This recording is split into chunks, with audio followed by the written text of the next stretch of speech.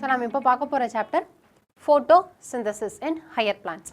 So, what is photosynthesis in higher plants? Photosynthesis, right?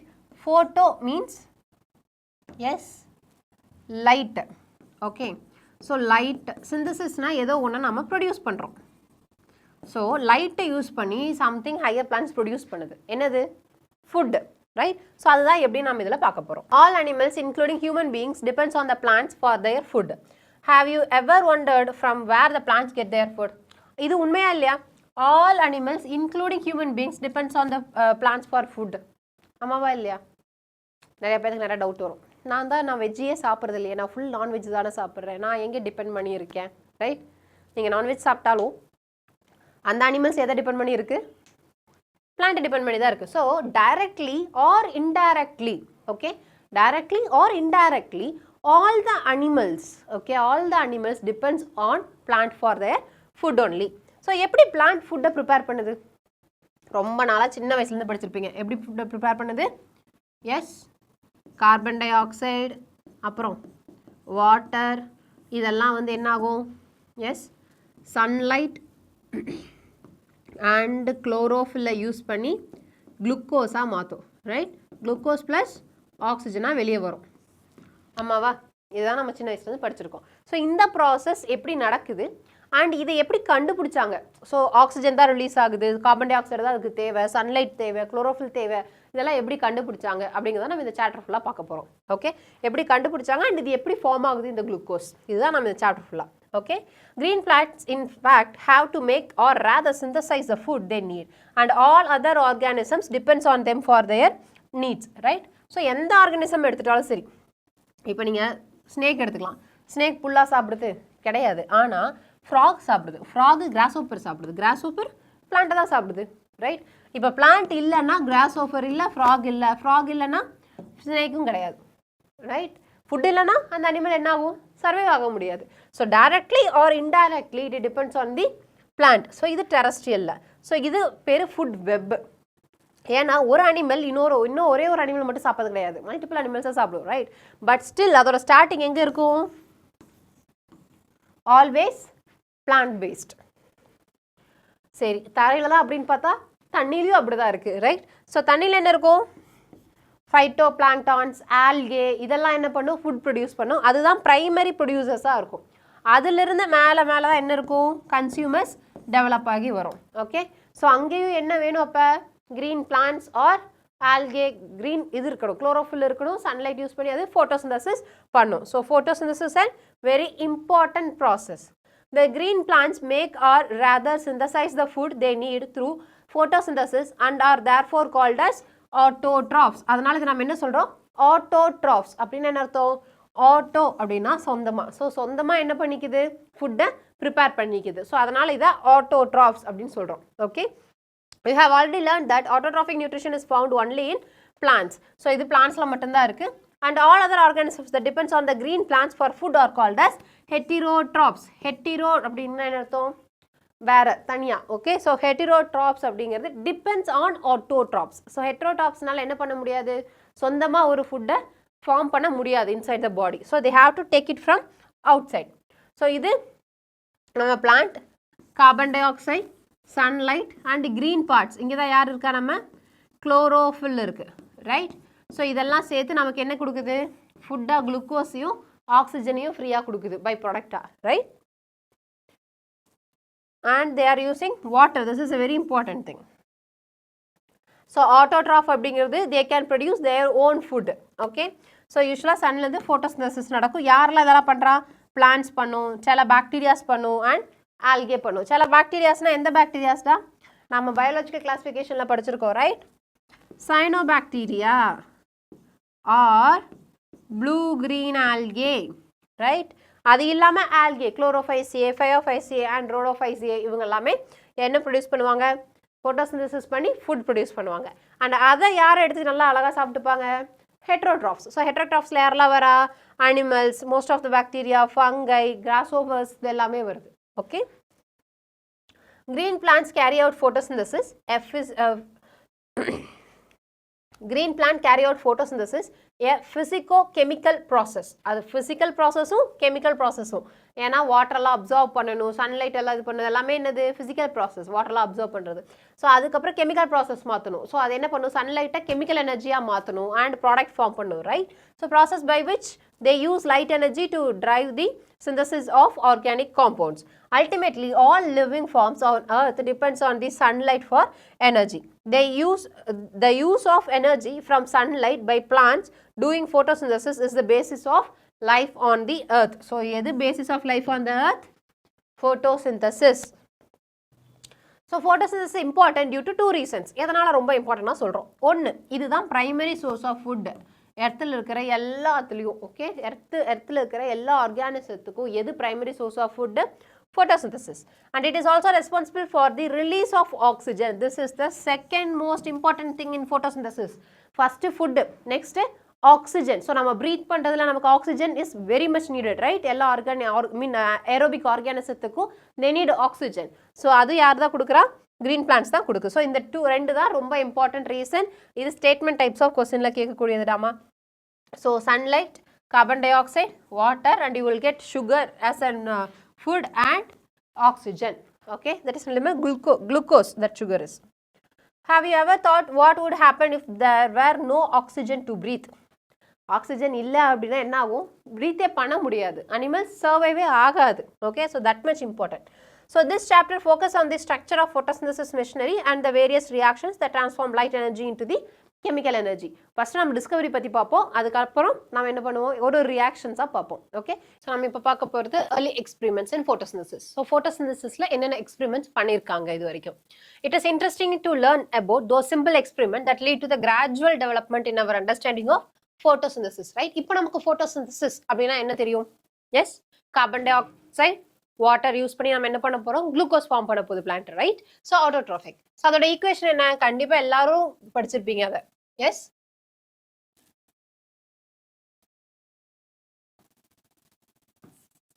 Six CO2 plus 12H2O gives C6H12O6 plus then 6O2 plus 6H2O, right?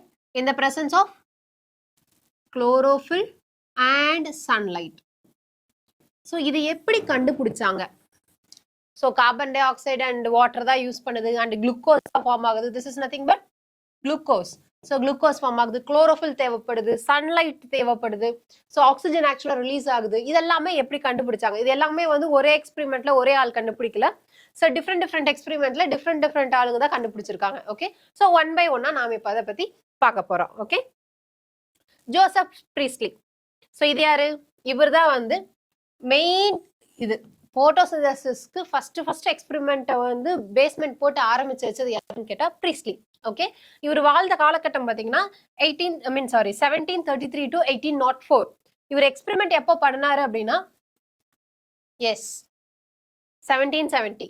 So இது ரொம்ப important. இந்த important, நேமும் important. Okay, performed a series of experiments that revealed the essential role of air in the growth of green plant. This is very important. So அவர் எதுக்காக experiment பண்ணாரு அப்படின்னா, ஒரு green plant growth ஆகும்போது அதுல ஏர்ல அது என்னென்ன சேஞ்சஸ் பண்ணுது அப்படிங்கிற மாதிரி கண்டுபிடிச்சாரு. ஓகே, ஸோ ஆக்சுவலா இவர் தான் யாரு, நம்ம ஆக்சிஜனை டிஸ்கவர் பண்ணது இவர் தான். எப்போ? 1774ல. பட் எப்போ இவர் எக்ஸ்பெரிமெண்ட்ஸ் பண்ணியிருக்காரு? 1770ல. ஸோ இவரோட பிளான்ட்டுக்கும் ஏருக்கும் இருக்கிற வந்தா என்னன்னு பார்த்துட்டு அதுக்கப்புறம் தான் என்ன கண்டுபிடிச்சிருக்காரு, ஆக்சிஜன் ஒன்று இருக்கு அப்படிங்கிறத 1774ல கண்டுபிடிச்சிருக்காரு. Okay, Priestley observe that a candle burning in a closed space, a bell jar, soon gets extinguished. So அதுதான் ஃபர்ஸ்ட் அவர் கண்டுபிடிச்சது. என்ன கண்டுபிடிச்சிருக்காரு? இன்னைக்கு நமக்கு அது ரொம்ப சில்லியா தெரியலாம், பட் அந்த காலகட்டத்தில் it's a very big thing. ஏன்னா யாருமே அதை யோசிச்சிருக்க மாட்டாங்க. ஒரு ஜாருக்குள்ள கேண்டில வச்சா கெட்டு போயிடும், அணைஞ்சிரும் அப்படின்னு தான் தெரியும் எல்லாத்துக்கும். பட் ஏன் அணையுது அப்படிங்கிற மாதிரி யாருமே யோசிச்சிருக்காங்க மாட்டாங்க. பட் ப்ரீஸ்லி யோசிச்சாரு. ஓகே, ஸோ அவரோட எக்ஸ்பெரிமெண்ட் எப்படி இருக்குன்னா, ஒரு பெல் ஜார் எடுத்துக்கிட்டாரு, அந்த பெல் ஜாருக்குள்ள கேண்டில். ஓகே, ஸோ கேண்டில் என்ன ஆகும், ஆஃப்டர் சம் டைம் பேர்ன் ஆகி அணைஞ்சிரும், ரைட்? ஸோ இதே மாதிரி என்ன பண்ணியிருக்காரு, இன்னொரு பெல் ஜார் எடுத்துட்டு அதுல ரேட் வச்சிருந்திருக்காரு.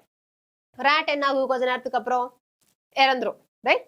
ஸோ அப்போ அந்த காலகட்டத்தில் தெரியாது ஏன் இறக்குதுன்னு. இன்னைக்கு நமக்கு தெரியும். ஏன் இந்த கேண்டில் வந்து கொஞ்ச நாளுக்கு அப்புறம் அணைஞ்சு போயிருது?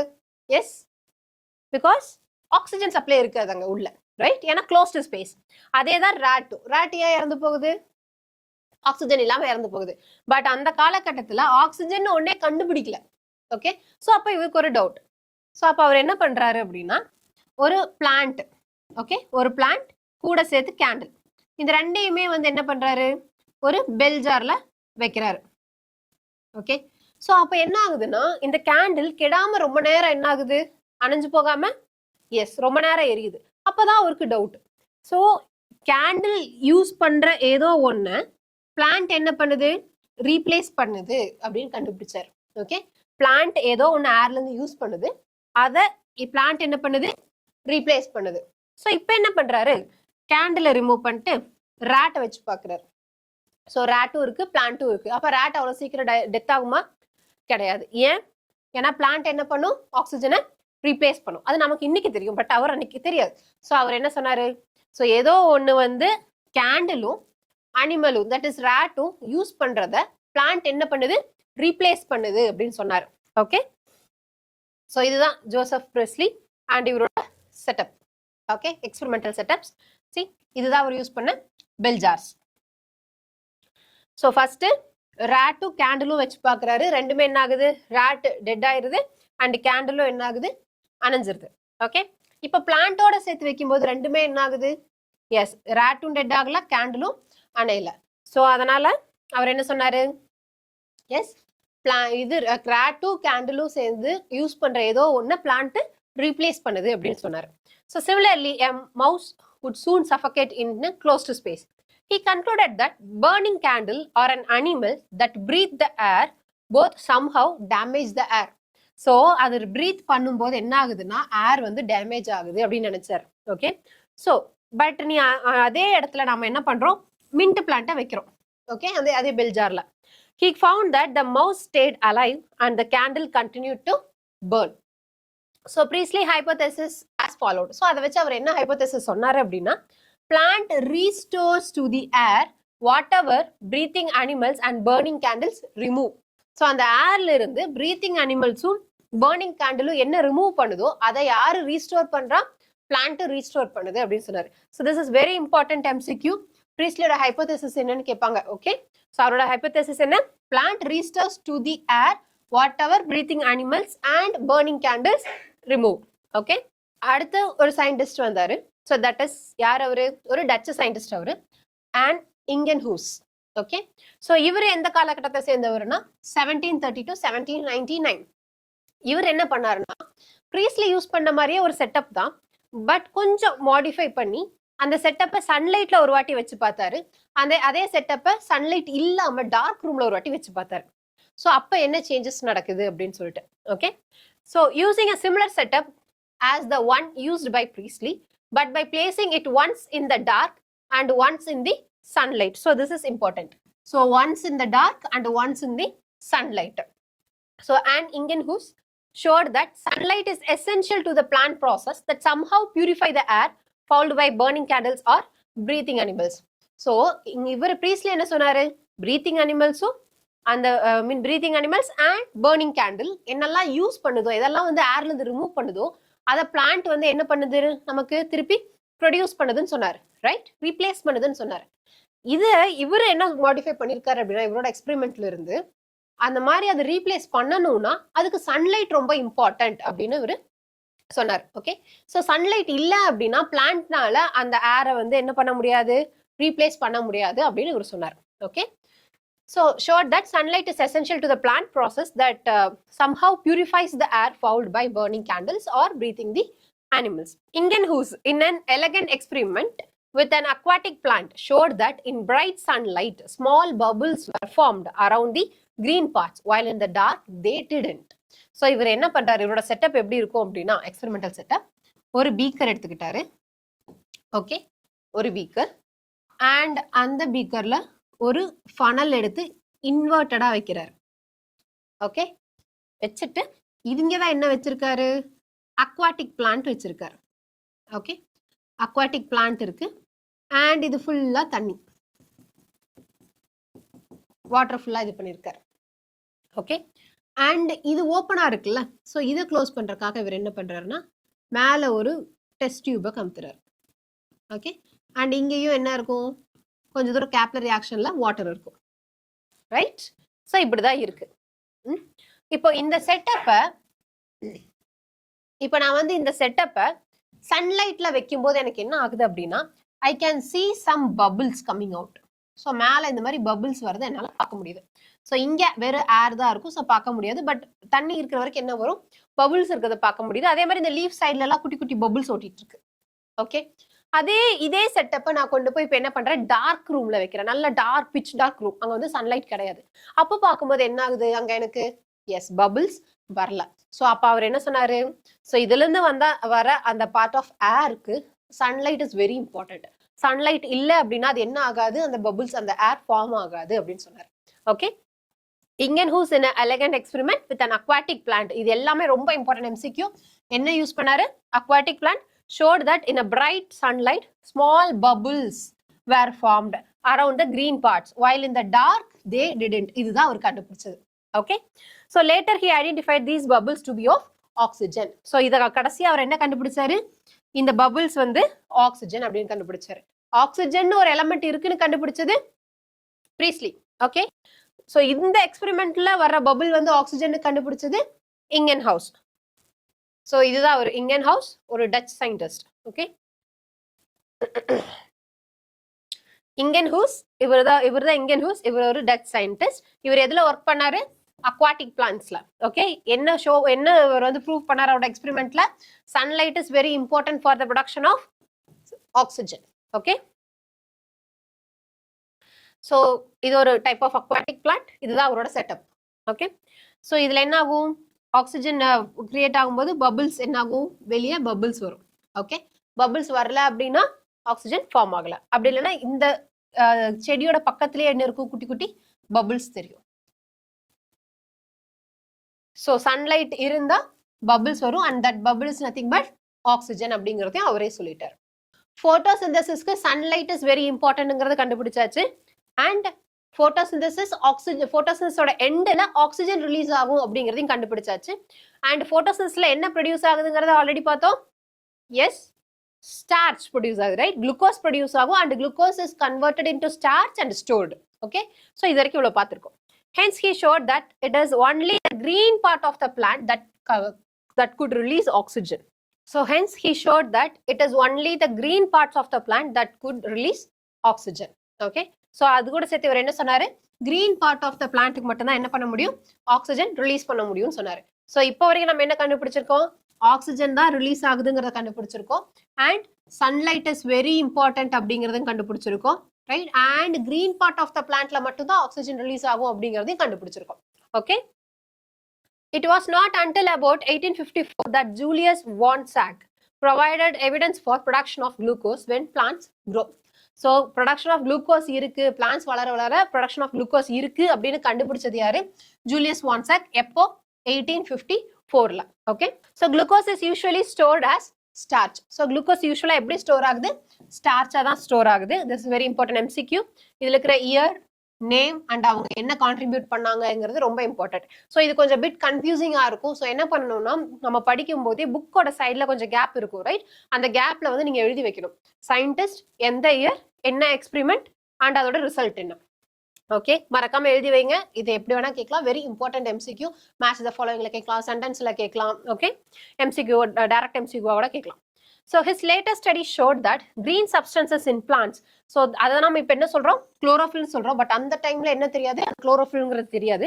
Is located in special bodies. இப்போ நம்ம அதை என்ன சொல்றோம், குளோரோபிளாஸ்ட் அப்படின்னு சொல்றோம். பட் அப்போ அது தெரியாது, within the plant cells. So இவர் என்ன சொல்றாருன்னா, இவர் எக்ஸ்பெரிமெண்ட் எல்லாம் பண்ணிட்டு இவர் என்ன சொன்னாருன்னா, ஒரு கிரீன் கலர் பிக்மெண்ட்ஸ் இருக்கு, அண்ட் அந்த கிரீன் கலர் பிக்மெண்ட்ஸ் வந்து ஏதோ ஒரு சம் கைண்ட் ஆஃப் பாடியில ஸ்டோர் ஆயிருக்கு பிளான்ட் செல்ஸ்ல, அண்ட் அதுலதான் என்ன ப்ரொடியூஸ் ஆகுது, குளுக்கோஸ் ப்ரொடியூஸ் ஆகுது அப்படிங்கிறத கண்டுபிடிச்சார்.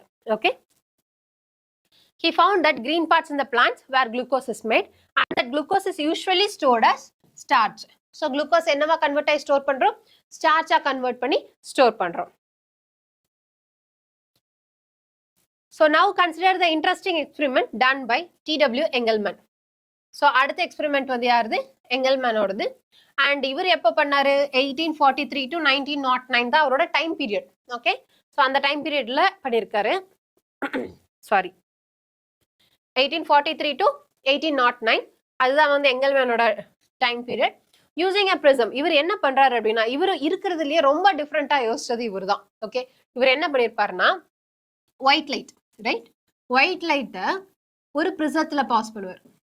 ஸோ ப்ரிசத்தோட இது என்ன, எஸ் என்ன பண்ணும் ப்ரிசம், ப்ரிசத்துல நீங்க வந்து ஒயிட் லைட்டை பாஸ் பண்ணீங்கன்னா, எஸ் எல்லா கலரையும் என்ன பண்ணி கொடுக்கும், 7 கலர்ஸ் விப்ஜிஆர் மொத்தமா எஸ் டிஃபரன்ஷியேட் பண்ணி வெளியே கொடுக்கும், ரைட். அப்போ இந்த பக்கம் பார்த்தீங்கன்னா உங்களுக்கு என்ன இருக்கும், கலர்ஃபுல்லா இருக்கும், right.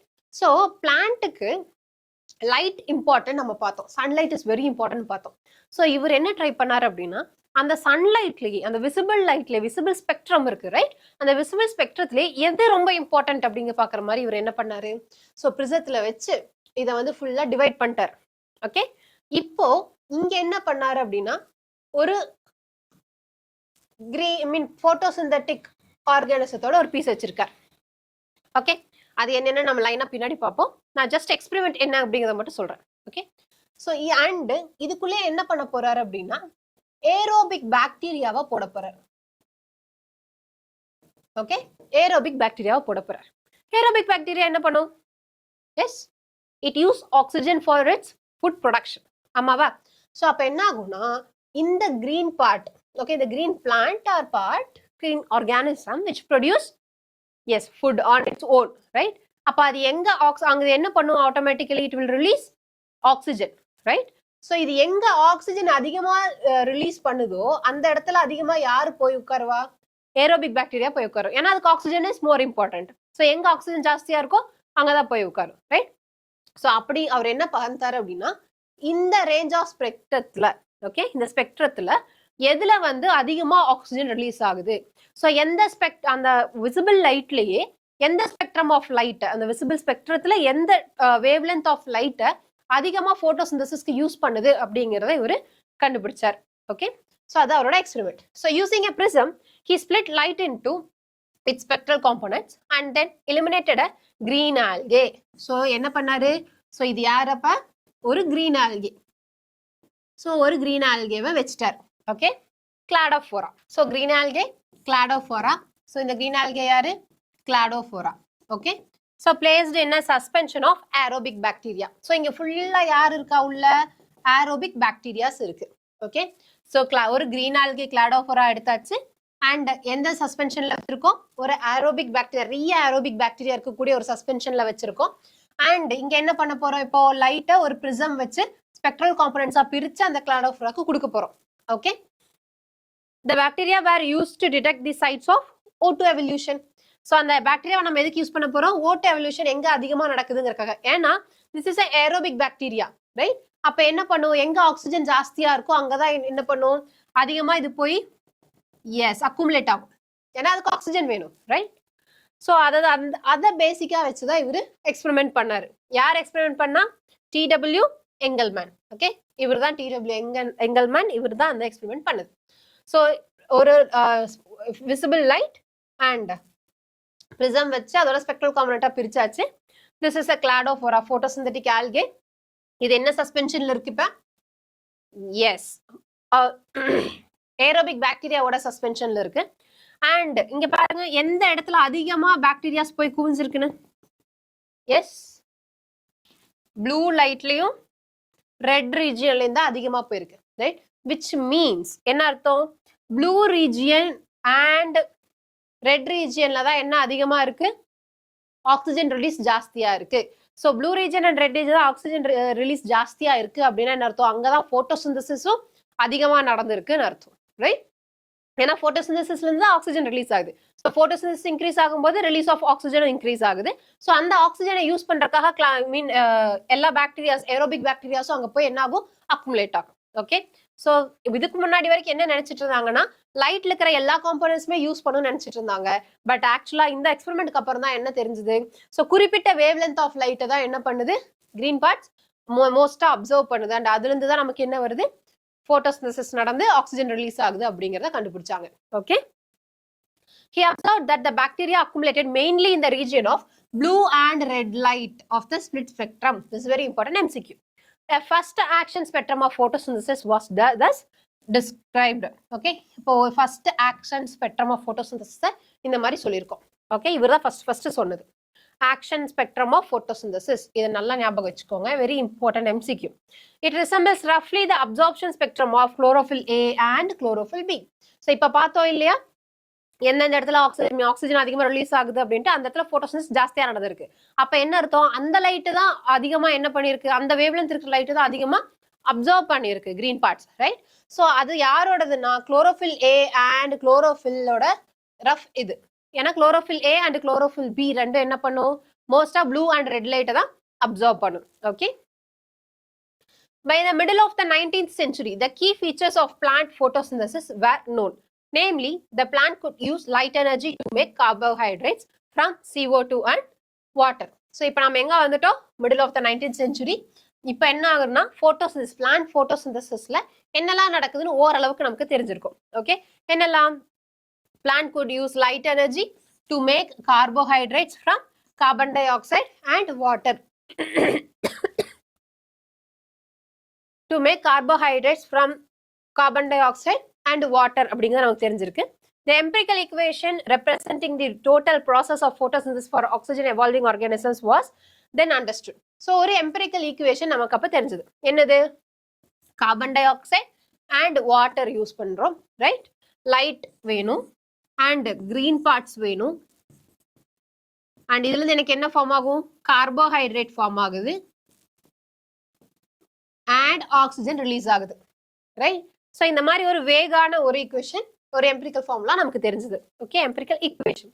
whereas CH2O represented by a where CH2O represent a carbohydrate, example glucose, S6 carbon sugar, right? So இது ஒரு எஸ் எம்பிரிக்கல் ஃபார்முலா. ஸோ இது எப்படி சொல்லுவீங்க, C6H12O6. ஸோ எல்லாத்தையும் 6ஆல மல்டிப்ளை பண்ணா உங்களுக்கு வரும், right?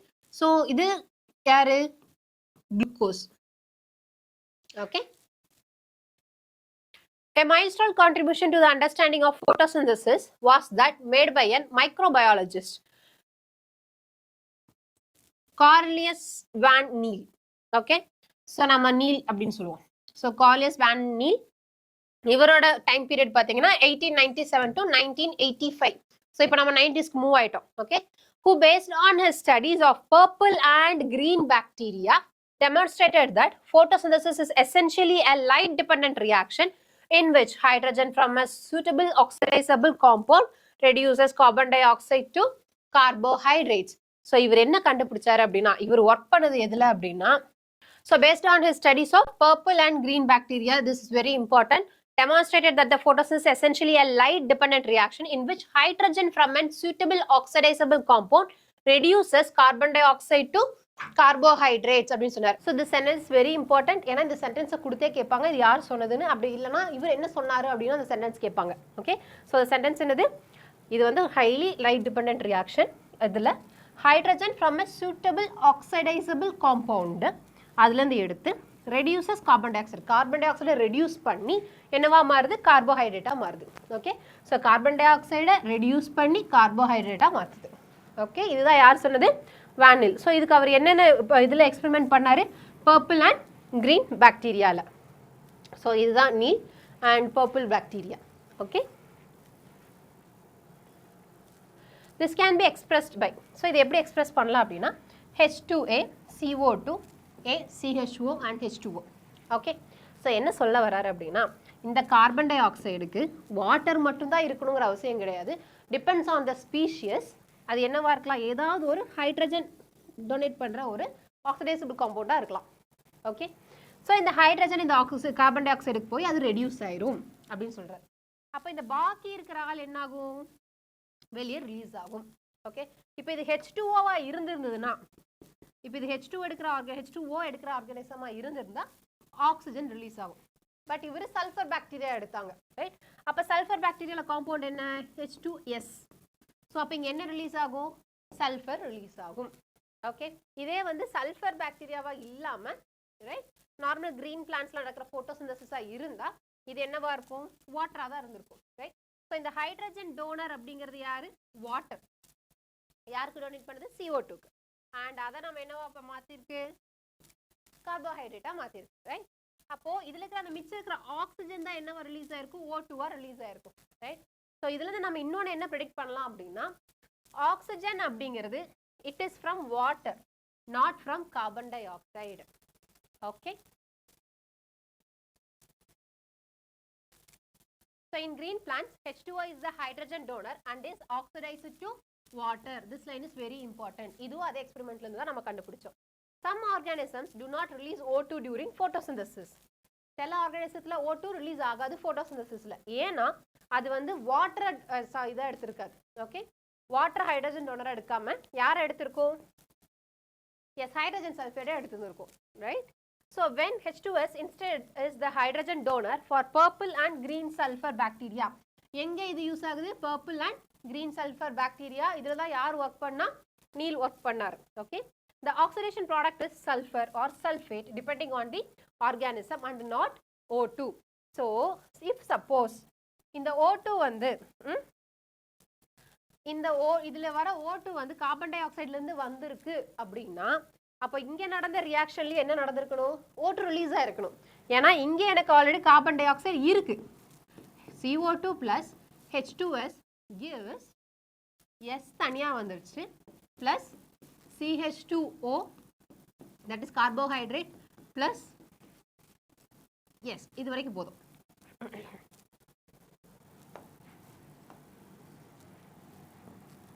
So CH2O, right? So இதில் என்ன நடந்திருக்கு பாருங்க, கார்பன் டை ஆக்சைடு ரெடியூஸ் ஆகி என்னவா மாறிடுச்சு? ஹைட்ரஜன் ஆட் பண்ணால் ரிடக்ஷன், ரைட்? அப்போ என்னவா மாறி இருக்கு? கார்போஹைட்ரேட்டாக மாறி இருக்கு.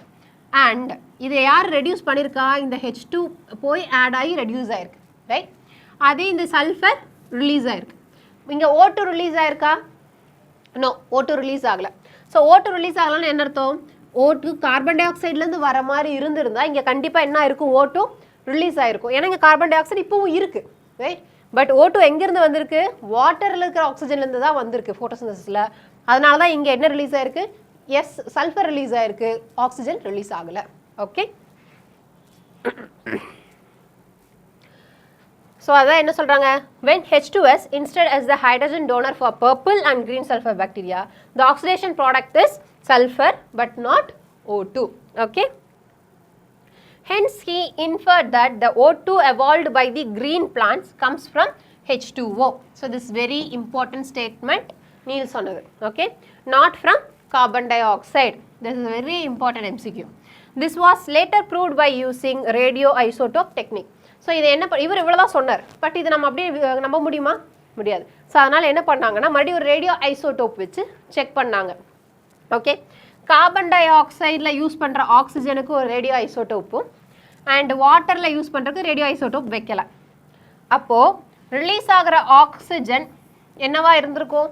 ரேடியோ ஐசோடோப்பாக இருந்திருக்குமா? ரேடியோ ஐசோடோப்பாக இல்லாமல் இருந்திருக்குமா? ரேடியோ ஐசோடோப் இல்லை. அப்போ என்ன அர்த்தம்? அது கார்பன் டை ஆக்சைட்லேருந்து வரல. ஏன்னா அங்கே என்ன இருந்துச்சு? ரேடியோ ஐசோடோப் இருந்திருக்கு. ஸோ அந்த மாதிரி என்ன பண்ணியிருக்காங்க? ரேடியோ ஐசோடோப் வச்சு செக் பண்ணி கடைசியில் ப்ரூஃப் பண்ணாங்க. நீல் சொன்னது கரெக்டு தாங்கிறத. ஓகே, அடுத்து the correct equation that would represent the overall process of photosynthesis is. So அது இந்த அளவுக்கு எல்லா டிஸ்கவரியும் பண்ணி எல்லாம் ஒன்று ஒன்றா கண்டுபிடிச்சி கடைசியாக என்ன சொன்னாங்க? ஸோ இதுதான் வந்து ஃபோட்டோசிந்தசிஸோட எஸ் ஈக்குவேஷன் அப்படின்னு சொன்னாங்க. ஸோ என்னது? இதுதான் நீங்கள் சின்ன வயசுலேருந்து படிக்கிறீங்க. C6CO2 12H2O C6H12O6 6H2O 6O2. ஏன் அங்கே திரும்பி 6H2O? பேலன்ஸ் பண்ணுறதுக்காக. 6O2 ரிலீஸ் ஆயிருக்கு. ஸோ அது பேலன்ஸ் பண்ணுறதுக்காக நம்ம போட்டிருக்கோம். ஓகே, ஸோ ஈக்குவேஷன் பேலன்சிங்காக இந்த 6H2O எக்ஸ்ட்ராவாக மறுபடி வருது. தென் ஸோ இதில் CO2 என்னவா இருக்கு? எஸ், C6H12O6 ரெடியூஸ் ஆயிருக்கு. அண்ட் இந்த ஹைட்ரஜன் எங்கிருந்து வந்திருக்கு? வாட்டர்லேருந்து வந்திருக்கு. அண்ட் இங்கே ரிலீஸ் ஆயிருக்கு இந்த ஆக்சிஜன் எங்கிருந்து வந்திருக்கு? அதுவும் வாட்டர்லேருந்து தான் வந்திருக்கு. Not from carbon dioxide. Okay, இதுதான் நீல் எக்ஸ்பெரிமெண்ட்டில் சொன்னது. Where C6H12O6 represent glucose. But யூஸ்வலாக பிளான்ட்டில் குளுக்கோஸ் தான் ப்ரொடியூஸ் ஆகும். But it will converted into starch. Starch அப்படிங்கிறது polymer of glucose. Okay, the O2 released is from water. This was provided using radioisotope technique. This is very important line. So O2 தான் வந்து O2 வந்து வாட்டர்லேருந்து தான் வருது அப்படிங்கிறத எது வந்து proof பண்ணுச்சு அப்படின்னு கேட்டால் radio isotope technique. Radio isotope வச்சு பண்ண டெக்னிக்கில் தான் நம்ம கன்ஃபார்ம் பண்ணுது. பட் யார் சொன்னது? நீல் சொன்னது. ஓகே.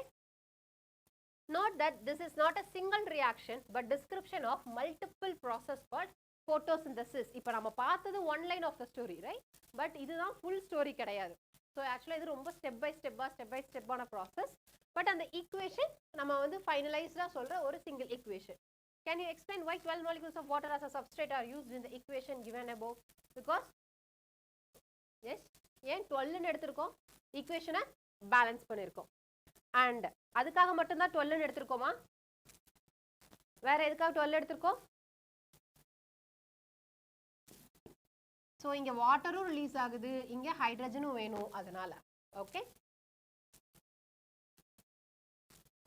நெக்ஸ்ட், வேர் டஸ் photosynthesis takes place? இது எல்லாருக்குமே தெரியும். எங்க நடக்குது? green plants, green parts of the plants. So green parts of the plantsல என்ன இருக்கு? எஸ், chlorophyll pigment இருக்கு. Very good. chlorophyll pigment எங்க இருக்கு? chloroplastல இருக்கு. chloroplast எங்க இருக்கு? எல்லா green partsலயும் இருக்கு, ரைட்? ஸோ அங்க இருந்து தான் என்ன நடக்குது? photosynthesis நடக்குது. So photosynthesis takes place in the green leaves of the plant, but it does also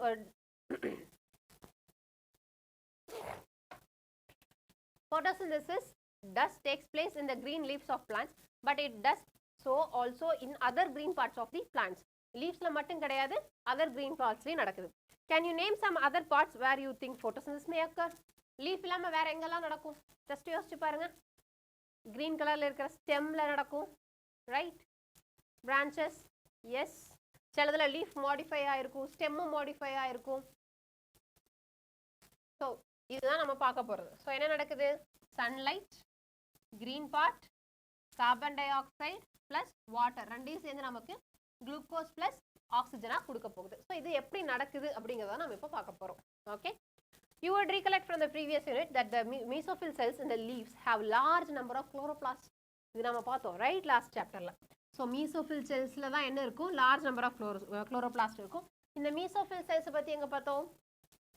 anatomy of flowering plants, right? So mesophyll cells கொஞ்சம் recollect பண்ணுங்க பார்க்கலாம். mesophyll cells டைகாட்ல எப்படி இருக்கும்? எஸ்,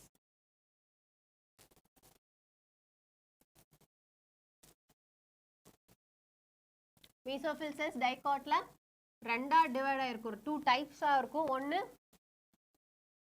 பாலிசைட் பேரன்கைமா, இன்னொன்னு ஏரன்கைமா ஆர் ஸ்பாஞ்சி, சாரி, இன்னொன்னு spongy parenchyma, right? இதுல அதிகமா பாலசைட்லயும் இருக்கும், ஸ்பாஞ்சிலயும் இருக்கும். பட் ஜாஸ்தியா எங்க இருக்கும்? குளோரோபிளாஸ்ட் பாலசைட்ல இருக்கும், ரைட்? மோனோகாட்ல இந்த மாதிரி டிஃபரன்ஸ் கிடையாது. மீசோஃபில்ங்கிறது ஒரே இதா தான் இருக்கும், right?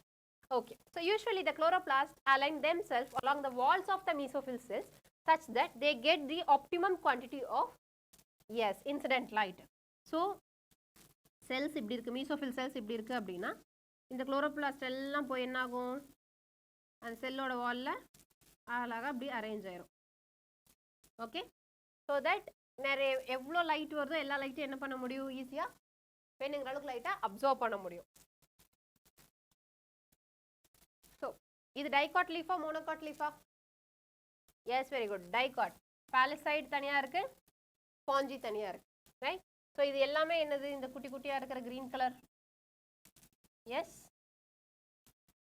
Chloroplast. Very good. So அதே இந்த பக்கம் வந்தாலும் கொஞ்சம் ஜூம் பண்ணி பார்க்கும்போது இந்த கிரீன் கலர் எல்லாமே என்னது? குளோரோபிளாஸ்ட். ஸோ குளோரோபிளாஸ்ட் உள்ள ஜூம் பண்ணிங்கன்னா எப்படி இருக்கும்? இது நம்ம செல் தி யூனிட் ஆஃப் லைஃப்ல ஃபுல்லாக பார்த்துருக்கோம்.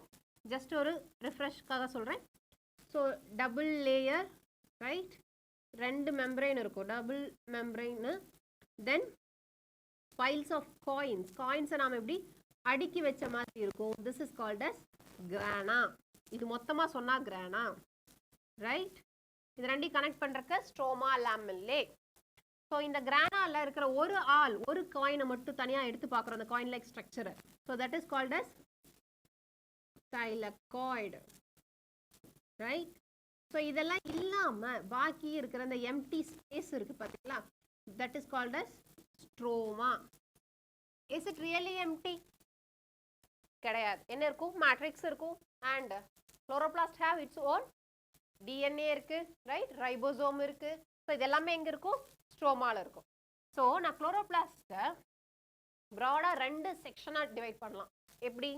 ஒன்று வந்து இந்த தைலகாய்ட்ஸ் அடுக்கி இருக்கிற கிரானா, அண்ட் அது இல்லாமல் பாக்கி ஸ்ட்ரோமா, ரைட்? ஸோ இந்த ரெண்டுலேருந்து எனக்கு என்ன நடக்க போகுது? ஃபோட்டோசிந்தசிஸ் நடக்க போகுது. ஓகே, ஸோ அது என்னன்னு பார்க்கலாம். So when do you think the chloroplast will align with their flat surface parallel to the walls? So walls அப்படிங்கிறது செல் வால். ஓகே, ஸோ செல் இந்த மாதிரி இருக்குது, அண்ட் நியூக்ளியஸ் இருக்கும், வாக்யூல் இருக்கும், ரைட்? அண்ட் எப்போ இந்த மாதிரி parallel to the wall அது அரேஞ்ச் ஆகும்னு கேட்குறாங்க. எப்போ அரேஞ்ச் ஆகும்? எஸ், இப்படி பேரலாக இருந்தால் மேக்ஸிமம் சன்லைட் என்ன பண்ண முடியும்? அதனால் அப்சர்வ் பண்ண முடியும். ஸோ அதனால் எப்போ லோ இன்டென்சிட்டி லைட் இருக்கோ, ஸோ லைட் கம்மியாக low intensity light, okay, low intensity light or ஸ்ட்ரெஸ்டாக ஸ்ட்ரெஸ் கண்டிஷன்ஸ், ஸோ அந்த மாதிரி இருக்கும்போது எனக்கு லைட் நிறைய அப்சர்வ் பண்ணி ஆகணும் அப்படின்னு இருக்கும்போது it will align parallel. When would they perpendicular to the incident light? அது எப்போ பர்பண்டிகுலராக நிற்கும்? எஸ், செல் வால்க்கு பர்பண்டிகுலராக நிற்கிறது எப்போ? எஸ், இதுக்கு ஆப்போசிட்டில். ஸோ ஆல்ரெடி நிறையா இருக்குது, ஃபுல் லைட்டாக இருக்குது. ஸோ குளோரோபிளாஸ்டில் இருக்கிற குளோரோஃபில் வந்து டேமேஜ் ஆயிரும். ஸோ அந்த மாதிரி கண்டிஷன்ஸில் பர்பண்டிகுலராக நிற்கும். பட் இங்கே என்ன கேட்டிருக்கா? When would they perpendicular to the incident light? விழுற லைட்டுக்கு எப்போ பர்பண்டிகுலராக இருக்கும்னு கேட்டிருக்காங்க. ஸோ இது செல் வால்க்கு parallel but perpendicular to the light. So question என்னன்னு பார்த்து ஆன்சர் எழுதணும். Okay, within the chloroplast there is a membranous system consisting of grana and the stroma lamellae and the matrix stroma, right? So grana, stroma lamellae, அது இல்லாம பாக்கி இருக்கிற matrix பேரு stroma. So there is a clear division of labor within the chloroplast. The membrane system is responsible for trapping the light energy and also for synthesis of ATP and NADP. So இது ஆக்சுவலாக எப்படி நடக்கும் அப்படின்னா, ஃபோட்டோசிந்தசிஸை 2 பார்ட்டாக சொல்லலாம். Okay, ஃபோட்டோசிந்தசிஸை 2 பார்ட்டாக சொல்லலாம். ஒன்று வந்து light reaction and another one is dark reaction. Okay, light reaction எங்கே நடக்கும் அப்படின்னா grana and stroma lamellae. Dark reaction எங்கே நடக்கும் அப்படின்னா ஸ்ட்ரோமாவையும் ஸ்ட்ரோமா லாமெல்லையும் கன்ஃபியூஸ் பண்ணக்கூடாது. ஓகே, இனி இந்த லைட் ரியாக்ஷனில் என்ன நடக்கும் அப்படின்னா light energy. Okay, this is a light depend reaction. So இது லைட் டிபெண்ட் ரியாக்ஷன். ஸோ இதில் என்ன நடக்கும்? லைட் எனர்ஜியை கெமிக்கல் எனர்ஜியாக மாற்றும். ஸோ கெமிக்கல் எனர்ஜிங்கிறது யாரு? Not glucose, ATP and NADPH மாற்றும். ஓகே, ஸோ இந்த 2 நமக்கு ரெடிமேட் கரன்சி. ஓகே, நமக்கு வேணுங்கும் போது அதை என்ன பண்ணலாம்? பாண்ட் பிரேக் பண்ணி யூஸ் பண்ணிக்கலாம். இனி ஸ்ட்ரோமாவில் என்ன நடக்கும் அப்படின்னா டார்க் ரியாக்ஷன் நடக்கும். ஏன் இதை டார்க் ரியாக்ஷன் சொல்கிறோன்னா இது லைட் இண்டிபெண்ட் ரியாக்ஷன். ஓகே, அப்போனா என்ன அர்த்தம்? எஸ், லைட் ரியாக்ஷன் பகலாக நடக்கும், டார்க் ரியாக்ஷன் ராத்திரியில் நடக்கும்னு அர்த்தமா? அப்படி கிடையாது. ஸோ இதுவும் பகலில் நடக்கும், but it is independent of the light. So light அதுக்கு இருந்தே ஆகணுங்கிற அவசியம் கிடையாது, but indirectly depending on the light. எப்படி அப்படின்னா லைட்டு வச்சு ப்ரொடியூஸ் பண்ண ஏடிபி NADPயும் இங்கே யூஸ் ஆகும். ஓகே, யூஸ் பண்ணி இது என்ன பண்ணுன்னா குளுக்கோஸ் ப்ரொடியூஸ் பண்ணும். ஓகே, ஸோ லைட்டை டைரெக்டாக டிபெண்ட் பண்ணி இல்லை, பட் லைட் ரியாக்ஷனை டிபெண்ட் பண்ணியிருக்கு. ஏன்னா லைட் ரியாக்ஷனில் தான் என்ன ஃபார்ம் ஆகுது? ATP அண்ட் NADPH ஃபார்ம் ஆகுது. அண்ட் அதை யூஸ் பண்ணி தான் இது என்ன பண்ண போகுது? இப்போ டார்க் ரியாக்ஷனில் குளுக்கோஸ் ஃபார்ம் பண்ண போகுது. Okay, but it does not directly depend on light. Okay, இது எல்லாமே ஒரு சென்டென்ஸுமே very much important MCQ. Okay, So there is a clear division of labor within the chloroplast. The membrane system is responsible for trapping the light energy and also for the synthesis of ATP and NADPH. So இது யார் அப்ப? Yes, grana and stroma lamellae ஓட வேலை. Okay, ATP and NADPH form ஆயாச்சு. So இது chloroplast, ரெண்டு membrane இருக்கு and granaக்கு நடுவில் lumen இருக்கும். granaவை வெட்டி உள்ள பார்த்தீங்கன்னா and இதில் ஒன்று பேர் என்னது thylakoids. இது stroma lamellae and this is stroma. So stromaல என்ன நடக்குது? Dark reactions. And granaல என்ன நடக்குது? Light reactions. Confuse பண்ணக்கூடாது. Okay. So light reactionல என்ன form ஆகுது? Yes. Light, light energy use பண்ணி chemical energy மாத்திரம். அந்த chemical energyங்கிறது யாரு? ATP and NADPH. Am I right? இனி இந்த ATP and NADPH யார் யூஸ் பண்ண போறா? Dark reactionல யூஸ் பண்ணி dark reaction என்ன ஃபார்ம் பண்ண போகுது? Glucose ஃபார்ம் பண்ண போகுது. Okay. So dark reaction is independent of light. Okay. But it dependent on light reaction. ஏன்னா அதிலிருந்து தான் ATP and NADPH அதுக்கு ப்ரொடியூஸ் ஆகுது. Okay. In stroma, enzymatic reactions synthesize sugar, which in turn forms starch. Sugar தான் என்னவா மாற போகுது? Starch convert ஆக போகுது. The former set of reactions, since they are directly light driven, are called light reactions. That is photochemical reactions. So first சொன்னது டைரக்டா light இது depend பண்ணி இருக்கறனால லைட் ரியாக்ஷன்ஸ் அண்ட் அதை நாம என்ன சொல்றோம்? photochemical reaction சொல்றோம். Photo means light. So light chemical energy மாத்திர reaction. Okay. The latter are not directly light driven but are dependent on the products of light reactions. So not directly dependent on light but depends on light reactions on a product, that is ATP and NADPH. Very important MCQ இது எல்லாமே. Okay. So நம்ம photosynthesis ரெண்டு தான் சொல்லலாம். ஒன்று வந்து light reaction, இன்னொன்று dark reaction. Okay. Light reactionல ATP and NADPH produce ஆகும். அதை யூஸ் பண்ணி carbon dioxide வச்சு sugar produce பண்ணுறது dark reaction. Okay. Hence to distinguish the latter, they are called by convention as a dark reaction. The carbon reactions. ஏன்னா அங்கே தான் carbon dioxide வச்சு நம்ம என்ன பண்ண போகிறோம்? Glucose form பண்ண போகிறோம். However, this should not be construed to mean that they occur in darkness or they are not light dependent. Directly not light dependent, but it is indirectly depends on the light and also the light reactions. Okay. How many types of pigments are involved in photosynthesis? So இப்போ என்ன பண்ண போறோம்னா pigments என்னென்ன types involve ஆயிருக்குன்னு பார்த்துட்டு அதுக்கப்புறமா light reaction and dark reactions பத்தி நம்ம டீடைல்டா பார்க்க போறோம் இந்த சாப்டர்ல. Okay. Looking at a plant, have you ever wondered why and how there are so many shades of green in their leaves even in the same plant, right? ஒரே ஒரு பிளான்ட்லயே நீங்க டிப்ல பார்க்கும்போது அந்த டிப்ல இருக்கக்கூடிய பட்ஸ்ல பார்க்கும்போது எப்படி இருக்கும்? ஒரு டிஃப்ரெண்ட் க்ரீனாக இருக்கும், ஒரு லைட் க்ரீனாக இருக்கலாம் சிலதில், ரைட்? அதே வந்து நல்ல ஓல்டு லீஃப் அந்த டார்க் க்ரீனாக இருக்கலாம். அதே வந்து கொஞ்சம் ஏஜ் ஆயிடுச்சு விழ போகுது அப்படின்னா ஒரு எல்லோயிஷ் டின்ட்டுக்கு போகும், ரைட்? ஸோ இது எல்லாமே ஒரே செடியிலேயே இருக்குது. We can look for an answer to this question by trying to separate the leaf pigments of any green plant through paper chromatography. So நம்ம என்ன பண்ண போகிறோம்னா ஒரே ஒரு லீஃபை மட்டும் எடுத்துகிட்டு அந்த ஒரு லீஃப்குள்ளே க்ரீன் லீஃப் எடுத்துகிட்டு அந்த ஒரு க்ரீன் லீஃப்குள்ளே என்னெல்லாம் கலர்ஸ் இருக்குன்னு நம்ம பார்க்க போகிறோம். எதை வச்சு பார்க்க போகிறோம்? பேப்பர் குரோமேட்டோகிராஃபி வச்சு பார்க்க போகிறோம். ஓகே. ஸோ இதுதான் வந்து பேப்பர் குரோமேட்டோகிராஃபி, இதுதான் அந்த பேப்பர் குரோமேட்டோகிராஃபி பேப்பர்.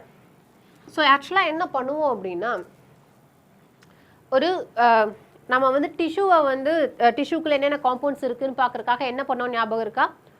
மோட்டார் பெஸ்ட்டை வச்சு நம்ம என்ன பண்ணோம்? கிரைண்ட் பண்ணோம், ரைட்? அதே மாதிரி தான் இங்கேயும் பண்ண போகிறோம். ஸோ ஒரு லீஃப் எடுத்துகிட்டு அந்த லீஃபை போட்டு நல்லா கிரைண்ட் பண்ண போகிறோம். ஓகே. அதில் சால்வெண்ட்டெல்லாம் ஊற்றி நல்லா கிரைண்ட் பண்ணிவிட்டு இந்த மாதிரி ஒரு குரோமேட்டோகிராஃபி பேப்பர் எடுக்க போகிறோம். ஸோ குரோமேட்டோகிராஃபி பேப்பர் எடுத்துகிட்டு இதோட எண்டில் இப்படி வி ஷேப்பில் கட் பண்ணுவாங்க. ஓகே. இப்படி நல்லா வி ஷேப்பில் கட் பண்ணிவிட்டு இந்த இடத்துல ஒரு மார்க்கிங் சென்டரில். ஓகே. இப்போ நான் நல்லா பேஸ்ட் மாதிரி பண்ணி வச்சுருக்கிறதுலேருந்து 2 ட்ராப் எடுத்து இதில் இந்த ட்ராப்பை இது மேலே வைப்போம். ஓகே. வச்சுட்டு இதை என்ன பண்ணுவோன்னா ஒரு ஜார் மாதிரி இருக்கும், அந்த ஜாரில் எடுத்து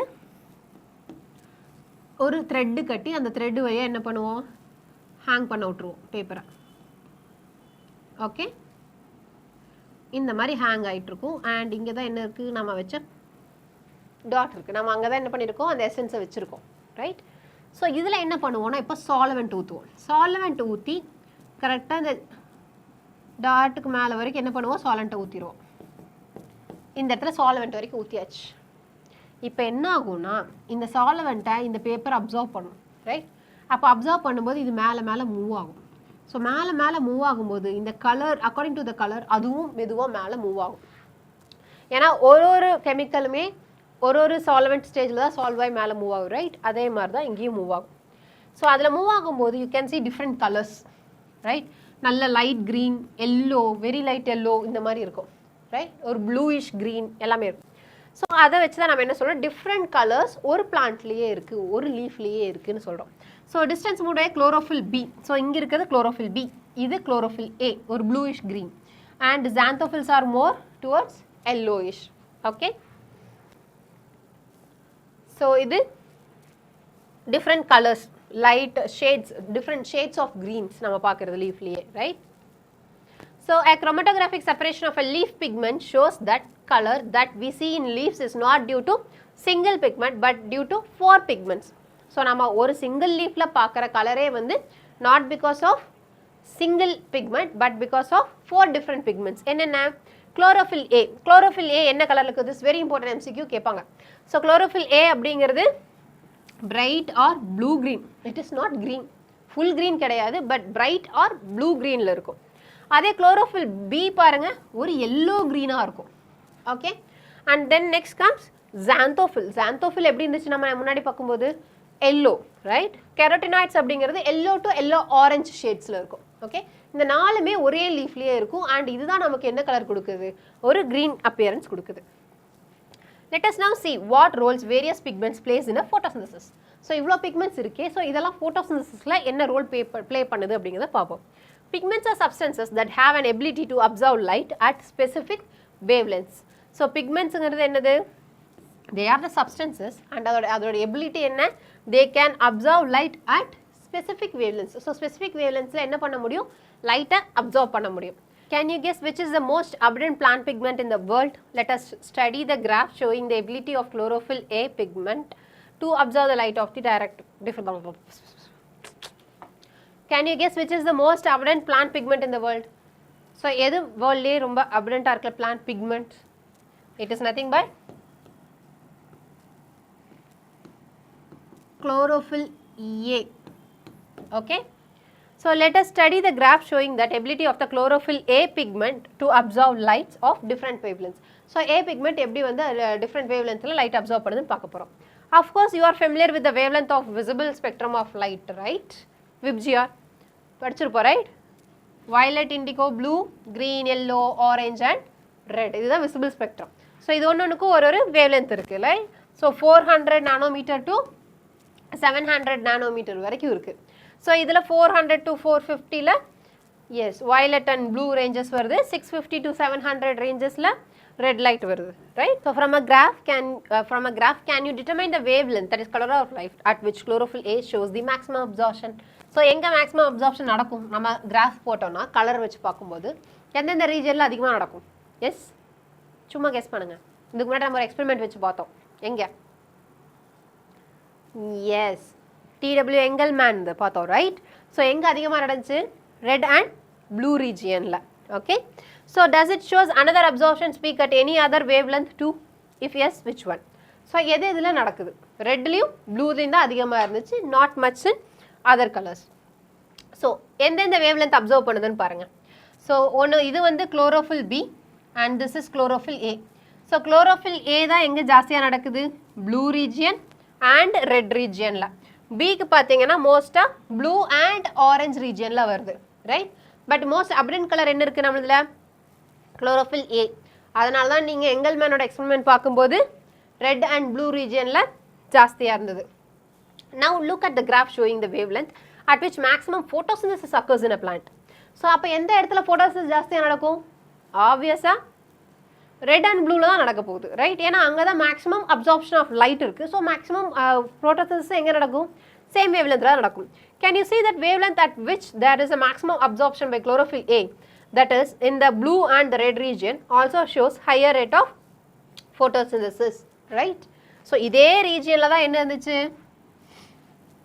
எஸ், chlorophyll A ஓட பீக் இருந்துச்சு, அப்சார்ப்ஷன் பீக் இருந்துச்சு ரைட். ஸோ chlorophyll A தான் abundant pigment அண்ட் இது இந்த ரேஞ்சில் தான் அப்சர்வ் பண்ணுது. அப்போ அந்த ரேஞ்சில் தான் என்ன இருக்கும்? ஹையாக என்ன நடக்கும்? ஃபோட்டோசிந்தசிஸும் நடக்கும். Hence we can conclude that chlorophyll A is the chief pigment associated with photosynthesis. So yaar chief pigment associated with photosynthesis? It is chlorophyll A. So by looking at the graph, can you say that there is a complete one-to-one overlap between the absorption spectrum of chlorophyll A and the action spectrum of photosynthesis? Amava illaya? ஃபுல்லாக அப்படியே overlap ஆகுதா? இல்லை. But இங்கே கொஞ்சம் differ ஆகுது and இங்கேயும் கொஞ்சம் differ ஆகுது. பட் பீக் ரெண்டுலேயும் எங்கே இருக்குது? சேமாக இருக்குது ரைட். விச் மீன்ஸ் குளோரோஃபில் ஏ மட்டும் அப்சர்வ் பண்ணல, குளோரோஃபில் பியும் கூட சேர்த்து தான் அப்சர்வ் பண்ணுது அண்ட் அதர் பிக்மெண்ட்ஸும் கொஞ்சம் கொஞ்சம் அப்சர்வ் பண்ணுது. அதனால தான் இங்கே எல்லாமே கொஞ்சமாவது ஃபோட்டோசிந்தசிஸ் நடந்திருக்கு. பட் அங்கெல்லாம் யார் இல்லை? குளோரோஃபில் ஏ அப்சர்வ் பண்ணலை. ஓகே, பட் வேறு ஏதோ பிக்மெண்ட்ஸ் அப்சர்வ் பண்ணியிருக்கு. These graphs together shows that most of the photosynthesis takes place in the, இந்த லைன் ரொம்ப important, most of the photosynthesis blue and red regions தான் நடக்குது. Some photosynthesis does takes place at the other wavelength of the visible spectrum. So visible spectrum other wavelengthலையும் கொஞ்சமாக photosynthesis நடக்குது. But maximum peak நடக்கிறது red and ப்ளூவில் தான். சரி, எப்படி இது நடக்குது? Though the chlorophyll is the major pigment responsible for trapping the light, other thylakoid pigments like chlorophyll B, xanthophylls and carotenoids, which are called as accessory pigments. So chlorophyll A ங்கிறது chief pigment, அது இல்லாம chlorophyll B, xanthophylls and carotenoids எல்லாமே என்னது? accessory pigments. The words very important, accessory pigments and chief pigments. Okay, and also observe light and transfers the energy to the chlorophyll A. So இது எப்படி இருக்கும் அப்படின்னா, இந்த மாதிரி நிறைய எல்லா பிக்மெண்ட்ஸும் இருக்கும் அண்ட் அதில் மேலே குளோரோஃபில் ஏ இருக்கும். ஸோ இது எல்லாமே அப்சர்வ் பண்ணி என்ன பண்ணும்? குளோரோஃபில் ஏக்கு ட்ரான்ஸ்ஃபர் பண்ணும். ஓகே, ஸோ மேக்ஸிமம் அப்சர்வும் பண்ண முடியும் அண்ட் குளோரோஃபில் ஏவை ஃபோட்டோ ஆக்சிடேஷன்லேருந்து காப்பாற்றவும் முடியும். லைட் இன்டென்சிட்டி அதிகமானாலும் என்னாகும்? உள்ளே இருக்கிற கெமிக்கல்ஸ் பாண்டிங்கை பிரேக் பண்ணும். ஸோ அதுலேருந்து குளோரோஃபில்லை அதனால் என்ன பண்ண முடியும்? காப்பாற்ற முடியும். ஸோ இதெல்லாம் டேமேஜ் ஆனாலும் பிரச்சனை இல்லை, ஆனால் குளோரோஃபில் ஏ டேமேஜ் ஆகக்கூடாது. Okay, indeed they not only enable a wider range of wavelength of incoming light to be utilized for photosynthesis, but also protect the chlorophyll A from photooxidation. ஏன் இப்படி நடக்குதுன்னு கேட்பாங்க. ரெண்டு ரீசன். ஒன்று வந்து wider range of wavelength use பண்ணணும், இன்னொன்று photo ஆக்சிடேஷன்லேருந்து chlorophyll ஏவை காப்பாற்றணும். ஓகே, இந்த ரெண்டு ரீசனுக்காக தான் பாக்கி ஆக்சசரி பிக்மெண்ட்ஸ் அப்சர்வ் பண்ணி குளோரோஃபில் ஏக்கு கொடுக்குது. ஸோ நம்ம அடுத்து பார்க்க போகிறது என்னன்னா ஃபோட்டோசிந்தட்டிக் ரியாக்ஷன்ஸ். ஆல்ரெடி என்ன பார்த்தோம்? ஃபோட்டோசிந்தட்டிக் ரியாக்ஷன்ஸில் டார்க் ரியாக்ஷன்ஸ் இருக்குது, லைட் ரியாக்ஷன்ஸ் இருக்குது. இதில் லைட் ரியாக்ஷன் தான் ஃபஸ்ட்டு நடக்கும், அதுக்கப்புறம் தான் டார்க் ரியாக்ஷன்ஸ் நடக்கும்னு பார்த்தோம் ரைட். இதில் லைட் ரியாக்ஷனில் என்னென்ன பார்க்க போகிறோம் அப்படின்னா, சைக்ளிக் அண்ட் நான் சைக்ளிக் photosphorylation. ஓகே, இந்த ரெண்டு தான் லைட் ரியாக்ஷனில் பார்க்க போகிறோம். அண்ட் டார்க் ரியாக்ஷனில் என்ன பார்க்க போகிறோம் அப்படின்னா, C3 and C4 cycle. C3 நம்ம என்ன சொல்லுவோம்? Kelvin cycle. ஓகே, இதை பற்றி தான் நம்ம டீட்டெயில்டாக பார்க்க போகிறோம். ஸோ நம்ம இப்போ என்ன பார்க்க போகிறோம்? What is light reaction. So நம்ம ஆல்ரெடி சொன்ன மாதிரி ஃபோட்டோசிஸில் லைட் ரியாக்ஷனும் இருக்குது, டார்க் ரியாக்ஷனும் இருக்குது. இப்போ லைட் ரியாக்ஷன் பார்ப்போம். லைட் ரியாக்ஷன் என்னென்ன பார்க்க போகிறதா சொல்லியிருந்தோம்? Yes, cyclic and non-cyclic photophosphorylation. Yes. So the light reactions or the photochemical phase includes. So light reaction ஓட இன்னொரு பேர் என்னன்னு கேட்பாங்க. ஸோ இன்னொரு பேர் என்னது? photochemical phase. ஓகே, அப்போ டார்க் ரியாக்ஷனோட இன்னொரு பேர் biosynthetic phase. ஏன்னா ஏதோ ஒரு பயோமாலிகுல் அங்கே சிந்தசிஸ் ஆகுது. ஸோ அது biosynthetic phase and this one is photochemical phase. It includes light absorption. So எதெல்லாம் இதில் இன்க்ளூடட் அப்படின்னு கேட்பாங்க. எதெல்லாம் included? Light absorption, water splitting, oxygen release and the formation of high energy chemical intermediates ATP and NADPH. Okay, so இதில் 4 things நடக்குது. என்னென்ன? ஒன்று light absorb ஆகுது, then water split ஆகுது, water split ஆகி oxygen release ஆகுது, and the formation of high energy chemical intermediate, that is ATP and NADPH form ஆகுது. Several protein complexes are involved in this process. So இதில் நிறைய protein complexes involve ஆயிருக்கு. So என்னன்னு பார்க்கலாம். Okay, so light reaction. So light reaction போது light use பண்ணி என்ன பண்ணுது? ATP and NADPH plus produce பண்ணுது. And இதை use பண்ணி என்ன பண்ண போறோம்? dark reactionல glucose yes make பண்ண போறோம். Okay, the pigments are organized into two discrete photochemical light harvesting complexes within the photosystem 1 and photosystem 2.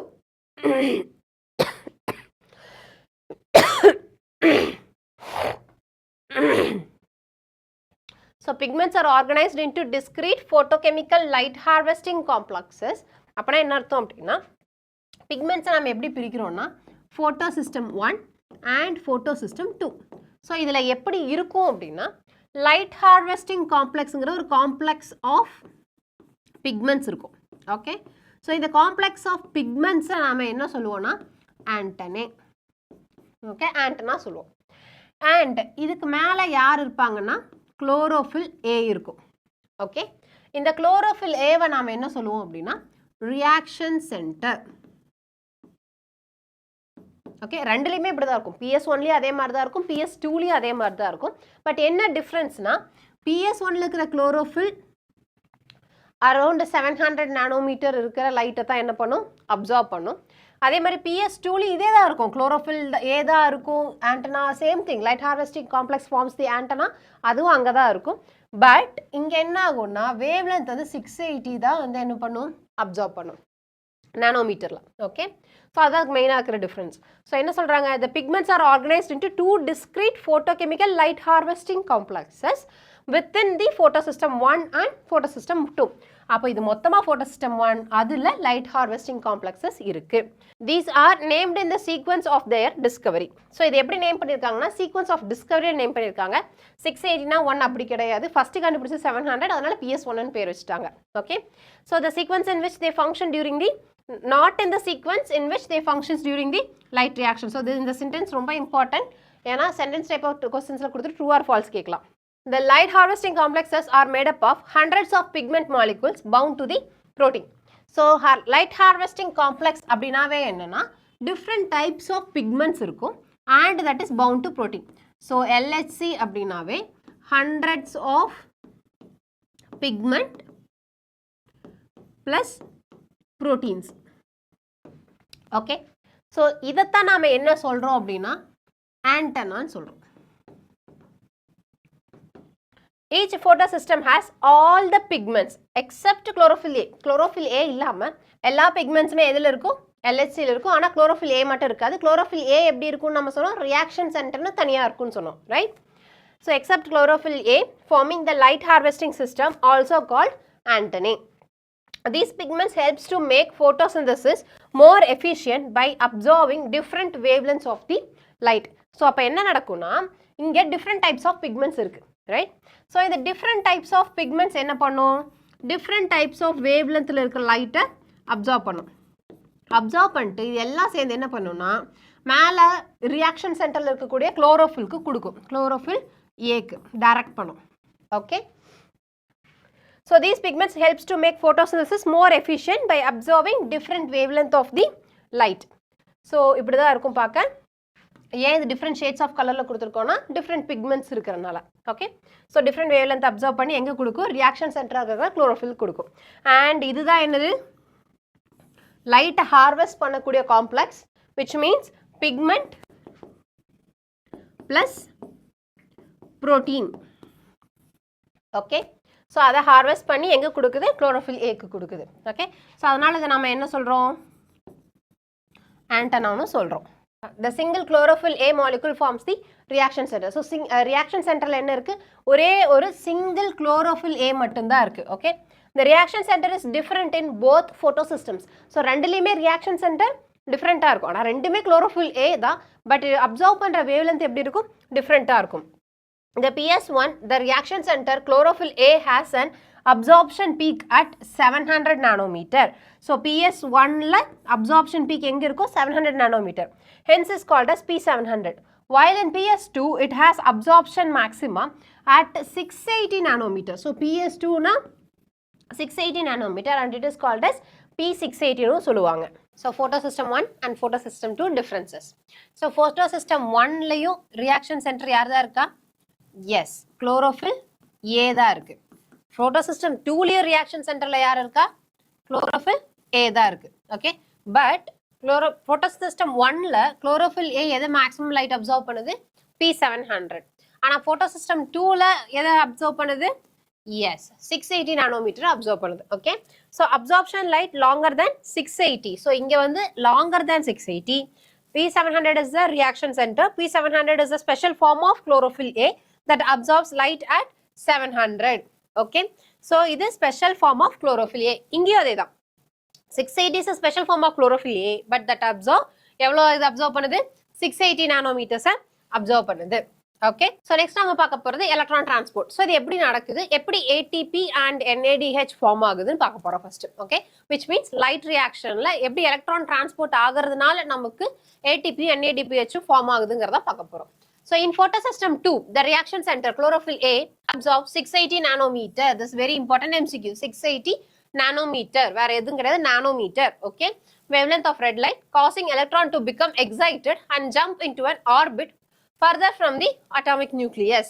So என்ன சொல்ல வராங்கன்னா, வேலன்ஸ் எலக்ட்ரான் இந்த லைட் அப்சர்வ் பண்ணும்போது என்ன ஆகும்னா, அந்த எனர்ஜியை யூஸ் பண்ணி வேலன்ஸ் எலக்ட்ரான் அதோட ஆர்பிட்ல இருந்து ஜம்ப் ஆகும். ஓகே, ஸோ இப்போ வேலன்ஸ் எலக்ட்ரானுங்கிறது என்னது?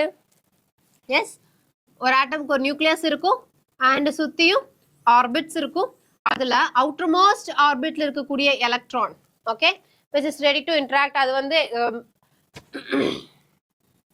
ஸோ அவுட்டர் மோஸ்ட் ஆர்பிட்ல இருக்கிற எலக்ட்ரான் தான் நம்ம என்ன சொல்றோம், வேலன்ஸ் எலக்ட்ரான். ஓகே, ஸோ இங்க என்ன ஆகும்னா, லைட் எனர்ஜி அப்சர்வ் பண்ணிட்டு இந்த எலக்ட்ரான் இங்கிருந்து வெளியே வரும்.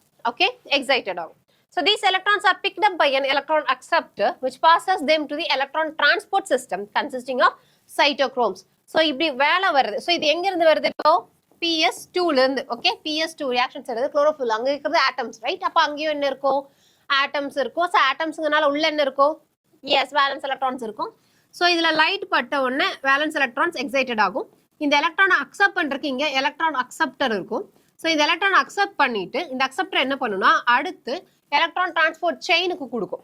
Okay, so electron transport systems. So ஒரு 4 டிஃப்ரெண்ட் மாலிகூல்ஸ் இருக்கும் அண்ட் அது என்ன பண்ணும், இந்த எலக்ட்ரானை வாங்கி பாஸ் பண்ணும்.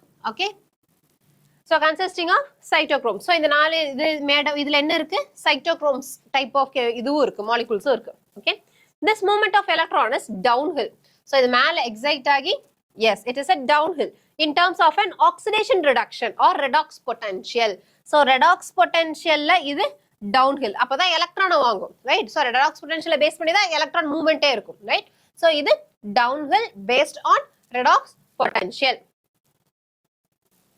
ஸோ இதுதான் என்னது, சும்மா ஒரு எக்ஸாம்பிளுக்கு சொல்லியிருக்கோம்.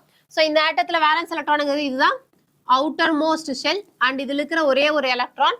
ஸோ இதுதான் என்னது, இந்த அவுட்டர் மோஸ்ட் ஆர்பிட்ல இருக்கக்கூடிய ஒரே ஒரு எலக்ட்ரான். அதுதான் யார் இப்ப இந்த ஆட்டத்துக்கு? Yes, valence electron. So the electrons are not used up as they pass through the electron transport chain but are passed down to the pigment of photosystem 2. So இப்போ நாம என்ன சொன்னோம், PS2 இருந்துச்சு and light எக்ஸாச்சு. So electron acceptor accept பண்ணுச்சு and cytochromes வழியா அது என்னாச்சு, பாஸ் ஆகி வந்தது, ரைட்? ஸோ பாஸ் ஆகி வரும்போது இந்த எலக்ட்ரான் யூஸ்ட் அப் ஆகாது, but this electron is given to PS1. So this electron is given to PS1. So இங்க என்ன நடக்கும், இங்கேயும் லைட் வரும்போது இதுவும் அப்சர்வ் பண்ணிருக்கும், இங்கேயும் எலக்ட்ரான் என்ன ஆயிருக்கும், எக்ஸைட்டட் ஆயிருக்கும், அங்கேயும் எலக்ட்ரான் அக்செப்டர் அதை அக்செப்ட் பண்ணிருக்கும். இந்த ரெண்டு சைமல்டேனியஸா தான் நடக்கும். பட் நான் லைன் பை லைனா சொன்னதான் உங்களுக்கு புரியுங்கிறக்கா நம்ம லைன் பை லைனா சொல்லியிருக்கோம். ஸோ இப்போ இங்க இருக்கிற எலக்ட்ரான் என்ன ஆகும், இங்க போயிட்டு ஆல்ரெடி வெளியே போன எலக்ட்ரானுக்கு பதிலாக இது ரீப்ளேஸ் பண்ணிடும், ரைட்? இப்போ இந்த எலக்ட்ரான் என்ன ஆகுதுன்னு பார்க்கலாம். So passes through the electron transport chain but are passed on to the pigment of photosystem 2. Simultaneously, electron in the reaction center PS1 are also excited when they receive a light on wavelength of 700 nanometer and are transferred to another acceptor molecule that has greater redox potential. So இதை விட அதிகமான redox potential இருக்கும்போது அது ஈஸியா என்ன பண்ணிக்கும், எலக்ட்ரானை accept பண்ணிக்கும். ஓகே, ஸோ அங்க ஒரு எலக்ட்ரான் அக்செப்டருக்கு போயாச்சு. அண்ட் எலக்ட்ரான் அக்செப்டர் எப்படி இருக்கும், greater redox potential. Okay, these electrons then are moved downhill again, this time a molecule of energy rich NADP. So இது அடுத்து இப்ப யார் வாங்க போறா, NADP வாங்கும். The addition of these electrons reduces NADP to NADPH. Okay, so actually என்ன நடக்குதுன்னு பார்ப்போம். So PS2 680 nanometer வரும்போது என்ன ஆகும், லைட் மேல படும், ரைட், எலக்ட்ரான் எக்ஸைட்டட் ஆகும் அண்ட் எலக்ட்ரான் அக்செப்டர் அதை அக்செப்ட் பண்ணும், ரைட். சைமல்டேனியஸா இதே டைம்ல PS1க்கு 700 நானோமீட்டர் கிடைக்கும் போது என்ன ஆகும், அங்கேயும் எலக்ட்ரான் எக்ஸைட்டட் ஆகும், ரைட். இங்கேயும் ஒரு எலக்ட்ரான் அக்செப்டர் என்ன பண்ணும், எலக்ட்ரானை வாங்கும், ரைட். இப்போ இந்த எலக்ட்ரான் என்ன ஆகும் அப்படின்னா டவுன் ஹில் போகும். ஸோ இந்த டவுன் ஹில் போறது யாரு, டவுன் ஹில் எப்படி போகும், எலக்ட்ரான் டிரான்ஸ்போர்ட் சிஸ்டம் இருக்கும் and they are made up of cytochromes. Okay, so இது இப்போ டவுன் ஹில் போகும். ஸோ டவுன் ஹில் போய் எங்க போய் சேர்ந்துரும், கடைசியா PS1க்கு போகும். ஓகே, இப்போ PS2ல PS1க்கு போகும். இப்போ PS1ல இருந்து எக்ஸைட் ஆச்சுல எலக்ட்ரான், ரைட். ஸோ இந்த எலக்ட்ரானை யாருக்கு வாங்குவாங்க அப்படின்னா, எலக்ட்ரான் அக்செப்டர் கிட்ட இருந்து யார் வாங்குவாங்க அப்படின்னா NADP வாங்கும். ஓகே, எதுக்குன்னா இது NADP வாங்கிட்டு NADP H+H+ மாறும். Okay done. சரி, இப்போ இங்கிருந்து எக்ஸைட் ஆன எலக்ட்ரான் போயிட்டு இங்க ஆல்ரெடி எக்ஸைட் ஆன எலக்ட்ரானுக்கு பதிலா ரீப்ளேஸ் பண்ணிடுச்சு, ரைட். அப்ப இங்கிருந்து எலக்ட்ரான் எக்ஸைட் ஆச்சுல, அப்ப அங்க ஏதாவது எலக்ட்ரான் ரீப்ளேஸ் பண்றதுக்கு யாராவது வேணும்ல, இப்ப யாரும் இல்ல, ரைட். பட் ஆக்சுவலா என்ன நடக்கும் அப்படின்னா இங்கதான் வாட்டர் லைசிஸ் நடக்கும். ஸோ அதை நம்ம என்ன சொல்லுவோம்னா photolysis of water. Photo means light, lysis means break down. So லைட்டோட பிரசன்ஸ்ல வாட்டர் மாலிகுல் பிரேக் டவுன் ஆகும். ஸோ பிரேக் டவுன் ஆகி நமக்கு என்ன கிடைக்கும் அப்படின்னா எஸ் H+ கிடைக்கும், பிளஸ் எலக்ட்ரான் கிடைக்கும், plus O2. So 2 oxygen, so இங்கே 2 போடுறோம், 4H+ 4 எலக்ட்ரான் அண்ட் O2 கிடைக்கும். ஓகே, ஸோ இதுல இருக்க இந்த எலக்ட்ரான் என்ன பண்ணும் அப்படின்னா PS2ல இருந்து எக்ஸைட் ஆன எலக்ட்ரானுக்கு பதிலாக இந்த எலக்ட்ரான் ரீப்ளேஸ் ஆகும். ஓகே, ஸோ இப்போ PS2ல இருந்து எக்ஸைட் ஆனதுக்கு வாட்டர் ரீப்ளேஸ் பண்ணி கொடுத்துருச்சு அண்ட் PS1ல இருந்து எக்ஸைட் ஆன எலக்ட்ரானுக்கு PS2 ரீப்ளேஸ் பண்ணிடுச்சு. ஓகே, இனி இந்த வாட்டர்ல என்ன இருக்குது, யார் இது, ஹைட்ரஜன், ரைட். ஸோ இந்த ஹைட்ரஜன் எங்க போகும், NADPக்கு போகும். ஓகே, ஸோ இந்த ஹைட்ரஜன் பிளஸ் இங்கிருந்து வர எலக்ட்ரான் இது ரெண்டும் சேர்ந்து NADPH கூட கம்பைன் ரியாக்ஷன் நடந்து என்ன ஃபார்ம் ஆகும், NADPH+H+ ஃபார்ம் ஆகும். ஓகே, ஸோ இதுதான் என்ன சொல்றோம், டவுன் ஹில் சொல்றோம். இது up hill redox. Okay, and again down hill. Okay, so இது பார்க்க எப்படி இருக்கு பாருங்க. இது நான் ஒரு கோடு போட்டேன்னா எப்படி போடலாம், இந்த மாதிரி போடலாமா. ஸோ நம்ம என்ன நினைப்போம், N மாதிரி இருக்குன்னு நினைப்போம், பட் அப்படி கிடையாது. சயின்டிஸ்டுக்கு எப்படி தெரிஞ்சுன்னா அது Z மாதிரி தெரிஞ்சது, அதனால நம்ம இதை என்ன சொல்றோம், Z ஸ்கீம்னு சொல்றோம். ஓகே, ஸோ திஸ் இஸ் நான் cyclic போட்டோபாஸ்பரிலேஷன். So non cyclic. Okay, so இங்க NADP ஃபார்ம் ஆயிடுச்சு. ATP எங்க ஃபார்ம் ஆகும்னா எலக்ட்ரான் இங்க வந்து ஒரு சைட்டோக்ரோம்ல இருந்து இன்னொரு சைட்டோக்ரோம் பாஸ் ஆகுது, ஸோ அந்த இடத்துல ADP என்ன ஆகும்னா ATP-யா மாறும். ஓகே, ஸோ இங்க எலக்ட்ரான் ஃப்ளோ ஆகிற அந்த எனர்ஜியை யூஸ் பண்ணி எஸ் இங்க ATP ஃபார்ம் ஆகும். ஸோ லைட் ரியாக்ஷன்ல ATP ஃபார்ம் ஆயிடுச்சு, NADH2 ஃபார்ம், NADPH+H+ ஃபார்ம் ஆயிடுச்சு. ஓகே, ஸோ இது நான் சைக்ளிக். ஏன் நான் சைக்ளிக், இங்கிருந்து எக்ஸைட் ஆன எலக்ட்ரான் திருப்பி அதே இடத்துக்கு வரல, பட் இன்னொரு ஆளுக்கு தான் என்ன இருக்கு, ரீப்ளேஸ் ஆயிருக்கு, ரைட். அதனால இது நான் சைக்ளிக் போட்டோபாஸ்பரிலேஷன். போட்டோபாஸ்பரிலேஷன் அப்படின்னு அர்த்தம், photo means light, phosphorylation is phosphate add ஆயிருக்கு. ஓகே, ஸோ லைட்டை யூஸ் பண்ணி நம்ம பாஸ்பேட்டை ஆட் பண்ணியிருக்கோம் அண்ட் இது மொத்தமாவே non cyclic. Okay, so non cyclic photophosphorylation. So light harvesting complex இது வந்து PS 2. Okay, so PS2 இருக்கு and electron acceptor, electron transport chain. இங்க இருக்கிற light harvesting complex வந்து PS1. Okay, so இங்க இருந்து electron acceptor and இங்க என்ன நடக்குது, NADP ல இருந்து NADPH form ஆகுது and இந்த இடத்துல ATP ல இருந்து ATP form ஆகுது. Okay, so light reactionல ATP form ஆயிருக்கு, NADP so light reactionல ATP form ஆயிருக்கு, கூட NADPH form ஆயிருக்கு. Okay, this whole scheme of transfer of electrons starting from PS2 uphill to acceptor. So acceptor க்கு uphill, down the electron transport to PS2. PS2 க்கு போறது downhill, and excitation of electron transfer to the another acceptor, and finally again downhill NADP, reducing it to the NADPH plus H plus is called as Z scheme due to its characteristic shape. Okay, so இதுதான் நம்ம என்ன சொல்றோம், Z scheme சொல்றோம். So this shape is formed when all the carriers are placed in a sequence on a redox potential scale. So இது எல்லாமே எப்படி form ஆயிருக்கு, ஒரு சீக்வன்ஸா நம்ம வச்சிருக்கோம், ஏன்னா அப்பதான் எலக்ட்ரான் ஒரு ஆள் இருந்து இன்னொரு ஆளுக்கு போகும். ஸோ ரெடாக்ஸ் பொட்டன்ஷியல் ஸ்கேலை பேஸ் பண்ணி தான் அந்த sequence of electron transport chains arrange ஆயிருக்கு. Okay, splitting of water. So you would then ask, how does PS2 supply electrons continuously?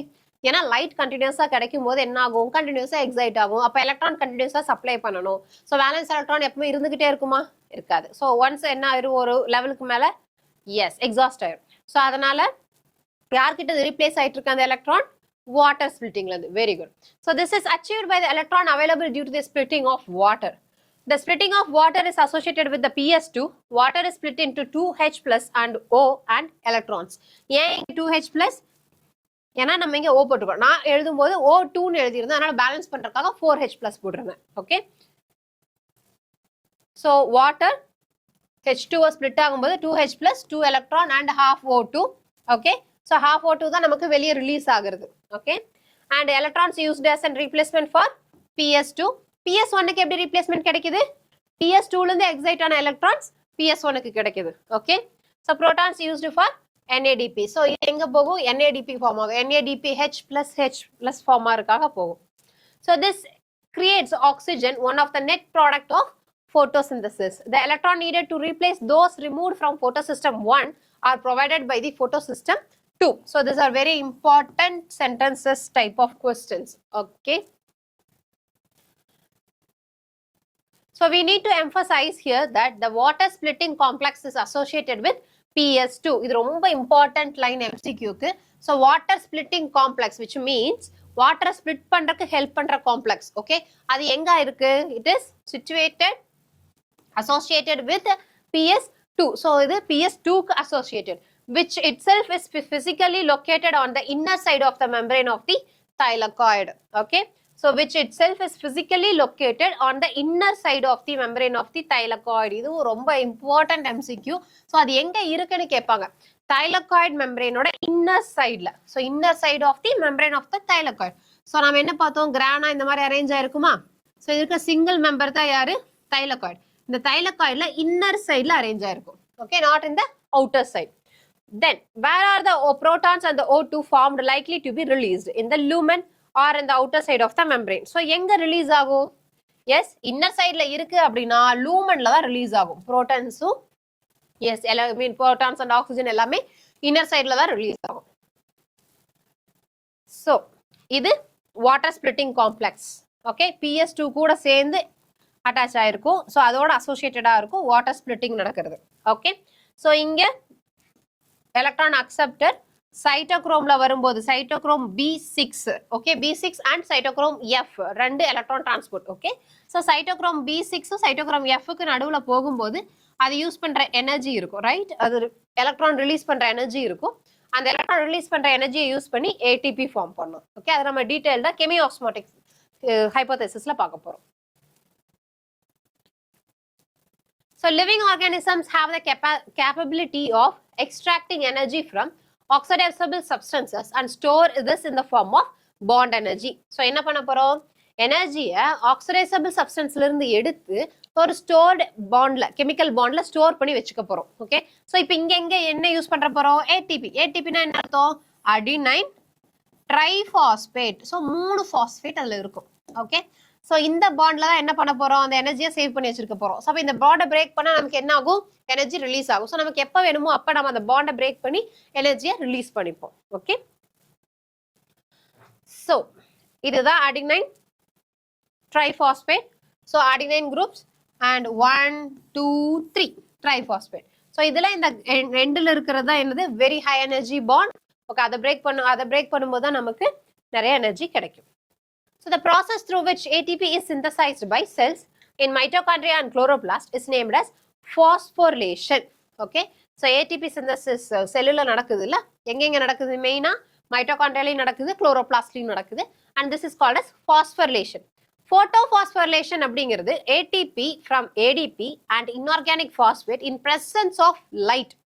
So light ஓட presenceல நம்ம ATP synthesize பண்ணனா that is photophosphorylation.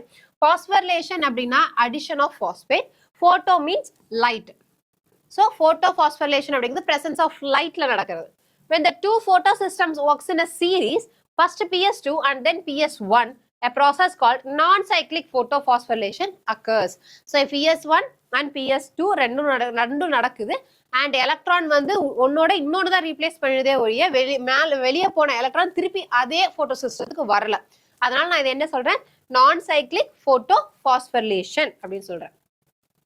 So ADP plus phosphate gives ATP. So this is phosphorylation. ஏன்னா ஒரு phosphate நம்ம add பண்ணியிருக்கோம். So the two photosystems are connected through an electron transport chain as seen earlier in the Z scheme.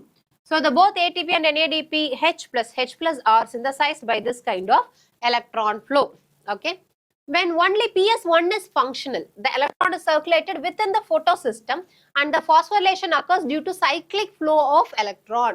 இப்போ வந்து PS1 மட்டும் தான் functioningல இருக்குது, PS2 functioningல இல்ல, which means அப்ப என்ன நானோமீட்டர் நமக்கு இல்ல, 700 நானோமீட்டர் கிடைக்கல, but 680 நானோமீட்டர் தான் கிடைச்சிருக்கு. So 680 மட்டும் கிடைக்கும் போது PS1. So when only PS1 is functional, the electron is circulated within the photosystem and the phosphorylation occurs due to the cyclic flow of electrons, which means PS1 மட்டும் தான் activate ஆகுதுன்னு சொல்றாங்க. அப்போ PS1 மட்டும் எப்போ ஆக்டிவேட் ஆகும், 700 nanometre கிடைக்குது, but 680 கிடைக்கல, அப்போ PS2 ஆக்டிவேட் ஆகாது. ஸோ PS1 மட்டும் தான் இருக்கு. ஸோ PS1 மட்டும் ஆக்டிவேட் ஆகும்போது என்ன ஆகும்னா, ஸோ எலக்ட்ரான் எக்ஸைட் ஆகும், எலக்ட்ரான் அக்செப்டர் இருக்கும், and electron transport system இருக்கும், and again the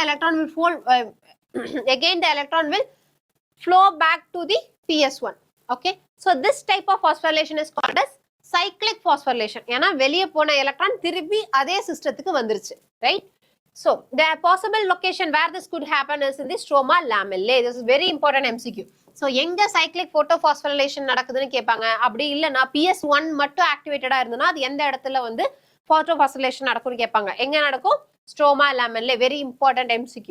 While the membrane or a lamella of a grana have both PS1 and PS2, the stroma lamellae membranes lack PS2 as well as NADP reductase enzyme. It's all in a capital letter. NADP reductase enzyme. So என்ன சொல்ல வராங்கன்னா, membrane or lamellae of the grana have both PS1 and PS2, right? So grana இருக்கிற membraneல PS1 இருக்கு, PS2 இருக்கு. The PS2, the stroma lamellae members lacks PS2. So stroma என்ன இல்ல, PS2 இல்ல, and also NADP reductase enzyme இல்ல. Okay, இந்த ரெண்டும் எங்க இல்ல, stroma lamellae இல்ல, PS2வும் கிடையாது, yes, NADP reductaseவும் கிடையாது. So NADP reductase இருந்தாதான் எனக்கு என்ன ஃபார்ம் பண்ண முடியும், NADP இருந்து NADP H+ எனக்கு ஃபார்ம் பண்ண முடியும். ஓகே, ஸோ இது எனக்கு இல்லை. ஸோ NADP reductase இல்லை அப்படின்னா எனக்கு NADP ஃபார்ம் ஆகாது. ஓகே, ஸோ PS2வும் இல்லை, NADP reductaseவும் இல்லை, ஸோ NADP ஃபார்ம் ஆகாது. அப்போ எனக்கு என்ன மட்டும் தான் ஃபார்ம் ஆகும் சைக்ளிக்ல, எஸ் ATP மட்டும் தான் ஃபார்ம் ஆகும், NADP ஃபார்ம் ஆகாது, NADPH ஃபார்ம் ஆகாது. இது சைடில் எழுதி வச்சுக்கோங்க. ஓகே, ஸோ ஸ்ட்ரோமா லேமெல்லைல PS2வும் கிடையாது, NADP reductaseவும் கிடையாது, அதனால எனக்கு என்ன ஃபார்ம் ஆகாது, NADP H+ ஃபார்ம் ஆகாது, பட் ATP மட்டும் ஃபார்ம் ஆகும். ஸோ சைக்ளிக் பாஸ்போரிலேஷன் கேட்டாலும் ATP மட்டும்தான், ஸ்ட்ரோமா லேமெல்லைல மட்டும்னு கேட்டாலும் ATP மட்டும்தான்.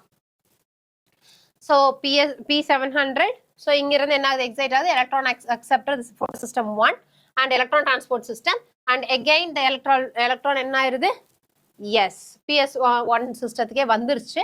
அண்ட் இங்க என்ன ஃபார்ம் ஆகுது ஏடிபி மட்டும்தான் ஃபார்ம் ஆகுது இங்க என்ன ஃபார்ம் ஆகாது NADPH plus ஃபார்ம் ஆகாது ஏன் ஃபார்ம் ஆகாது ஏன்னா NADP ரிடக்டேஸ் கிடையாது PS2வும் கிடையாது எங்க ஸ்ட்ரோமா லாமெல்லேல okay The excited electron does not pass on to NADP plus but is cycled back to PS1 complex through the electron transport chain. The cyclic flow hence results only in the synthesis of ATP but not NADPH plus H plus. Cyclic photophosphorylation also occurs when only light of wavelengths beyond 680 nanometer are available for the excitation. So beyond 680 which means PS1 அப்படிங்கிறது 700 nanometer அந்த ரேஞ்ச்ல இருக்கிறத observe பண்ணும் okay so same thing chlorophyll இருக்கு sorry chlorophyll A and this is PS1 and get excite ஆகுது so இங்க electron acceptor இருக்கும் electron transport system வழியா திருப்பி எங்க வரும் PS1க்கே வந்துரும் and இங்க வந்து இது எங்க நடக்குது ஸ்ட்ரோமா லாமெல்லேல and இங்க என்ன இருக்காது PS2 இருக்காது NADP reductase இருக்காது it's very important MCQ okay and இங்க ATP ஃபார்ம் ஆகும் ஓகே அப்ப NADPH plus H plus form ஆகாது so let us try to find out what we already know about photosynthesis so நமக்கு already என்ன தெரியும் photosynthesis அப்படிங்கும்போது yes carbon di oxide வாட்டரை use பண்ணி குளுக்கோஸ் ஃபார்ம் பண்ணுது அண்ட் ஆக்சிஜன் ரிலீஸ் ஆகுது right so இந்த கன்க்ளூஷன் வர்றதுக்கே நிறைய என்ன பண்ணியிருப்பாங்கன்னா நிறைய எக்ஸ்பெரிமெண்ட்ஸ் பண்ணியிருப்பாங்க இதில் குளோரோஃபில் வேணும் சன்லைட் வேணும் ஸோ இதுக்கெல்லாம் நிறைய எக்ஸ்பெரிமெண்ட்ஸ் இருக்கும் ஓகே இப்போ அதான் ஒன் பை ஒன்னாக பார்க்க போகிறோம் ஸோ அதில் ஸ்டார்டிங் ஸ்டேஜஸ்லேருந்து எக்ஸ்பெரிமெண்ட்ஸ் அதெல்லாமே நம்ம பார்ப்போம் okay some simple experiments you may have done in the earlier classes have shown that chlorophyll pigment of the leaf that is a green pigment light and CO2 are required for the photosynthesis to occur right so அப்படி நாம என்னெல்லாம் பண்ணணும் so அதில் இது வந்து chlorophyll வந்து important பார்க்கறதுக்காக okay so யூஸ்வலாக குளுக்கோஸ் எப்படி ஸ்டோர் ஆகும் ஸ்டார்ச்சாக ஸ்டோர் ஆகும் ரைட் ஸோ ஸ்டார்ச்சை கண்டுபிடிக்க நமக்கு ஒரு டெஸ்ட் இருக்குது அதுதான் என்னது அயோடின் ஸோ ஸ்டார்ச் அயோடின் கூட ரியாக்டே நமக்கு ப்ளூ கலர் தரும் ரைட் ஸோ இப்போ நம்ம என்ன பண்ண போகிறோம்னா ஒரு லீஃப் எடுத்துக்கிறோம் ஓகே லீஃப் எடுத்துட்டு அதுல இருக்கிற சுற்றி இருக்கிற கொஞ்சம் குளோரோஃபில்ஸ் மட்டும் ரிமூவ் பண்ணுறோம் okay bye using chemicals so chemicals use பண்ணி நாம அதை குளோரோஃபில்ஸை ரிமூவ் பண்ணிடுவோம் அப்போ இந்த இடத்துல மட்டும் தான் குளோரோஃபில் இருக்கு ஓகே ஸோ இப்போ நான் சன்லைட்ல வைக்கிற எல்லாம் முடிஞ்சு நான் அயோடின் டெஸ்ட் கொடுத்தேன் அப்படின்னா எனக்கு நடுவில் மட்டும்தான் அயோடின் டெஸ்ட் ப்ளூ கலர் காமிக்கும் ஏன்னா அங்கே மட்டும் தான் என்ன இருக்கும் ஸ்டார்ச் இருக்கும் சுற்றி என்ன இருக்காது ஸ்டார்ச் இருக்காது அதனால எனக்கு அயோடின் டெஸ்ட் ப்ளூ கலர் தராது which means chlorophyll is very important for the glucose production right so another experiment you may have carried out where the part of leaf is enclosed in a test tube containing yaar idu KOH yes potassium hydroxide soaked cotton which absorbs CO2 while the other half is exposed இது நம்ம பார்த்திருப்போம் ஆக்சுவலா என்ன பண்ணிருப்பாங்க அப்படின்னா ஒரு பெரிய test tube மாதிரி எடுத்துப்பாங்க அண்ட் இங்க வந்து கார்க் வச்சு க்ளோஸ் பண்ணுவாங்க லீஃப் உள்ள இருக்கும் ஓகே ஒரு பாதி லீஃப் உள்ள இருக்கும் பாதி லீஃப் வெளியே இருக்கும் பிளான்ட்ல ஓகே ஸோ இதுல என்ன பண்ணிருப்பாங்கன்னா இங்க உள்ள KOH சொல்யூஷன் இருக்கும் KOH ஓட ஸ்பெஷாலிட்டி என்னன்னா KOH solution will react with CO2 so எந்த CO2வுமே அங்க விட்டு வைக்காது ஓகே which means இந்த ஏரியா ஃபுல்லா டைட்லி பேக்ட் புதுசா ஏர் உள்ள வர முடியாது ஆல்ரெடி இருக்கிற ஏர்ல CO2 இல்ல ஓகே பட் வெளியே இருக்கிற இந்த பார்ட் ஆஃப் லீஃப்ல என்ன இருக்கு அட்மாஸ்பியர்ல இருக்கிற கார்பன் டை ஆக்சைடு இருக்கு ஸோ என்ன ஃபார்ம் ஆகும் அங்க குளுக்கோஸ் ஃபார்ம் ஆகும் okay so the setup is then placed in light for some time இதை கொண்டு போய் நம்ம லைட்ல வைக்கிறோம் கொஞ்ச நேரம் அதுக்கப்புறம் on testing for the presence of starch later in the two parts of the leaf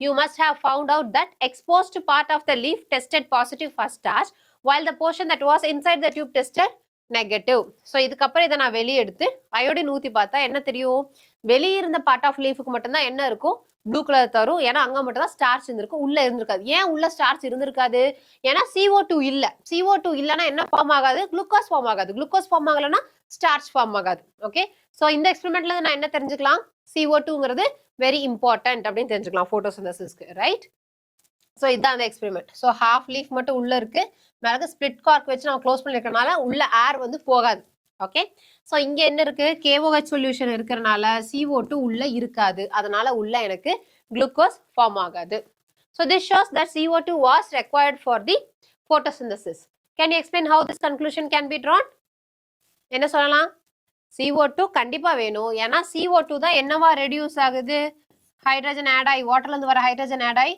C2 mean C6H12O6 இருக்கிற குளுக்கோஸா ஃபார்ம் ஆகுது right so CO2 is as essential.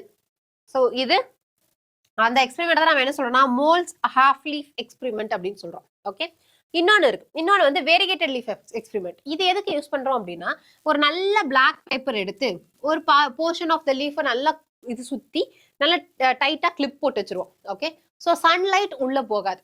Okay, so but இந்த ஏரியாலலாம் சன்லைட் இருக்கும். ஸோ இதுக்கப்புறம் நம்ம கொஞ்ச நேரம் அதை அப்படியே வைப்போம் சன்லைட்ல. அதுக்கப்புறம் இந்த கிளிப்பெல்லாம் ரிமூவ் பண்ணிட்டு அயோடின் ஊற்றி டெஸ்ட் பண்ணி பார்ப்போம் ஸ்டார்ச் இருக்கா இல்லையான்னு. ஸோ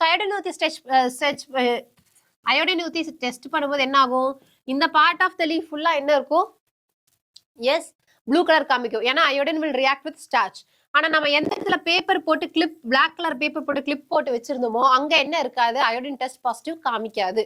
ஏன்? ஏன்னா அங்க சன்லைட் போகல, சன்லைட் இல்லாதனால அங்க என்ன நடந்திருக்காது, போட்டோசிந்தசிஸ் நடந்திருக்காது. Okay, so this is variegated leaf.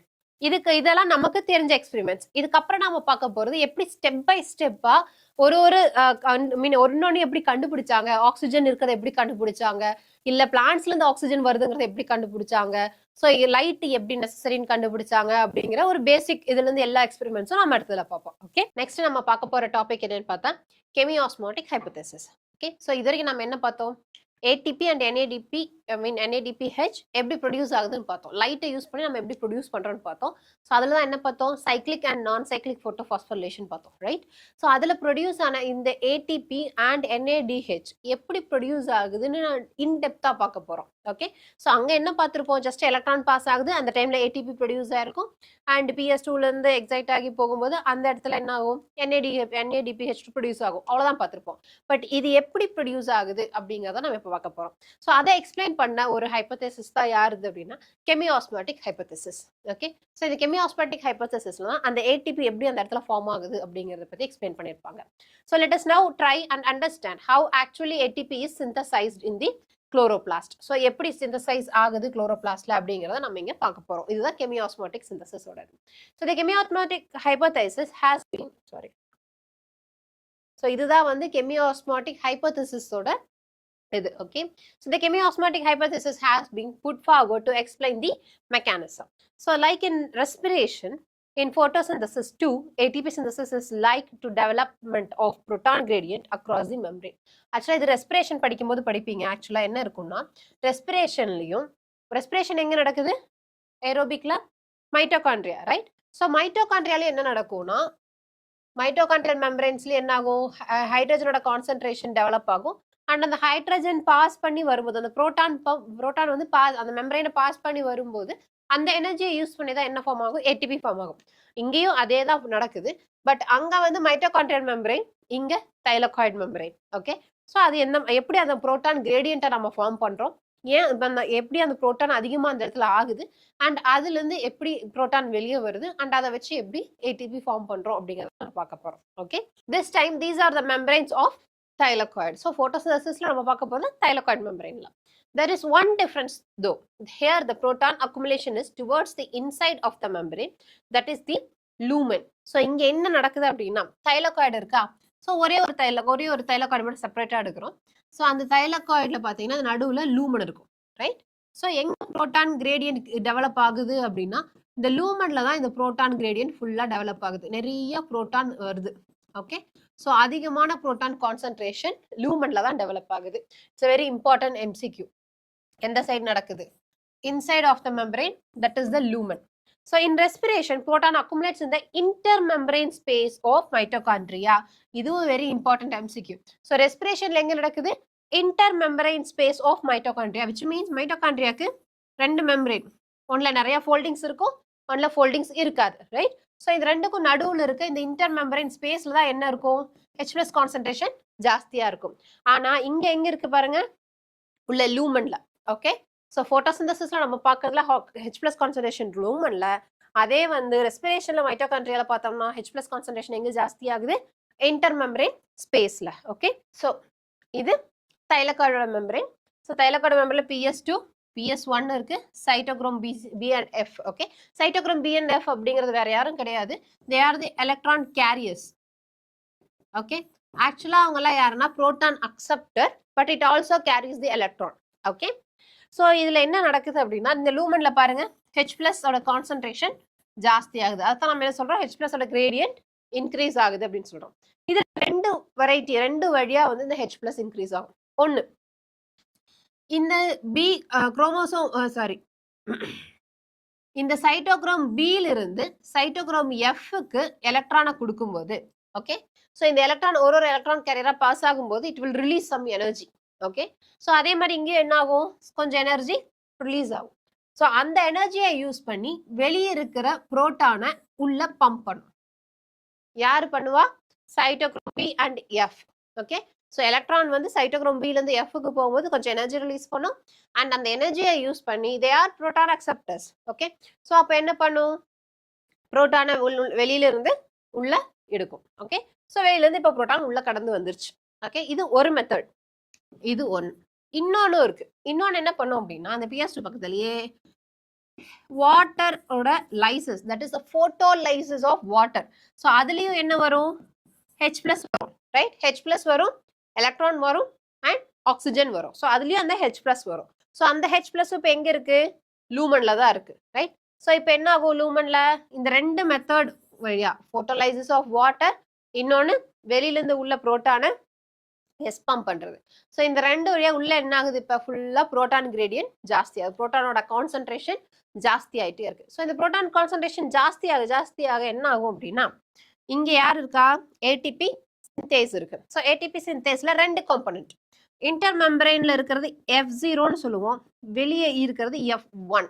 Okay, so இந்த ரெண்டு கம்பார்ட்மெண்ட்ஸ் இருக்கு. ஸோ இதுல இந்த H plus வந்து F0 வழியா வெளியே வரும் அண்ட் அதுக்கப்புறம் F1 வழியா வெளியே வரும். ஓகே, ஸோ இது வெளியே வரும்போது இந்த வெளியே வர அந்த எனர்ஜியை யூஸ் பண்ணி ஏடிபி ஏடிபியா மாறும், பிளஸ் பாஸ்பேட் இதுல ஆட் ஆகும்.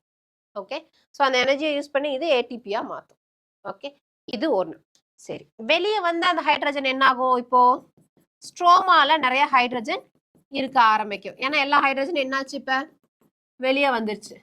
ரைட், ஸோ ஒன்னொன்னா வெளியே வரும், வெளியே வர வர என்ன ஆகும், ஏடிபி ஃபார்ம் ஆகும். ரைட், ஸோ ஏடிபி ஃபார்ம் ஆகுது. ஸோ ஏடிபி ஃபார்ம் ஆகும்போது இந்த ஹைட்ரஜன் என்ன ஆகும், ஸ்ட்ரோமால அக்குமுலேட் ஆக ஆரம்பிக்கும்.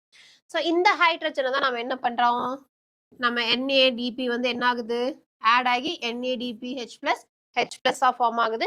அண்ட் சேம் ஹைட்ரஜனை தான் நம்ம என்ன பண்றோம், மறுபடியும் எஸ் உள்ள லூமனுக்கு இது பண்றோம். ஓகே, இதுதான் கெமி ஆஸ்மோட்டிக்கோடது. ஸோ என்ன சொல்ல வராங்கன்னா, இந்த சைட்டோக்ரோம் B6 வழியா எலக்ட்ரானை பாஸ் பண்ணனால தான் என்னாச்சு, எனக்கு ஹைட்ரஜன் உள்ள வந்துச்சு. ரைட், புரோட்டான் உள்ள வந்துச்சு. ஸோ புரோட்டான் உள்ள வந்ததுனால தான் அது வெளியே போகும்போது ATP எனக்கு ஃபார்ம் ஆச்சு. அதனால தான் நான் எழுதும் போது என்ன எழுதுவேன்னா, சைட்டோக்ரோம் B and Fக்கு நடுவில் தான் ATP ஃபார்ம் ஆச்சு அப்படின்னு எழுதுவேன். ஓகே, அண்ட் வெளியே வந்த புரோட்டான் அண்ட் NADP பிளஸ் கூட சேர்ந்து என்னவா மாறுது, NADPH plus H plus மாறுது. ஓகே, ஸோ அதனால தான் நம்ம என்ன சொன்னோம், லைட் ரியாக்ஷன்ல இந்த ரெண்டு ஃபார்ம் ஆகுது. ஸோ இந்த ரெண்டுமே எதுல எக்ஸ்பிளைன் பண்ணியிருக்காங்க, கெமி ஆஸ்மோட்டிக் ஹைபோதசிஸ்ல எக்ஸ்பிளைன் பண்ணியிருக்காங்க. ஓகே, இப்போ இதோட புக் லைன்ஸ் பார்ப்போம். இப்போ இதே புக் லைன்ஸ் எந்த மாதிரி இருக்கு நம்ம பார்க்கலாம். Important MCQs. ஸோ இது வந்து மைட்டோகாண்ட்ரியால காமிச்சிருக்கிறது. ஸோ மைட்டோகாண்ட்ரியால புரோட்டான் கிரேடியன்ட் எங்க இருக்கு, இன்டர் மெம்பரைன் ஸ்பேஸ்ல. So this is the inner membrane, இந்த black colour inner membrane and இந்த பிளாக் கலர் அவுட்டர் மெம்பரைன், ரெண்டுக்கு நடுவுல கான்சென்ட்ரேஷன் இருக்கு. ஆனா அதே குளோரோபிளாஸ்ட்ல தைலோகாய்டு லூமன்ல இருக்கும். ஓகே, புரோட்டானோட concentration. Let us understand what causes the proton gradient across the membrane. So proton gradient என்ன காஸ் பண்ணுது, ரெண்டு திங் காஸ் பண்ணுது. ரைட், அப்படிதான் பார்த்தோம். ஒன்று வந்து photolysis of water and another one is as வெளியில இருந்து எதுல இருந்து, ஸ்ட்ரோமால இருந்து ஹைட்ரஜனை எங்க கொடுக்குறோம், லூமனுக்கு. யாரு கேரி பண்றா, புரோட்டான் கேரியர்ஸ். யார் அது, yes, cytochrome B and cytochrome C. So let us consider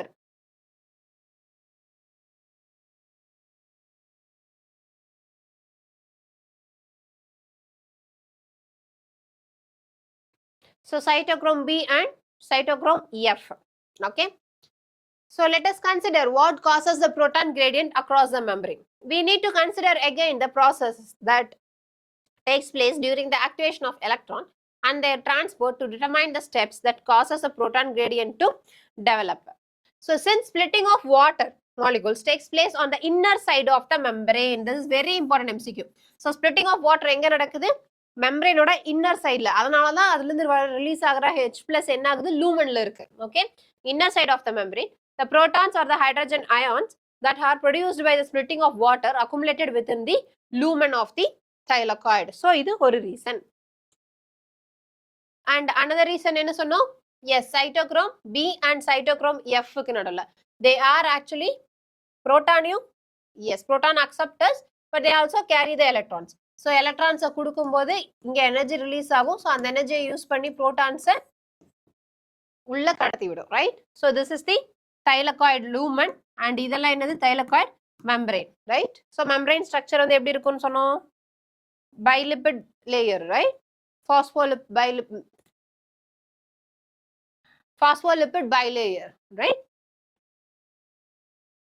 So the electrons moves through the photosystem, protons are transported across the membrane. This happens because the primary acceptor of electron, which is located towards the outer side of the membrane, this is very important. So first primary acceptor of இது electron எங்க இருக்கு?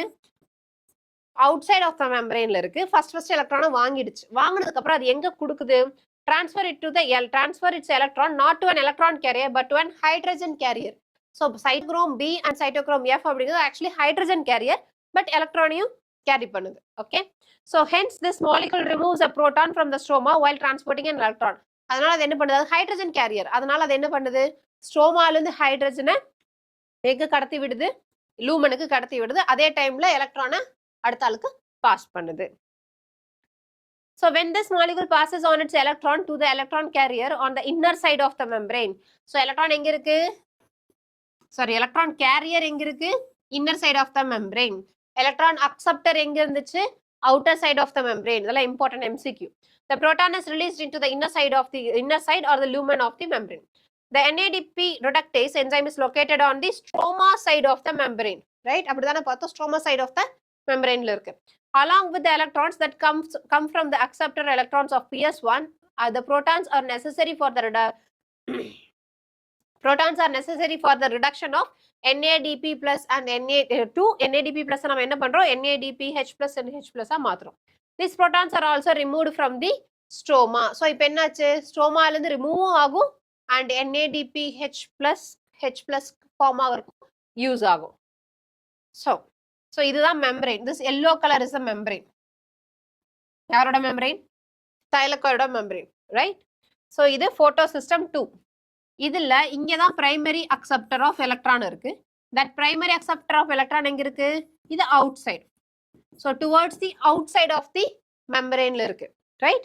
அதுக்கப்புறம் உள்ள வருது. So insideல தான் யார் இருக்கா நமக்கு? யார் அது? Cytochrome B and cytochrome F. So இது எங்க இருக்கு?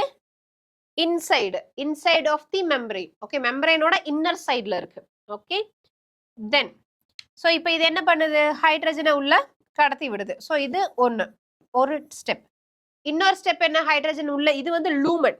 ஓகே, லூமன்ல ஹைட்ரஜனை இன்க்ரீஸ் பண்றதுக்கு ஒரு ஸ்டெப் என்னது? வெளியே ஸ்ட்ரோமால இருந்து என்ன வருது? ஹைட்ரஜன் கேரியர்ஸ் உள்ள கடத்தி விடுது, ரைட்? அடுத்து photosystem 2 பக்கத்துல யார் இருப்பா? photolysis of water நடக்கும். So photolysis of water எங்க நடக்குது? inner side of the membrane ல நடக்குது. ஓகே, எல்லாமே MCQ. outer side of the membrane ல primary acceptor இருக்கு. inner side of the membrane ல தான் என்ன நடக்குது? Yes, towards the lumen. அங்க தான் என்ன நடக்குது? photolysis of water நடக்குது. and cytochrome B and F இது எங்க இருக்கு? inner side of the thylakoid membrane ல இருக்கு. ஓகே, so எதெல்லாம் வந்து புரோட்டான் கிரேடியன்ட்டை இன்க்ரீஸ் பண்ணுது லூமன்ல? ஒன்னு ஹைட்ரஜன் கேரியர்ஸ் உள்ள ஒன்னு வந்து ஹைட்ரஜன் அயான் கேரியர்ஸ் வந்து உள்ள அனுப்புறது, அண்ட் இன்னொன்னு போட்டோலைசிஸ் ஆஃப் வாட்டர். இந்த ரெண்டு வழியாவும் ஹைட்ரஜன் உள்ள இன்க்ரீஸ் ஆகும். அண்ட் இது எப்படி வெளியே போகுது? வெளியே போகும்போது எஸ் F0 கம்பார்ட்மெண்ட்டுக்கும் F1 கம்பார்ட்மெண்ட்லயும் கிராஸ் பண்ணி தான் வெளியே போகும். ஸோ இது வெளியே போகும்போது இந்த எனர்ஜியை யூஸ் பண்ணி என்ன ஃபார்ம் ஆகும்? நமக்கு ஏடிபி ஃபார்ம் ஆகும், ரைட்? ஸோ இப்போ இந்த வெளியே போன ஹைட்ரஜனுக்கு எஸ் ரெண்டு திங்ஸ் இருக்கு. ஒன்று NADP கூட வந்து என்ன பண்ணும்? கம்பைன் ஆகி NADP H பிளஸ் ஃபார்ம் பண்ணும். அப்படி இல்லை அப்படின்னா நெக்ஸ்ட் திருப்பி லூமனுக்குள்ள வரும். ஓகே, ஸோ ரெண்டு திங்ஸ் புரோட்டான் கிரேடியன்ட் இன்க்ரீஸ் பண்ணும் அண்ட் புரோட்டான் வெளியே வந்ததுக்கு அப்புறம் ரெண்டு திங்ஸ் பண்ணும். ஓகே, இவ்வளவுதான் என்னது? கெமியோஸ்மோட்டிக் hypothesis. So hence within the chloroplast, protons in the stroma decreases in number, while in the lumen there is accumulation of protons. So இப்போ என்ன ஆகுது, நான் சொன்ன இந்த ரெண்டு மெத்தட்னால photolysis of water and protons வெளியே ஸ்ட்ரோமாலேருந்து உள்ள வரும்போது என்ன ஆகும், உள்ள H+ ஓட கான்சென்ட்ரேஷன் இன்க்ரீஸ் ஆகிட்டே இருக்கும். This creates a proton gradient across the thylakoid membrane as well as measurable decrease in pH. this very important MCQ.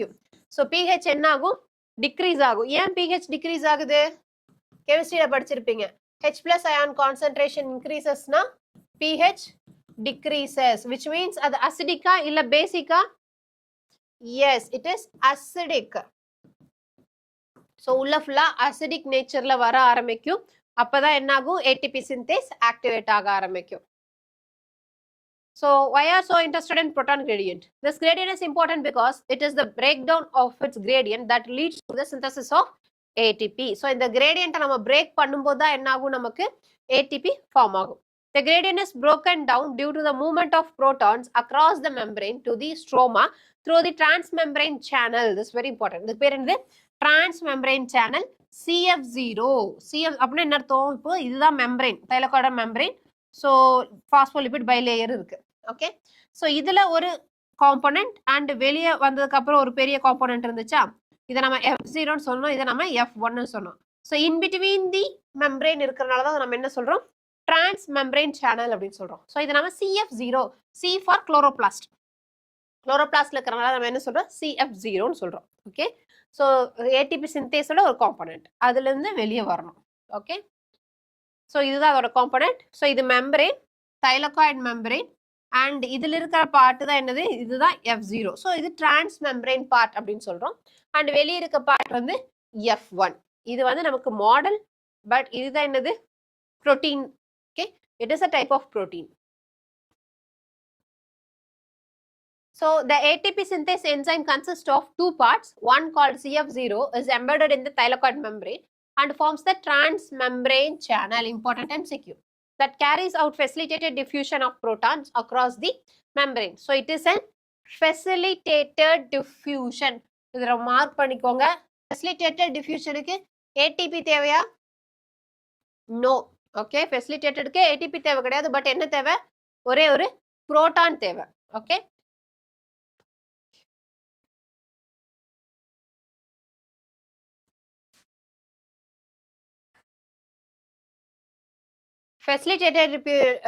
facilitated diffusionக்கு ATP தேவையா?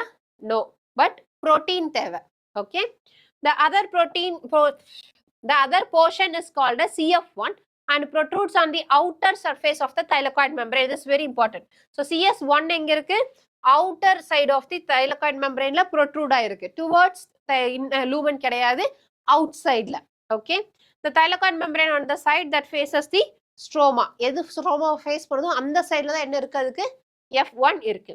The breakdown of the gradient provides enough energy to cause a conformational change in CF1 particle of ATP synthase, which makes the enzyme synthase several molecules. The breakdown of gradient provides enough energy to cause conformational change. இது ரொம்ப important.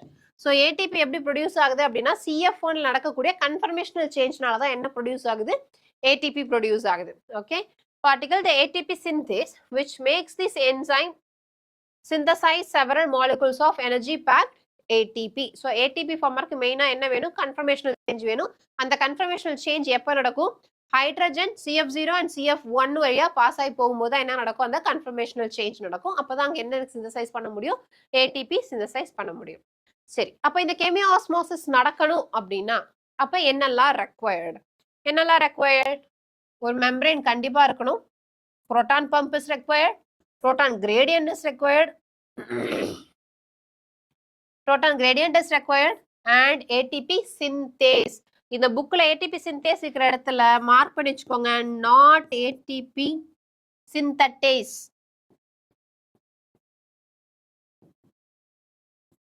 So it is ATP synthase. Okay, ஏன்னா நிறைய ஆப்ஷன்ஸ்ல சிந்தேஸ்னு கொடுப்பாங்க, நீங்க first ஆப்ஷனே பார்த்தோன்னா அதை tick பண்ணிடுவீங்க, but it is not synthase, it is synthase. Energy is used to pump protons across the membrane to create a gradient or a high concentration of proton within the thylakoid lumen. The ATP synthase has a channel that allows diffusion of proton back across the membrane. This releases enough energy to activate ATP synthase enzyme that catalyzes the formation of ATP. So இந்த வெளியே இந்த proton gradient form ஆனதுக்கு அப்புறம் அந்த புரோட்டானை வெளியே தள்ளும் போது வெளியே போகும்போது என்னாகும், it will create enough energy. So அந்த எனர்ஜியை யூஸ் பண்ணி கன்ஃபர்மேஷனல் சேஞ்ச் பண்ணும். அந்த கன்ஃபர்மேஷனல் சேஞ்ச்னால எனக்கு என்ன ஆகும், ஏடிபிலேருந்து ஒரு பாஸ்பேட் வந்து ஆட் ஆகி ஏடிபியா எனக்கு மாறும். ஓகே, ஸோ ஒரு ஓவரால் வியூ. ஸோ இங்கே வந்து ஃபோட்டோலைசிஸ் ஆஃப் வாட்டர், புரோட்டான், இது ஒரு மெத்தட் புரோட்டான் கிரேடியன்ட் இன்க்ரீஸ் பண்ணுறக்கு. அண்ட் அனதர் எப்படி, எஸ் புரோட்டான் கேரியர்ஸாக இருக்கக்கூடிய பி அண்ட் எஃப், எலக்ட்ரானை வந்து அது கேரி பண்ணி பிலேருந்து எஃப்க்கு கொடுக்கும்போது some energy will be released. அந்த எனர்ஜியை யூஸ் பண்ணி இந்த ஹைட்ரஜனை உள்ள எடுத்துக்கும். ஓகே, ஸோ இது இன்னொரு மெத்தட். ஸோ இந்த ரெண்டு மெத்தட்னாலே உள்ள என்ன ஆகும், புரோட்டான் கிரேடியன்ட் இன்க்ரீஸ் ஆகும். Which means hydrogen ion concentration increases. அப்போ பிஹெச் டிக்ரீசஸ். அப்போ it will become more acidic. Okay, so இப்போ என்ன ஆகும், ஸோ கிரேடியன்ட் இருக்கிறனால ஹைட்ரஜன் ப்ளஸ் நம்ம ஹைட்ரஜன் அயான்ஸை நம்ம இப்போ என்ன பண்ணணும், வெளியே அனுப்பிதான் ஆகணும். ஸோ இப்போ இந்த ஹைட்ரஜன் அயான்ஸை வெளியே அனுப்பும் போது என்ன ஆகும் அப்படின்னா, it will release some energy. So அந்த எனர்ஜியை யூஸ் பண்ணி இங்கே F1 என்ன ஆகும், கன்ஃபர்மேஷனல் சேஞ்ச் நடக்கும். அந்த கன்ஃபர்மேஷனல் சேஞ்சில் என்ன ஆகும், ஏடிபி பாஸ்பேட்டோட ஆட் ஆகி ஏடிபியா மாறும். ஓகே, இனி வெளியே வந்த ஹைட்ரஜன் ரெண்டு வேலை பார்க்கும். ஒன்று NADP கூட வந்து அட்டாச் ஆகும். ஓகே, அண்ட் இன்னொன்று திருப்பி லூமனுக்குள்ள வரக்கு ரெடி ஆகும். ஓகே, ஸோ இதுதான் overall chemiosmotic hypothesis. So along with NADPH produced by the movement of electrons, the ATP will be used immediately in the biosynthetic reaction taking place in the stroma, responsible for fixing CO2 and synthesis of sugars. So which means இப்போ நம்ம produce பண்ண NADPH plus ATP இந்த ரெண்டையும் நம்ம என்ன பண்ண போறோம், இப்போ அடுத்தது சுகர் ப்ரொடியூஸ் பண்றதுக்காக நம்ம யூஸ் பண்ண போறோம். எதுல யூஸ் பண்ண போறோம், dark reaction. Dark reaction is also called as biosynthetic phase. Okay, ஏன்னா அங்க என்ன ஒரு பயோமாலிகுல் அங்க சிந்தசைஸ் ஆகுது, அதனால நம்ம அதை என்னன்னு சொல்றோம், பயோசிந்தட்டிக் ஃபேஸ் அப்படின்னு சொல்றோம். ஓகே, ஸோ லைட் ரியாக்ஷன்ஸ் தைலகாய்டில் நடக்குது. ஸோ லைட் ரியாக்ஷன்ல இருந்து ATP and NADPH plus and H plus form ஆகுது. And this will go to Calvin cycle. Calvin cycle தான் என்ன ஃபார்ம் ஆகும், எனக்கு சுகர்ஸ் ஃபார்ம் ஆகும். அந்த கெல்வின் சைக்கிளில் இது யூஸ்ட் அப் ஆகும். ஓகே, இது யூஸ் பண்ணி கார்பன் டை ஆக்சைடையும் யூஸ் பண்ணி நம்ம என்ன பண்ண போறோம், சுகர் ஃபார்ம் பண்ண போறோம்.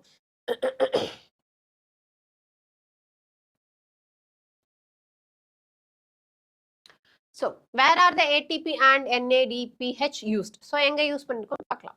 We learned that products of light reactions are ATP and NADPH and O2. So இந்த O2 எங்க ரிலீஸ் ஆச்சு, photolysis of water, right? So of this O2 diffuses out of the chloroplast. அது gas தானே, so it will diffuse out of the chloroplast, while ATP and NADPH are used to drive the processes leading to the synthesis of food and more accurately sugars. அதான் என்னது, dark reaction or biosynthetic phase. This is the biosynthetic phase of photosynthesis. So இது வரைக்கும் பார்த்ததுல light எனர்ஜியை ஒரு chemical எனர்ஜியா convert பண்ணி வச்சிருக்கோம், அவ்வளவுதான். நான் இன்னும் ஃபுட் ப்ரொடியூஸ் பண்ணல. ஸோ பயோசிந்தட்டிக் ஃபேஸ் அப்படி ஆஃப் ஃபோட்டோசிந்தசிஸ்ங்கிறத நம்ம எதை சொல்லலாம், டார்க் ரியாக்ஷன் சொல்லலாம். ஏன்னா அங்கதான் நமக்கு என்ன ப்ரொடியூஸ் ஆகுது, சுகர்ஸ் ப்ரொடியூஸ் ஆகுது, தட் இஸ் குளுக்கோஸ் ப்ரொடியூஸ் ஆகுது. ஸோ அந்த ஏடிபியும் NADPHும் எப்படி யூஸ் ஆகுது, ஸோ எப்படி யூஸ் ஆகுது, கார்பன் டை ஆக்சைடை ஃபிக்ஸ் பண்ணுறதுக்காக யூஸ் ஆகுது. ஓகே, ஸோ அந்த சைக்கிள் தான் இது என்னது, கெல்வின் சைக்கிள். ஓகே, ஸோ இங்கே என்ன நடக்கும்னா கார்பன் டை ஆக்சைடை ஃபிக்ஸ் பண்ணி என்ன ஃபார்ம் பண்ணுவோம், சுக்ரோஸ் ஆர் ஸ்டார்ச் ஃபார்ம் பண்ணுவோம். ஓகே, குளுக்கோஸ் ஃபார்ம் ஆகும், அது ஸ்டார்ச்சாக கன்வெர்ட் ஆகும். இது 3 ஸ்டெப்ஸில் நடக்கும். ஒன்று வந்து கார்பாக்சிலேஷன், இன்னொன்று ரிடக்ஷன் அண்ட் இன்னொன்று ரீஜெனரேஷன். 3 ஸ்டெப்ஸ் இருக்குது. அண்ட் இந்த 3 ஸ்டெப்ஸ்லையுமே NADP அண்ட் ATPH யூஸ் ஆகும். ஸோ கார்பாக்சிலேஷனில் யூஸ் ஆகாது, பட் ரிடக்ஷனில் ATP அண்ட் NADPH யூஸ் ஆகும். அது ADP அண்ட் NADPH மாறும், ஏன்னா அந்த எனர்ஜியை யூஸ் பண்ணியிருப்போம். அண்ட் ரீஜெனரேஷன்ல என்ன ஆகும், ATP யூஸ் ஆகும். ஓகே, ஸோ இந்த ATP அண்ட் இந்த NADPH தான் எங்கிருந்து வந்தது, லைட் ரியாக்ஷன் ஆஃப் ஃபோட்டோசிந்தசிஸ்லேருந்து வந்தது. ஸோ இதுதான் என்னது, டார்க் ரியாக்ஷன். டார்க் ரியாக்ஷனில் ஸ்டார்ச் ஃபார்ம் ஆகுது, எனக்கு குளுக்கோஸ் ஃபார்ம் ஆகுது, ஸ்டார்ச்சாக கன்வெர்ட் ஆகி ஸ்டோர் ஆகுது. ஸோ இது ஃபார்ம் ஆகிறதுக்கு நான் யூஸ் பண்ண போகிற மெட்டீரியல் ஒன்று கார்பன் டை ஆக்சைடு, அண்ட் அது இல்லாமல் நான் வேறு என்ன யூஸ் பண்ண போகிறேன், ATP and NADPH2 யூஸ் பண்ண போகிறேன். இந்த ATP and NADPH2 எங்கிருந்து வாங்க போகிறேன்? லைட் ரியாக்ஷன்லேருந்து வாங்க போகிறேன். ஓகே, ஸோ அதனால தான் நம்ம என்ன சொல்கிறோன்னா டார்க் ரியாக்ஷன் அப்படிங்கிறது இட் டோன்ட் டைரக்ட்லி இது வந்து டிபெண்ட்ஸ் அப்பான் லைட்டுன்னு சொல்ல முடியாது. But indirectly it depends upon light from. So அதனால தான் ஆக்சுவலாக இதை வந்து என்ன சொல்லலாம் அப்படின்னா இந்த dark reactions are directly depends upon light ரியாக்ஷனோட products, right, and indirectly depends upon light. ஏன்னா லைட்டு கூட டேரெக்டாக டிபெண்ட் கிடையாது, பட் லைட் ரியாக்ஷனை டிபெண்ட் பண்ணியிருக்கு. லைட் ரியாக்ஷன் யாரை டிபெண்ட் பண்ணியிருக்கு? லைட்டை டிபெண்ட் பண்ணியிருக்கு. ஸோ அதனால் இன்டைரக்ட்லி லைட்டை டிபெண்ட் பண்ணியிருக்குன்னு சொல்லலாம். அப்படி இல்லைன்னா டேரெக்டாக லைட்டை டிபெண்ட் பண்ணலை, பட் லைட் ரியாக்ஷன்ஸை டிபெண்ட் பண்ணியிருக்குன்னு சொல்லலாம். Okay, so this process do not directly depend on presence of light but is dependent on the products of the light reaction. இந்த line ரொம்ப important sentence type of questionsல கேட்பாங்க. So ATP and NADPH besides CO2 and H2O. Okay, you may wonder why you may wonder how this could be verified. It is simple. So இது எப்படி verify பண்ணாங்க அப்படிங்கறத பார்க்கலாம். Immediately after light becomes unavailable, the biosynthetic process continues for some time and then stops. So ஆக்சுவலாக என்ன நடக்குது? Light இல்லை அப்படின்னா கொஞ்சம் நேரத்துக்கு பயோசிந்தசிஸ் நடக்குது. ஓகே, அண்ட் அதுக்கப்புறம் என்ன ஆகுது? ஸ்டாப் ஆயிடுது. அப்போ நீங்கள் கேட்கலாம், அப்போ கொஞ்ச நேரம் நடந்துட்டு ஸ்டாப் ஆயிடுது, அப்போ லைட் இல்லாதனால தானே ஸ்டாப் ஆகுதுன்னு கேட்கலாம். No, it's not like that. அப்படி லைட் இல்லாமல் தான் ஸ்டாப் ஆகுது அப்படின்னா லைட் இல்லாத உடனே ஸ்டாப் ஆகணும். கொஞ்சம் நேரம் நடந்துட்டு அப்புறமா ஸ்டாப் ஆகக்கூடாது. ஸோ அந்த கொஞ்சம் நேரம் அந்த பயோசிந்தசிஸ் நடக்குது இல்லையா, அந்த ரியாக்ஷன்ஸ் எப்படி நடக்குது? ஆல்ரெடி லைட் ரியாக்ஷனில் நடந்தப்போ அதில் ATP அண்ட் NADPH2 ஃபார்ம் ஆகிருக்கும், ரைட். அந்த தீர்ற வரைக்கும் பயோசிந்தசிஸ் நடக்கும். லைட் இல்லை அப்படின்னா என்ன ஆகும்? அந்த ATPயும் NADH2வும் ஃபார்ம் ஆகிறது ஸ்டாப் ஆகிருக்கும், ரைட். ஸோ அதனால் என்னாகும்? ஆல்ரெடி ஸ்டோர்டாக இருக்கிற அமௌண்ட் இருக்கிற வரைக்கும் மட்டும்தான் என்னாகும்? பயோசிந்தசிஸ் நடக்கும். ஒன்ஸ் அந்த ATP and NADH2 already form ஆகி இருந்தது தீர்ந்துருச்சு அப்படின்னா பயோசிந்தசிஸும் ஸ்டாப் ஆயிரும். அதனால தான் நம்ம என்ன சொல்கிறோம்? It depends on light reaction. Okay, and then stops. If then the light is made available, the synthesis starts again. So light available பண்ணும்போது மறுபடியும் synthesis start ஆகுது. அப்போ என்ன அர்த்தம்? லைட் மறுபடியும் கிடைக்கும் போது என்ன ஆகுது? எஸ், மறுபடியும் ATP and NADPH2 ஃபார்ம் ஆகுது. ஸோ மறுபடியும் பயோசிந்தசிஸ் ஸ்டார்ட் ஆகுது. ஸோ லைட்டு, ஸோ நம்ம ஃபஸ்ட்டு பார்த்தது light depend reaction, that is light reaction கிரானால் நடக்குது. வாட்டர் ஆக்சிஜனாக மாறும், ஆக்சிஜன் வெளியே வரும் அண்ட் ப்ரோட்டான்ஸ் எல்லாம் உள்ளே போகும். ATP அண்ட் NADPH ஃபார்ம் ஆகும், ரைட். இனி இது டார்க் ரியாக்ஷன் போகும். டார்க் ரியாக்ஷனில் இருக்கிற இதுதான் என்னது? Kelvin cycle. இதில் தான் என்ன ப்ரொடியூஸ் ஆகும்? நமக்கு சுகர் ப்ரொடியூஸ் ஆகும். ஸோ இந்த ATP NADH2 யூஸ் பண்ணும். ஓகே, கெல்வின் சைக்கிள் யூஸ் பண்ணி நமக்கு சுகர் ப்ரொடியூஸ் பண்ணி கொடுக்கும்.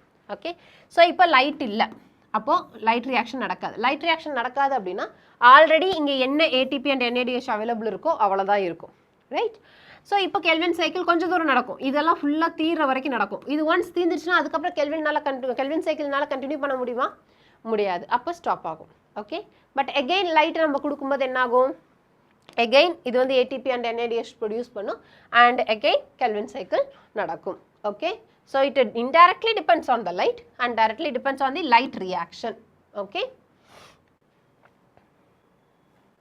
let us now see how the ATP and NADPH are used in the biosynthetic phase. So எப்படி யூஸ் பண்றோம் பார்க்கலாம். We saw earlier that CO2 is combined with water to produce CH2O or sugar, right? அப்படிதானே பார்த்தோம். It was of interest to scientists to find out how this reaction proceeds, or rather what was the first product formed when CO2 is taken into the reaction or fixed. So இது என்ன curiosity தந்துச்சு அப்படின்னா, இது இப்போ டைரக்டாகவே நமக்கு சுகர்ஸாக form ஆகுதா அப்படி இல்லை, it is an chain of ரியாக்ஷன்ஸாங்கிற ஒரு கியூரியாசிட்டி இருந்துச்சு. இது செயின்ஸ் ஆஃப் ரியாக்ஷன்ஸ்னு கண்டுபிடிச்சாங்க. அப்போ செயின் ஆஃப் ரியாக்ஷன்ஸ் அப்படின்னா அதில் ஃபஸ்ட்டு ப்ராடக்ட் என்ன ஃபார்ம் ஆகுது, எவ்வளோ கார்பன் காம்பவுண்ட் ஃபார்ம் ஆகுது அப்படிங்கிற மாதிரி ஒரு curiosity இருந்துச்சு. So just after the World War II, among the several efforts to put radioisotope to beneficial use, the work of Melvin Kelvin is exemplary.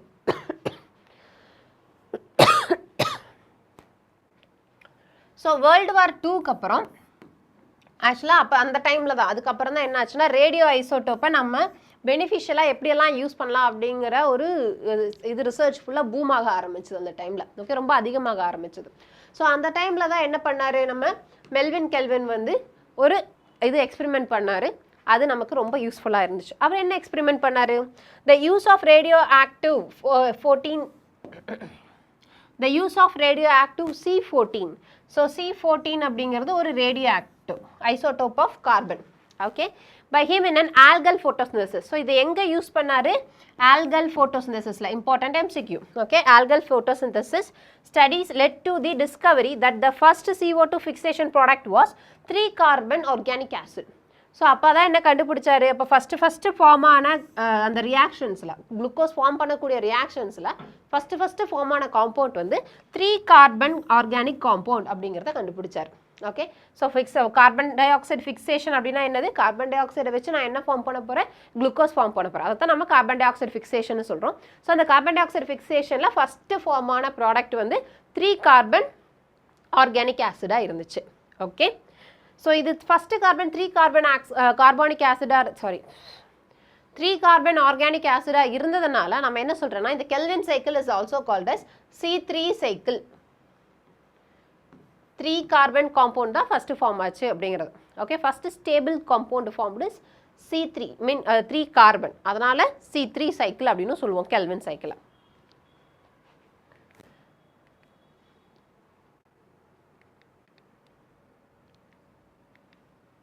He also contributed to working out the complete biosynthetic pathway, hence it is called as Kelvin cycle after him. So இவர் தான் என்ன பண்ணார்? அது எப்படி வந்து glucose produce ஆகுது அப்படிங்கிற மொத்த கதையும் மொத்த பாத்வேயும் இவர் தான் கண்டுபிடிச்சார். அதனால தான் நம்ம என்ன சொல்கிறோம்? அந்த பாத்வேவை கெல்வின் சைக்கிள் அப்படின்னு சொல்கிறோம். அவரோட நேமே வச்சுருக்கோம், ஏன்னா அவர் தான் கண்டுபிடிச்சார். மெல்வின் கெல்வின் தான் கண்டுபிடிச்சார். அதனால் அதை நம்ம கெல்வின் சைக்கிள் அப்படின்னு சொல்கிறோம். The first product identified was 3-phosphoglyceric acid, or in short it is PGA.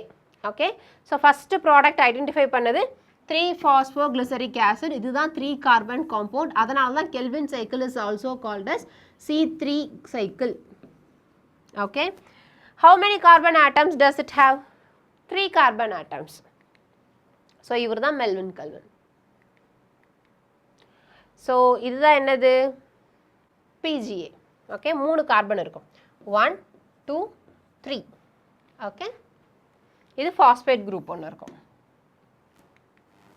So scientists also try to know whether all plants have PGA as the first product of carbon dioxide fixation, or whether any other product was formed in other plants. So இவர் என்ன சொன்னார்? Melvin kelvin first carbon dioxide fixation பண்ணும்போது first form ஆகிற compound வந்து PGA அப்படின்னு சொன்னார். அப்போ எல்லா சயின்டிஸ்ட்டும் என்ன நினச்சாங்க? அது எப்படி இருக்கிற எல்லா பிளான்ட்ஸ்லையும் ஒரே ப்ராடக்டாக ஃபஸ்ட்டு ப்ராடக்டாக ஃபார்ம் ஆகும்னு சொல்லிட்டு டவுட் வந்துச்சு. அப்போ அவங்க என்ன பண்ணாங்கன்னா, நிறையா பிளான்ட்ஸ் எடுத்து எதெல்லாம் வந்து ஃபஸ்ட்டு ஃபார்ம் ஆகுது அப்படிங்கிறத பார்க்க ஆரம்பித்தாங்க. ஓகே, ஸோ அப்படி பார்க்கும்போது அவங்க வந்து இன்னொன்று கண்டுபிடிச்சாங்க. சில பிளான்ட்ஸில் 4-carbon காம்பவுண்ட் தான் ஃபஸ்ட்டு ஃபார்ம் ஆகுது. ஓகே, ஸோ அது என்னென்னு பார்ப்போம்.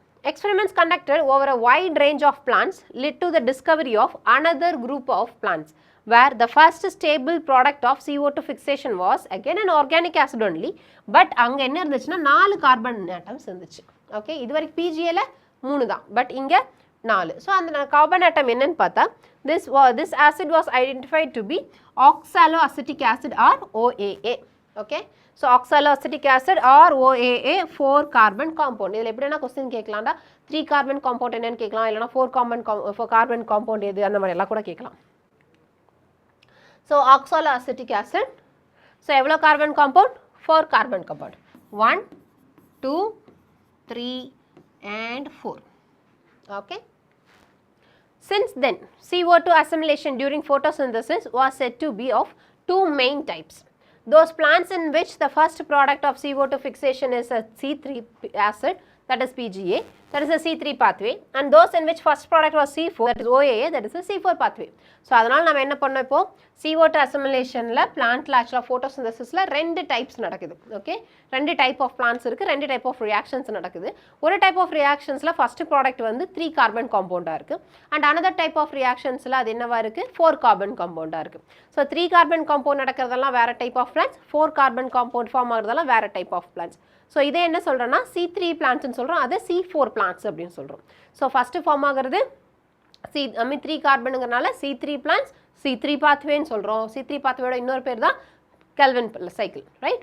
அதே இந்த சைடு வந்தால் எஸ் 4-carbon காம்பவுண்ட் தான் ஃபஸ்ட்டு ஃபார்ம் ஆகுது, அதனால் நம்ம C4 பிளான்ட்ஸ்ன்னு சொல்கிறோம். அண்ட் அங்கே ஃபார்ம் ஆகிற ஃபஸ்ட்டு கார்பன் காம்பவுண்ட் என்னது? Oxaloacetic acid. So the primary acceptor of CO2. So யார் ஃபஸ்ட்டு CO2 அக்செப்ட் பண்ணுறா? எல்லாரும் என்ன நினச்சாங்க அப்படின்னா ஃபஸ்ட்டு ஃபார்ம் ஆகிற காம்பவுண்ட் என்னது?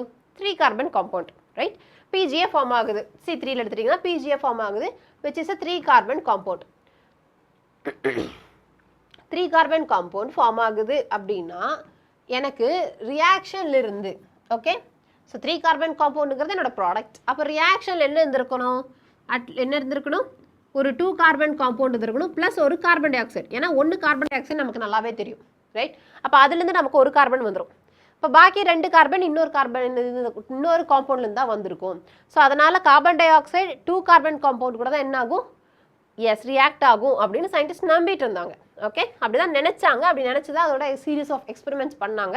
பட் ஆக்சுவலாக அது உண்மை கிடையாது. அது என்னன்னு பார்க்கலாம். Let us now ask ourselves a question that was asked by the scientist who was struggling to understand the dark reactions. How many carbon atoms would a molecule have which after accepting CO2 would have 3 carbons of PGA? That is 2 carbon. அப்படி தான் நினைப்போம் நம்ம, right? The studies very unexpectedly shows that acceptor molecule was 5 carbon ketose sugar. 2 carbon கிடையாது, 5 carbon ketose sugar, that is ribulose bisphosphate, that is RUBP. Okay, so அப்போ 5 carbon ketose sugar அப்படின்னா என்ன அர்த்தம்? So இதில் 5 கார்பன் ப்ளஸ் ஒரு carbon dioxide, but ப்ராடக்டில் PGA தான் வருது. PGA அப்படிங்கிறது என்னது? 3 carbon compound.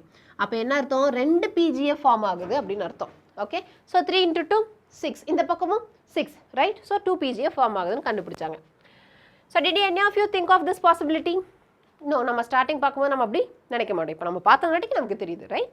Do not worry. The scientists also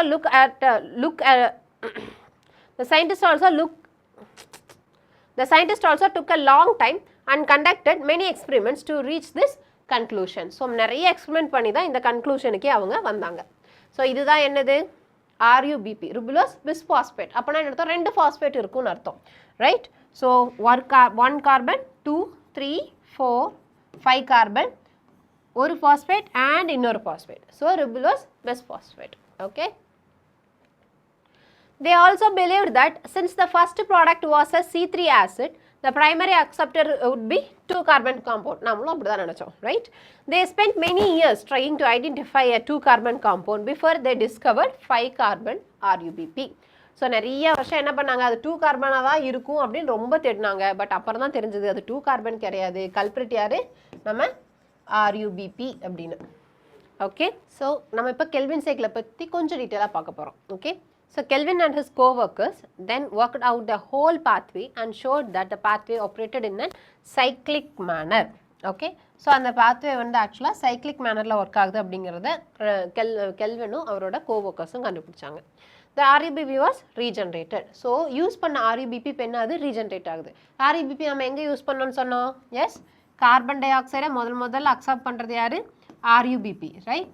so RUBPங்கிறது 5 carbon compound and carbon dioxide 1 carbon. So 3 PGA அப்படிங்கிறது 3 carbon compound, இது 2 இது ஃபார்ம் ஆகும், ரைட்? இப்படி தான் பார்த்தோம். ஸோ இந்த RUBP ஆக்சுவலாக இங்கே யூஸ் அப் ஆயிடுச்சு, பட் ஆக்சுவலி இது ரீஜென்ரேட் ஆகுது. ஸோ அதனால இதை நம்ம என்ன சொல்கிறோம்? சைக்ளிக் ப்ராசஸ்ன்னு சொல்கிறோம். Let us now see how the Kelvin pathway operates and where the sugar is synthesized. So இது Kelvin and co-workers. Let us at the outset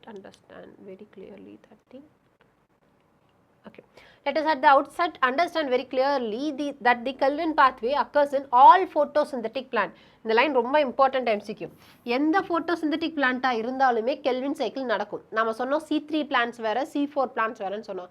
but ரெண்டுலேயுமே கெல்வின் சைக்கிள் நடக்கும். ஓகே, அப்போ நீங்கள் கேட்கலாம், அப்போ ஃபஸ்ட்டு ஃபார்ம் ஆகிற compound வந்து 4 carbon சொன்னீங்க, பட் கெல்வினில் C3 தானே, 3 கார்பன் தானே ஃபார்ம் ஆகுதுன்னு நீங்கள் கேட்கலாம். அது நம்ம டீட்டெயில்டாக C4 படிப்போம், அது அப்போ நம்ம எக்ஸ்பிளைன் பண்ணுறோம். Okay, but remember this, kelvin cycle அப்படிங்கிறது C3லேயும் நடக்கும், அதே இது C4லேயும் நடக்கும். Okay, so for ease of understanding, the Kelvin cycle can be described under 3 stages. So நம்ம கொஞ்சம் ரொம்ப எப்படி சொல்கிறது,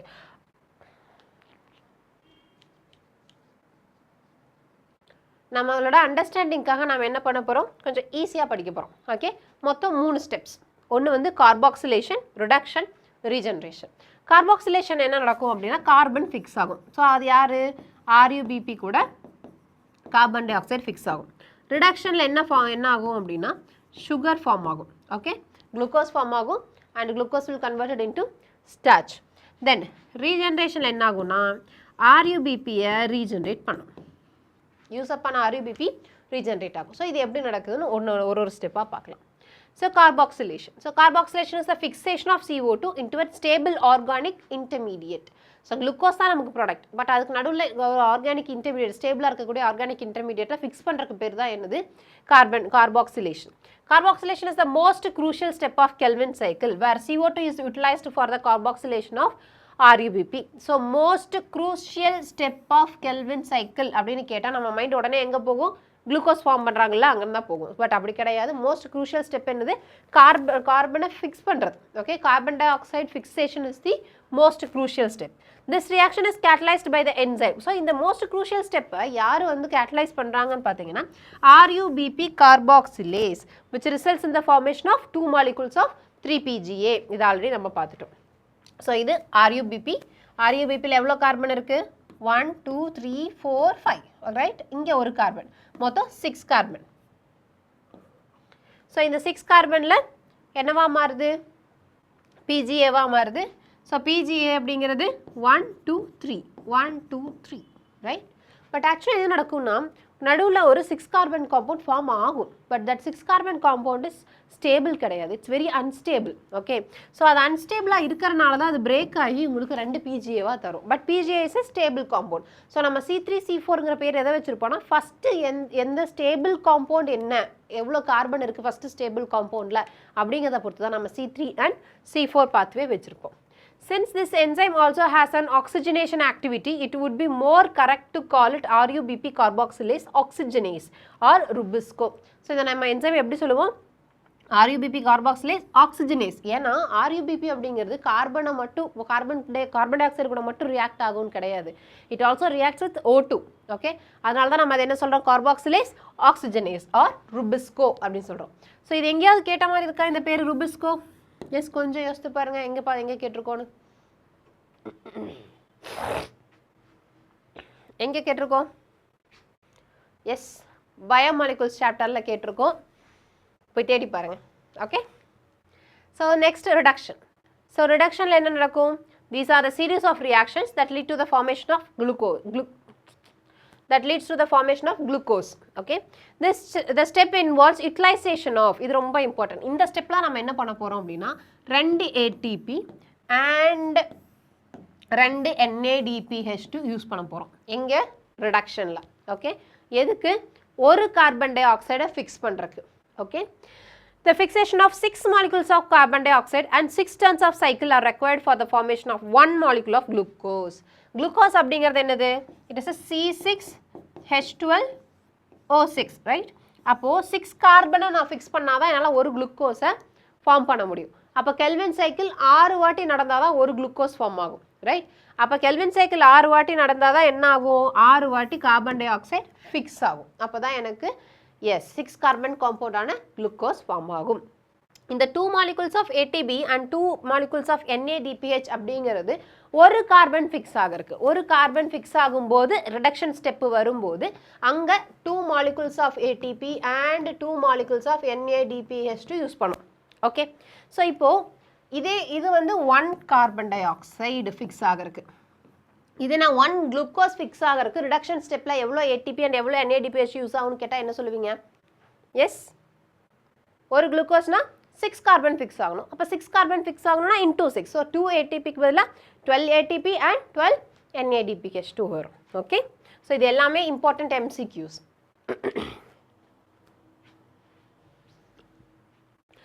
புக்கோட சைடில் எழுதி வச்சுக்கோங்க. 1 CO2 ஃபிக்ஸ் ஆகிறதுக்கு 2 ATP and 2 NADPH2 தேவைப்படும் அப்படின்னு. ஸோ இதில் கார்பாக்சிலேஷனில் ருபிஸ்கோவை நம்ம இது பண்ணுவோம். ருபிஸ்கோ தான் யார்? என்சைம். ஓகே, RuBPயை வச்சு கம்பைன் ஆகி நமக்கு 2 molecules ஆஃப் ஃபாஸ்போகிளிசரைட் ஃபார்ம் ஆகும். ரைட், இது வரைக்கும் நம்ம ATP NADPH யூஸ் பண்ணியிருக்க மாட்டோம். ஆனால் ரிடக்ஷனில் ஒரு கார்பன் டை ஆக்சைடுக்கு 2 ATP 2 NADPH2 யூஸ் பண்ணியிருப்போம்.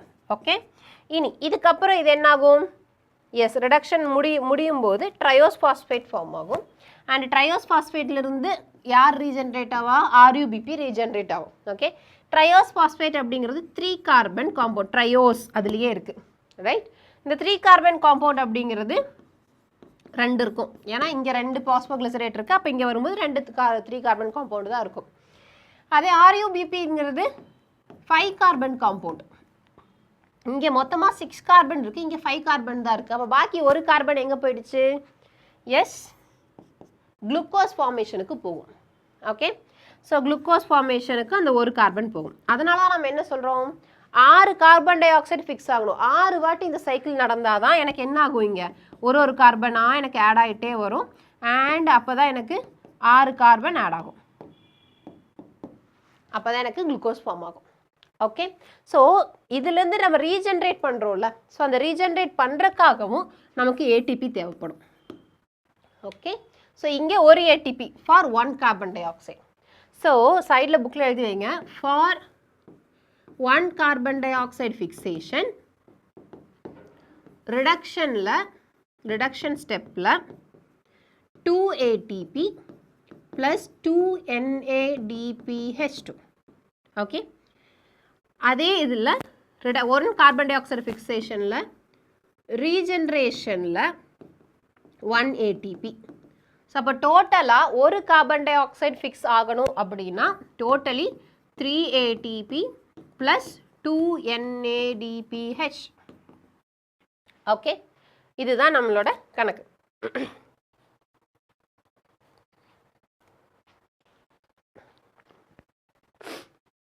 ஸோ கால்குலேட் பண்ணிங்கன்னா இதான் வரும் ரைட் இப்போ கொஸ்டின் அப்படி கேட்காம ஃபார் 1 குளுக்கோஸ் மாலிகுல் ஃபார்மேஷன் அப்படின்னு கேட்குறாங்க ஃபார் 1 குளுக்கோஸ் மாலிகுல் ஃபார்மேஷன் அப்படின்னு கேட்டாங்கன்னா ரிடக்ஷன் ஸ்டெப்பில் எவ்வளோ வரும் 6 × 2 ரைட் ஏன்னா 6 கார்பன் டை ஆக்சைடு ஃபிக்ஸ் ஆனால் தான் எனக்கு வரும் so 6 × 2 ATP plus 6 × 2 NADPH2 and regeneration la 1 ATP for 1 carbon dioxide 6 ATP for 6 carbon dioxide fixation அப்போ டோட்டலாக எவ்வளோ வரும் 18 ATP plus 12 NADPH okay so 18 ATP plus 12 NADPH2 form வேணும் எதுக்கு ஒரு குளுக்கோஸ் ஃபார்ம் ஆகிறதுக்கு ஓகே இது எப்படி வேணால் கேட்கலாம் ரீஜென்ரேஷன் ஸ்டெப்பில் ஒரு குளுக்கோஸ் ஃபார்ம் ஆகிறதுக்கு எவ்வளோ யூஸ் ஆகுதுன்னு கேட்கலாம் இல்லைனா ரிடக்ஷன் ஸ்டெப் மட்டும் தனியாக கேட்கலாம் அப்படி இல்லைனா மொத்தமாகவும் கேட்கலாம் okay so regeneration of CO2 acceptor molecule RUBP is crucial in the cycle is to continue the uninterrupted the regeneration step required 1 ATP for photophosphorylation of RUBP so 1 ATP எதுல ஒரு carbon dioxide fix ஆகும்போது hence for every CO2 molecule entering the Kelvin cycle 3 molecules of ATP and 2 NADP are required right it is probably to meet this difference in number of ATP and NADPH2 right 18 ATP வேணும் and 12 NADPH2 இருந்தால் போதும் right so இந்த டிஃப்ரென்ஸை meet பண்ணுறக்காக தான் என்ன நடக்குதுன்னு நினைக்கிறாங்க அப்படின்னா cyclic ஃபாஸ்போரிலேஷன் நடக்குதுன்னு நினைக்கிறாங்க ஏன்னா நான் சைக்ளிக்கில் ஏடிபியும் சரி NADPH2 சரி ஒரே மாதிரி தான் ப்ரொடியூஸ் ஆகும் அப்போது எக்ஸ்ட்ராவாக இங்கே ஏடிபி தேவைப்படுது ஸோ இந்த எக்ஸ்ட்ரா இருக்கிற இந்த ஏடிபியை காம்பன்சேட் பண்ணுறதுக்காக தான் என்ன நடக்குதுன்னு சொல்கிறாங்க சைக்ளிக் ஃபோட்டோஃபாஸ்போரிலேஷன் நடக்குது அப்படின்னு சொல்கிறாங்க okay so ATP and NADP used in the dark reaction that the cyclic photophosphorylation takes place very important sentence type of questions to make one molecule of glucose 6 turns of the cycle has to required இது important work out how many ATP and NADPH molecules will be required to make one molecule of glucose through the Kelvin pathway so அப்போ 1 molecule of glucose form பண்றதுக்கு எவ்வளோ ATP வேணும் 18 ATP and 12 NADH2 totally தேவைப்படும் okay it might help you to understand all of this if we look at what goes in and what comes out of the Kelvin cycle so உள்ள என்ன போகுது 6 carbon dioxide போகுது அப்போ அது நமக்கு என்னவா வருது 1 glucose வருது and 18 ATP 18 ADP மாறுது 12 NADPH என்னவா மாறுது 12 NADP மாறுது okay so actual Kelvin cycle அப்படிங்கிறது இந்த மாதிரி தான் இருக்கும் பட் தேங்க் காட் நம்ம இவ்வளோ தூரம் டீட்டெயிலாக படிக்க தேவையில்லை. பட் இதில் இருக்கிற சில காம்பவுண்ட்ஸ் மட்டும் உங்களுக்கு தெரியணும். ஓகே, இது ஜைலுலோஸ். ஜைலுலோஸ் 5-பாஸ்பேட். இந்த ஜைலுலோஸ் அப்படிங்கிற காம்பவுண்ட் வந்து 5 கார்பன் காம்பவுண்ட். ஓகே, ER4P அப்படிங்கிறது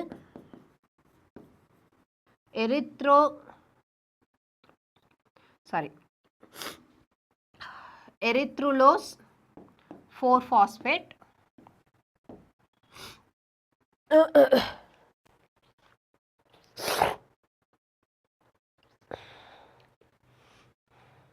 இது வந்து எரித்ருலோஸ் 4-பாஸ்பேட் and இது வந்து 4 carbon compound. Okay, and this one is pseudoheptulose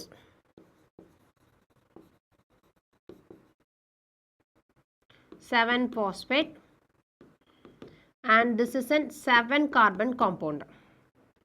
RUBP already பார்த்தோம், 5 கார்பன் காம்பவுண்ட். ஸோ இந்த காம்பவுண்ட்ஸ் எல்லாம் வந்து கெல்வின் சைக்கிளில் ஃபார்ம் ஆகுது, அந்த அளவுக்கு நமக்கு ஓகே. ஓகே, ஸோ என்னென்ன ஃபார்ம் ஆகுது? ஜைலுலோஸ் இருக்குது, எரித்ருலோஸ் இருக்குது, pseudoheptulose இருக்குது. Pseudoheptulose is a 7 carbon, erythrulose is a 4 carbon and xylulose is a 5 carbon. நமக்கு இந்த அளவுக்கு டீப்பாக இல்லை, ஜஸ்ட் அந்த நேம் கொஞ்சம் அழகாக இருந்துச்சு. ஸோ 5 கார்பன் 7 கார்பன் காம்பவுண்ட்லாம் இருக்கிறதுனால ஜஸ்ட் அது மட்டும் சொன்னேன். ஓகே, ஸோ இது இன்டர்மீடியட் காம்பவுண்ட்ஸாக ஃபார்ம் ஆகுது கெல்வின் சைக்கிளில்.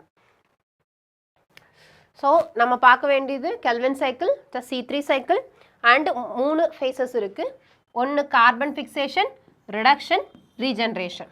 கார்பன் ஃபிக்சேஷனில் கார்பன் டை ஆக்சைடு, ஒரு கார்பன் டை ஆக்சைடு ஃபிக்ஸ் ஆகுது அப்படின்னா ரிடக்ஷனில் 2 ATP ப்ளஸ் 2 NADPH. அதே வந்து ரீஜென்ரேஷனில் RUBP ரீஜென்ரேட் ஆயிரும், பட் அதுக்கு நம்ம ஒரு ATP யூஸ் பண்ணணும், ரைட்? இது 1 கார்பன் டை ஆக்சைடுக்கு. அதே 6 கார்பன் டை ஆக்சைடு, அப்போ தான் என்ன ஆகும்? நமக்கு 6 கார்பன் காம்பவுண்டான குளுக்கோஸ் ஃபார்ம் ஆகும். அப்போ டோட்டலாக 6, அப்போ நமக்கு என்ன ஃபார்ம் ஆகும்? இங்கே குளுக்கோஸ் ஃபார்ம் ஆகும். அப்போ இங்கேயும் 6. அப்போ totally 18 ATP plus 12 NADPH2. So Calvin cycle over. So last class நம்ம என்ன பார்த்தோம்? C3 பார்த்தோம், ரைட்? ஸோ இதுக்கு முன்னாடி C3 பாத்வே பார்த்தோம். இப்போ நம்ம என்ன பார்க்க போகிறோம் அப்படின்னா C4 பாத்வே பற்றி பார்க்க போகிறோம். Okay, plants that are adapted to dry tropical regions have C4 pathway mentioned earlier. So already நம்ம சொன்ன மாதிரி ட்ரை ஏரியாவில் இருக்கிறது தான் என்ன பாத்வே ஃபாலோ பண்ணுது? C4 பாத்வே ஃபாலோ பண்ணுது. அண்ட் C4 பாத்வேல நம்ம ஆல்ரெடி என்ன பார்த்தோம்? C4 பாத்வே அப்படிங்கிறது ஆக்சுவலாக எதுக்கு வருது? ஏன் நம்ம அதை வந்து C4 பாத்வேன்னு சொல்கிறோம்? எஸ், இதுக்கு முன்னாடி பார்த்தோம், ரைட்? C4 பாத்வே இருக்கு, C3 பாத்வே இருக்குன்னு பார்த்தோம். ஸோ C4 பாத்வேன்னு அதை ஏன் சொல்கிறோம்? C3 பாத்வேன்னு ஏன் இதை சொல்கிறோம்?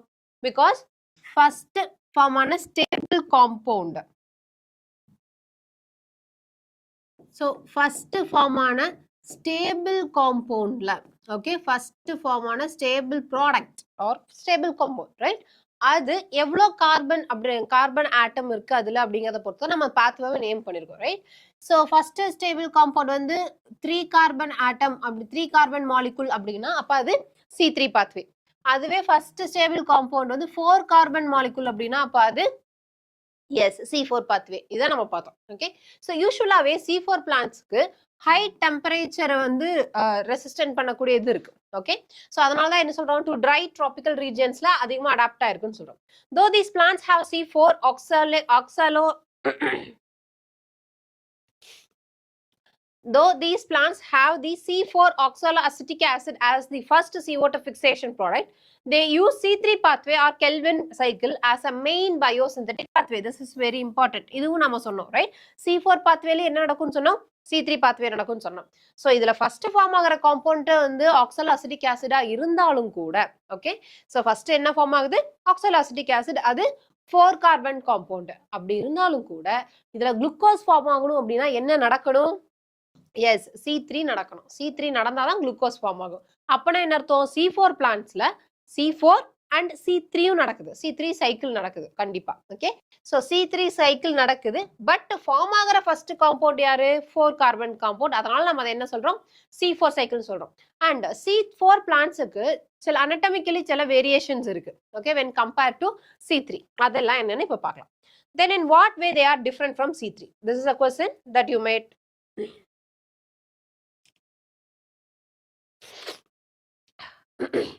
Then in what way are they different from C3 plants? This is a question that you may reasonably ask, right? அப்ப நமக்கு தோணும், ஏன் அப்ப என்ன டிஃபரன்ஸ் இருக்கு? குளுக்கோஸ் ப்ரொடியூஸ் ஆகணும்னா இங்கேயும் C3 பாத்வே நடந்தாகணும், அங்கேயும் C3 pathway நடந்தாகணும்.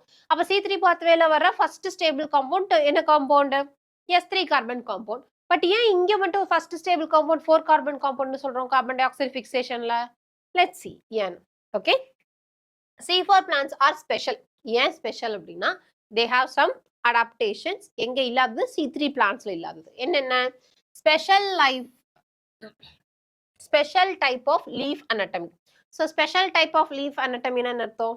S, leaf anatomy C3 விட வேற மாதிரி இருக்குன்னு அர்த்தம். ஸோ ஆக்சுவலா இங்க எப்படி இருக்கும்னா பண்டில் ஷீட் செல்ஸ் இருக்கும்.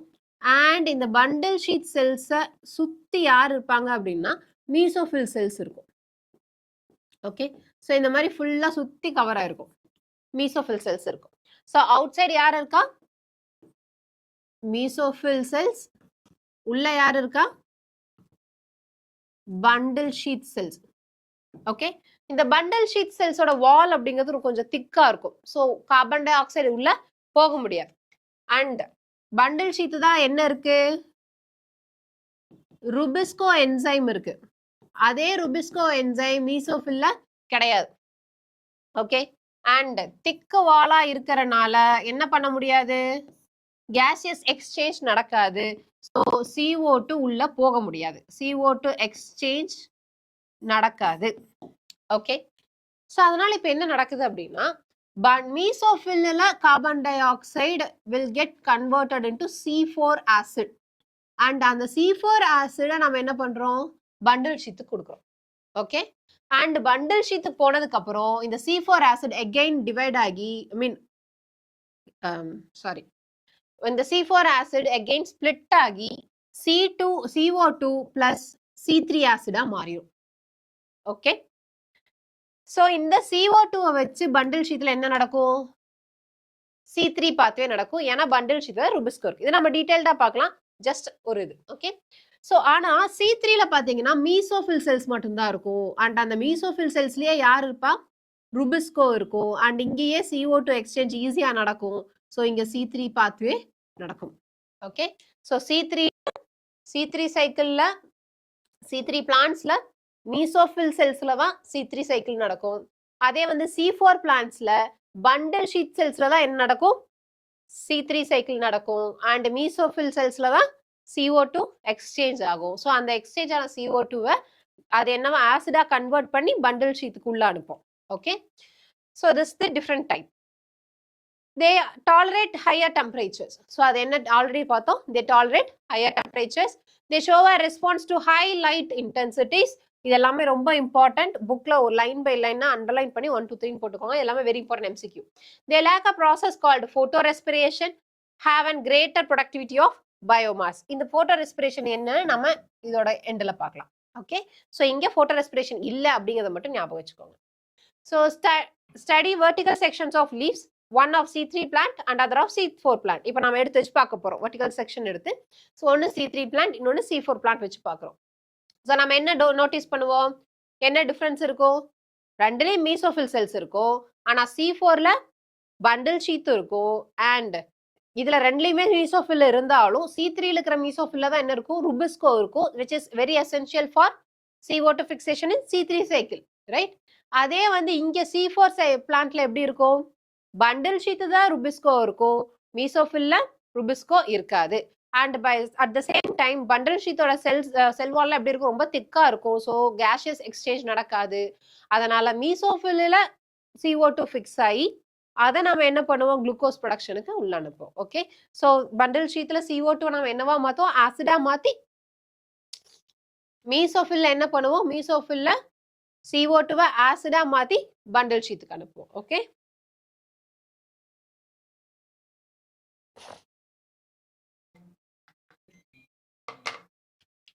ஸோ இது C4 பிளான்ட்ஸ். ஸோ C4 பிளான்ட்ஸ்ல இது என்னது மீசோஃபில் செல்ஸ் அண்ட் இது பண்டில் ஷீட் செல்ஸ். ஸோ நம்ம கட் பண்ணி பார்த்தா எப்படி இருக்கும், வெளியே ஃபுல்லாக மீசோஃபில் கவராக இருக்கும், உள்ள பண்டில் ஷீட் இருக்கும். இதுக்கு CO2 போக முடியாது, ஏன்னா திக்காக இருக்கும் அது, அதனால இங்கே CO2 வரும். ஓகே, ஸோ இதெல்லாம் இங்கே இருக்கு, மெய்ஸ், சுகர் கேன் இங்கெல்லாம் இருக்கு. அண்ட் எப்படி நடக்குதுன்னு பார்க்கலாம். ஸோ இது மீசோஃபில், கார்பன் டை ஆக்சைடு உள்ள வரும். கார்பன் டை ஆக்சைடு உள்ள வந்ததுக்கப்புறம் இங்கே இருக்கிற first carbon di oxide acceptor யாருன்னு கேட்டால் பெப், பாஸ்போ ஈனால் பைருவேட். Okay, Pep. ஸோ இதுதான் வந்து கார்பன் டை ஆக்சைடு ரியாக்ட் ஆக போகுது. Enzyme is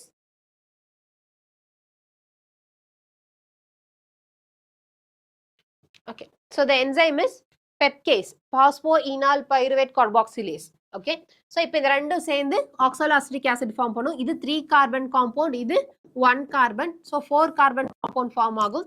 and again it can exchange with malate கூட மாறும். ஸோ ஆக்சாலோஅசிட்டிக் ஆசிட் அது வந்து மேலேட்டா மாறும் and it will go inside. எங்க போகுது இப்போ பண்டில் ஷீட். ஸோ பண்டில் ஷீட்ல என்ன நடக்கும்னா திஸ் 3 கார்பன் தனியாகவும் carbon dioxide will be released. Okay, இப்போ இந்த carbon dioxide will go for Kelvin cycle and in the 3 carbon will be regenerated PEP. Okay, இங்க ATP யூஸ் ஆகும், 2 ATP use ஆகும் per 1 carbon dioxide. Okay, so ஒரு carbon dioxide fix ஆகிறதுக்கு ரீஜெனரேஷன்ல 2 ATP use பண்ணும். அதே மாதிரி அப்போ ஒரு குளுக்கோஸ் ஃபார்ம் ஆகணும் அப்படின்னா 2 கார்பன் டை ஆக்சைடு வரணும், சாரி 6 கார்பன் டை ஆக்சைடு வரணும். அப்ப 12 ATP யூஸ் ஆகும். இது இல்லாம பிளஸ் ஒரு குளுக்கோஸ் ஃபார்ம் ஆகணும் அப்படின்னா ஒரு கெல்வின் சைக்கிள் ஃபுல்லா நடக்கணும். ரைட், 6 வாட்டி நடக்கணும் கெல்வின் சைக்கிள். ஸோ அப்போ 6 வாட்டி கெல்வின் சைக்கிள் நடந்தாதான் எனக்கு ஒரு குளுக்கோஸ் ஃபார்ம் ஆகும். அப்போ அங்க எவ்வளவு யூஸ் பண்ணியிருந்தோம்? Yes, 18 ATP plus 12 NADH. Right, NADH2. So அப்போ மொத்தமா டோட்டலா ஒரு குளுக்கோஸ் ஃபார்ம் ஆகணும் அப்படின்னா C4ல எவ்வளவு தேவைப்படும்? Yes, 30 ATP and 12 NADH2. Right?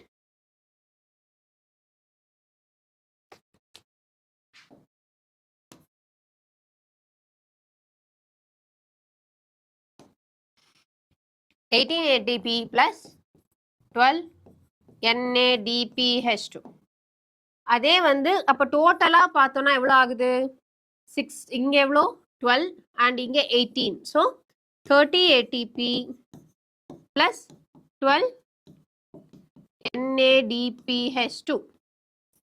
Okay, எதுக்கு? ஒரு குளுக்கோஸ் ஃபார்ம் ஆகிறதுக்கு எங்க C4 பிளான்ட்ல. Okay, so C4 photosynthesisல CO2 வந்து 4 கார்பன் காம்பவுண்ட்ல ஃபிக்ஸ் ஆகும் அண்ட் இங்க போட்டோ ரெஸ்பிரேஷன் நடக்காது. அதை பத்தி நம்ம டீடைல்ல இதோட எண்ட்ல பார்ப்போம்.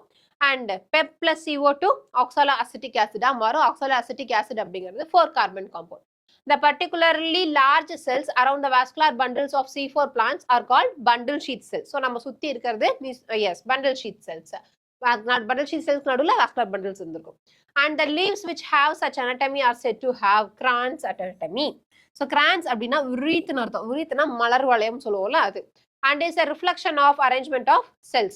So இத இது பார்க்க ஒரே மாதிரி இருக்குங்கிறாங்க. ஏன்னா இது நடுவுல இருக்கிறது vascular bundles and this one is bundle sheath and this one is mesophils. இது vascular bundles.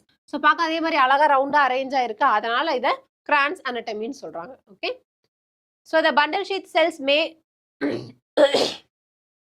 the bundle sheath cells may form several layers around the vascular bundles. They are characterized by having a large number of chloroplasts, thick walls, impervious to gaseous exchange and no intercellular space. இது எல்லாமே ரொம்ப important MCQ. So எப்படி இருக்கும்? having a large number of chloroplasts, நிறைய chloroplast இருக்கும், thick wall-ஆ இருக்கும், அதனால gaseous exchange அங்க நடக்காது and no intercellular spaces. You may like to cut a section of leaf of C4 plants, maize or sorghum. So இது ரொம்ப important example for C4 plants, maize or sorghum. To observe the crans anatomy and the distribution of mesophil cells. So பார்க்கும்போது எப்படி இருக்கும்? இதுக்கு முன்னாடி நம்ம பார்த்த மாதிரி wreath மாதிரி arrange ஆயிருக்கும். So it should be interesting for you to collect leaves of diverse species of plants around you and cut vertical section of the leaf. Cut பண்ணி நம்ம என்ன பண்ண போறோம், மைக்ரோஸ்கோப் அடியை வச்சு பார்க்க போறோம். ஸோ அப்படி பார்க்கும்போது C4 பிளான்ஸையும் C3 பிளான்ஸையும் எப்படி கண்டுபிடிப்பீங்க? எஸ், வாஸ்குலர் பண்டில் சுத்தியும் பண்டில் ஷீட் இருந்து அதுக்கு மேல மீசோஃபில் இருந்தா அது C4 பிளான்ஸ், அதே மீசோஃபில் மட்டும் இருக்கு அப்படின்னா அது C3 plants, right? So the presence of bundle sheath would help you identify the C4 plants. So again, so phosphoenol pyruvate, that is PEP, carbon dioxide வரும், ரெண்டும் சேர்ந்து ஃபிக்ஸேஷனுங்கிறது ஒரு ஸ்டெப். ஃபிக்ஸேஷன்ல C4 ஆசிட் ஃபார்ம் ஆகும். அதுக்கப்புறம் நம்ம என்ன பண்ணுவோம், டிரான்ஸ்போர்ட் பண்ணுவோம். எங்க? மீசோஃபில்ல இருந்து பண்டில் ஷீத்துக்கு. இது எல்லாமே ரொம்ப இம்பார்ட்டன்ட். ஏன்னா CO2 வந்து எங்க ஃபிக்ஸ் ஆகுதுன்னு கேட்டா அது மீசோஃபில்ல, எங்க வந்து குளுக்கோஸ் ஃபார்ம் ஆகுதுன்னு கேட்டா அது பண்டில் ஷீத்ல, அண்ட் எங்க ருபிஸ்கோ இருக்குன்னு கேட்டா பண்டில் ஷீத்ல. ஓகே, ஸோ இந்த C4 ஆசிடை டிரான்ஸ்போர்ட் பண்றோம். அண்ட் C4 ஆசிட் என்ன ஆகுது, டீகார்பாக்சிலேஷன் நடக்குது. இது தேர்ட் ஸ்டெப். டீகார்பாக்சிலேஷன்ல C3 acid plus CO2, and இந்த CO2 எங்க போகுது, கெல்வின் சைக்கிளுக்கு போயிடும். அண்ட் இந்த C3 ஆசிடை அகைன் டிரான்ஸ்போர்ட் பண்ணி ரீஜெனரேஷன். ஓகே, ரீஜெனரேஷன்ல என்ன நடக்கும், PEP மறுபடியும் ஃபார்ம் ஆகும். அண்ட் இங்க 2 ATP யூஸ் அப் ஆகும் ஒரு கார்பன் டை ஆக்சைடுக்கு. அப்போ ஒரு குளுக்கோஸ்க்கு 6 ATP யூஸ் ஆகும். பிளஸ் கெல்வின் சைக்கிள் நடக்குது. அப்போ கெல்வின் சைக்கிள் யூஸ் பண்ற 18 ATP அண்ட் 12 NADH2 எடுக்கணும். This pathway that has been named the H-Slack pathway is again a cyclic process. இது என்ன சொல்றோம், H-Slack சொல்றோம், ஏன்னா இவங்க தான் கண்டுபிடிச்சது. அதனால let us study the pathway by listening the steps. So என்னென்ன ஸ்டெப்ஸ் பார்க்கலாம். The primary CO2 acceptor is 3 carbon molecule PEP. It's very important MCQ. Okay, and is present in mesophyll cells. So இது எங்க இருக்கு, mesophyll bundle sheath கிடையாது. The enzyme responsible for this fixation is PEP carboxylase. So என்ன enzyme responsible, PEP carboxylase or pepcase. But அதே வந்து C3 plants-ல யார் fix பண்ணா, rubisco. Okay, it is important to register that mesophyll cells lack rubisco enzyme. So this is very important. So இங்க என்ன இருக்காது, rubisco enzyme இருக்காது. The C4 acid, that is OAA, that is oxaloacetic acid, is formed in the mesophyll cells. So இது எங்க form ஆகுது, மீசோஃபில்ல. இப்போ மீசோஃபில்ல நம்ம என்ன பண்ண போறோம், பண்டில் ஷீத்துக்கு டிரான்ஸ்ஃபர் பண்ண போறோம். It then forms other C4 carbon compounds like அதுல இருந்து oxaloacetic acid இருந்து வேற compounds ஃபார்ம் ஆகும், that is malic acid இல்லனா aspartic acid மாதிரி. And then இத நம்ம எங்க டிரான்ஸ்போர்ட் பண்ணுவோம், bundle sheath செல்லுக்கு டிரான்ஸ்போர்ட் பண்ணுவோம்.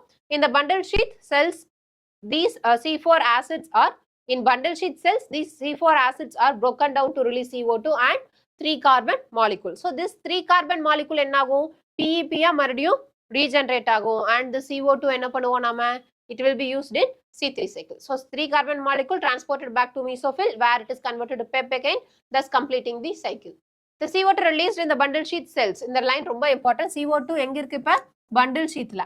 And cells enter C3 and Kelvin pathway. So bundle sheath cells என்ன நடக்கும், yes, Kelvin pathway நடக்கும், a pathway common to all plants. The bundle sheath cells are rich in ribulose bisphosphate carboxylase oxygenase, that is nothing but rubisco, but lack pepcase. So இங்க pepcase இருக்காது. Thus the basic pathway that results in the formation of sugars, the Kelvin pathway, is common to C3 and C4. This line is very important. So Kelvin pathway அப்படிங்கிறது C3 க்கும் சரி C4 க்கும் சரி it is common. Okay, so இதுல mesophyll மட்டும்தான் இருக்கு, right? இதுல bundle ஷீத்தோ மேல ரீத் மாதிரி எல்லாம் கிடையாது, கிரான்ஸ் அனட்டமி கிடையாது. So this is C3. அப்ப இந்த மீசோஃபில்லே என்ன இருக்கும், எனக்கு ருபிஸ்கோ இருக்கும். ஸோ அங்கேயே என்ன நடக்குது, சுகர் ஃபார்ம் ஆகுது. பட் அதே C4ல பண்டல் ஷீட்ல தான் ருபிஸ்கோ இருக்கும், இங்க ருபிஸ்கோ இருக்காது. அதனால இங்க இருந்து கார்பன் டை ஆக்சைடை எடுத்துட்டு போய் நம்ம உள்ள கொடுத்து கெல்வின் சைக்கிள் பண்ணுவோம். Okay, did you note that Kelvin pathway occurs in all mesophyll cells of the C3 plants? Yes. In the C4 plants, it does not take place. In the C4 plants, it does not take place in the mesophyll cells, but does so only in the bundle sheath.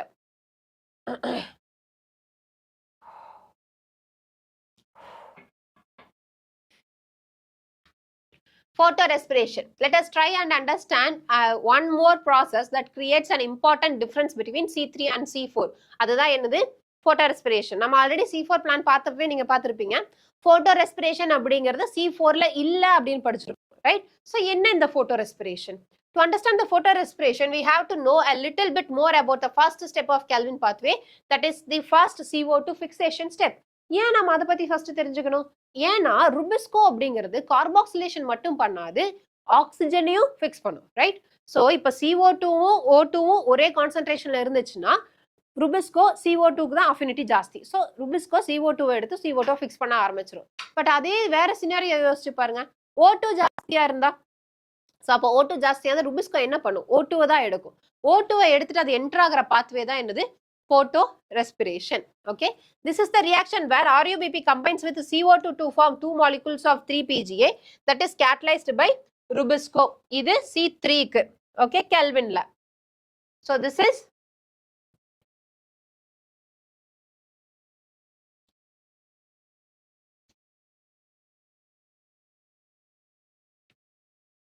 so இது Rubisco. So Rubisco வந்து carbon dioxide accept பண்ணிட்டு ribulose plus phosphate triphosphate form பண்ணிச்சுனா 3 carbon form பண்ணிச்சுனா அது C3 cycle, that is Calvin cycle. அதே இந்த பக்கம் பாருங்க, ருபிஸ்கோ வந்து RUBP வந்து O2 ஃபிக்ஸ் பண்ணிச்சு அப்படின்னா திஸ் இஸ் photorespiration. ஸோ இங்க என்ன ஃபர்ஸ்ட் ஃபார்ம் ஆகும்னா 2p glycolate and 3p glycerate form ஆகும். இதுல 2 கார்பன் காம்பவுண்ட். ஸோ அதனால நம்ம அதை என்ன சொல்றோம்? Yes C2 cycle. Okay, 2 carbon compound form பண்ணும். ஸோ RUBP கார்பாக்சிலேஷன் பண்ணுச்சுன்னா PGA ஃபார்ம் ஆகும். அதே வந்து RUBP O2 கூட ஆக்சிஜனேஷன் பண்ணுச்சுன்னா PGA அண்ட் கிளைகோலேட் ஃபார்ம் ஆகும். கிளைகோலேட் அப்படிங்கிறது 2 carbon compound. So RuBisCO CO2 என்ன ஆகும்? 3PGA ஃபார்ம் ஆகும். So Rubisco, that is most abundant enzyme in the world. So யாரு most abundant enzyme in the world? இந்த biomolecules பார்த்துட்டோம். Rubisco is characterized by the fact that its active site can bind to both CO2 and O2. Hence அதனால தான் என்ன சொல்றோம்? Carboxylase oxygenase சொல்றோம். Can you think how this could be possible? Because but actually என்னன்னா Rubiscoல greater affinity for CO2 தான். எப்போ ரெண்டு ஒரே மாதிரி அவைலபிளா இருக்கும்போது. பட் அதுவே வந்து அதிகமா O2 அதிகமா இருந்துச்சு அப்படின்னா அங்க என்ன ஆகும்? காம்படிஷன் இருக்கும். ஸோ அதிகமா யார் அவைலபிளா இருக்காங்களோ அதைத்தான் ருபிஸ்கோ எடுக்கும். So it is relative concentration of O2 and CO2 that determines which of the two will bind to the enzyme. So in C3 plants, some O2 does bind to the Rubisco and hence CO2 fixation is decreased. So actually என்ன நடக்குதுன்னா C3ல என்னதான் CO2 அதிகமா இருந்தாலும் சில O2 என்ன ஆகுது? Photo ரெஸ்பிரேஷனுக்கு போகத்தான் செய்யுது. ஸோ சில ருபிஸ்கோ O2 எடுக்க தான் செய்யுது.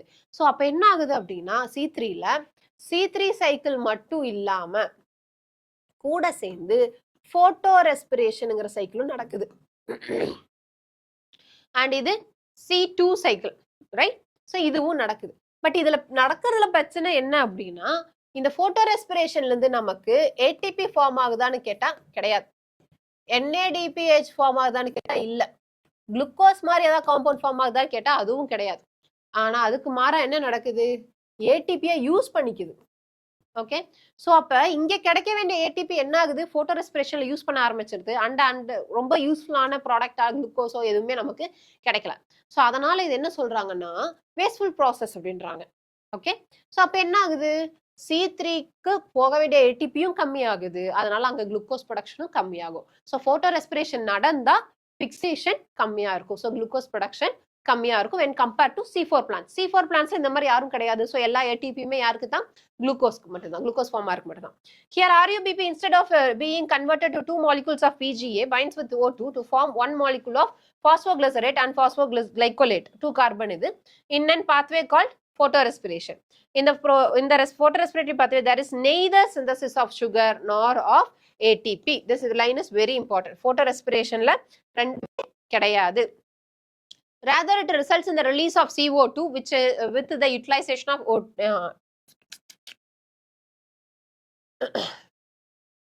rather it results in the release of CO2. So என்ன ஆகுது? CO2 ரிலீஸ் ஆகுது. எதுல இந்த போட்டோ ரெஸ்பிரேஷன்ல நமக்கு ஃபிக்ஸ் ஆக வேண்டிய CO2 என்ன பண்ணுது, அது ரிலீஸ் பண்ணுது with the utilization of ATP. ATP use பண்ணிக்குது. So photorespiration pathways, there is no synthesis of ATP or NADPH. The biological function of photorespiration is not known yet. So in C4 plants, photorespiration does not occur. அப்போ C3 plants more effective இல்ல C4 plants more effective glucose produce பண்றதுல? Yes, C4 plants are more effective. So this takes place when the C4 acid from the mesophyll cells is, this takes place when C4 acid from the mesophyll is broken down in the bundle sheath cells to release CO2. This results in increasing the intracellular concentration of O2. So C4 ல என்ன நடக்குது, இதுக்கு நேர் மாறா waste பண்ற CO2 வந்து போட்டோரெஸ்பிரேஷன்ல release ஆகுது. But C4 ல என்ன நடக்குது, CO2 நல்லாவே ஃபிக்ஸ் ஆகுது அண்ட் மோர் என்ன நடக்குதுன்னா O2 பெருசா ஃபிக்ஸ் ஆகல. ஏன்னா CO2வை லிட்டரலா என்சைம் எங்க இருக்கோ அங்க வரைக்கும் கொண்டு போய் கொடுக்குது, ரைட்? ஆக்சாலோஅசிட்டிக் ஆசிட் மாலேட்டம் மாதிரி அது உள்ள கொடைக்கு கொண்டு போய் கையில கொடுக்குது, ரைட்? அதனால O2 வாங்குறதுக்கு எஸ் அவைலபிளா இருக்காது ருபிஸ்கோ. அதனால மோர் எஃபெக்டிவ் எதுன்னு கேட்டா C4. In turn, this ensures that the rubisco functions as a carboxylase, minimizing the oxygenase activity. Now that you know that C4 plants lacks photorespiration, you probably can understand why productivity and yields are better in these plants. In addition, these plants shows tolerance to high temperature. Based on நம்ம என்ன பண்ண போறோம், C3 க்கும் C4 க்கும் difference பார்க்க போறோம். So C3 plants, C4. So C3 ல CO2 fixation takes place in mesophyll. அங்க மீசோஃபில் அண்ட் பண்டில் ஷீத் ரெண்டுமே வேணும். அதுல மெயினா எங்க CO2 உள்ள வந்து மாறுது ஆக்சாலோஅசிட்டிக் ஆசிடா, மீசோஃபில்ல. அண்ட் குளுக்கோஸ் எங்க ப்ரொடியூஸ் ஆகுது, பண்டில் ஷீத். இங்க CO2 அக்செப்டர் யாரு, RUBP, அங்க பெப். இங்க ஃபர்ஸ்ட் ப்ராடக்ட் 3PGA, அங்க ஃபர்ஸ்ட் ப்ராடக்ட் ஆக்சாலோஅசிட்டிக் ஆசிட். இங்க கிரான்ஸ் அனட்டமி கிடையாது, பட் C4 ல கிரான்ஸ் அனட்டமி இருக்கு.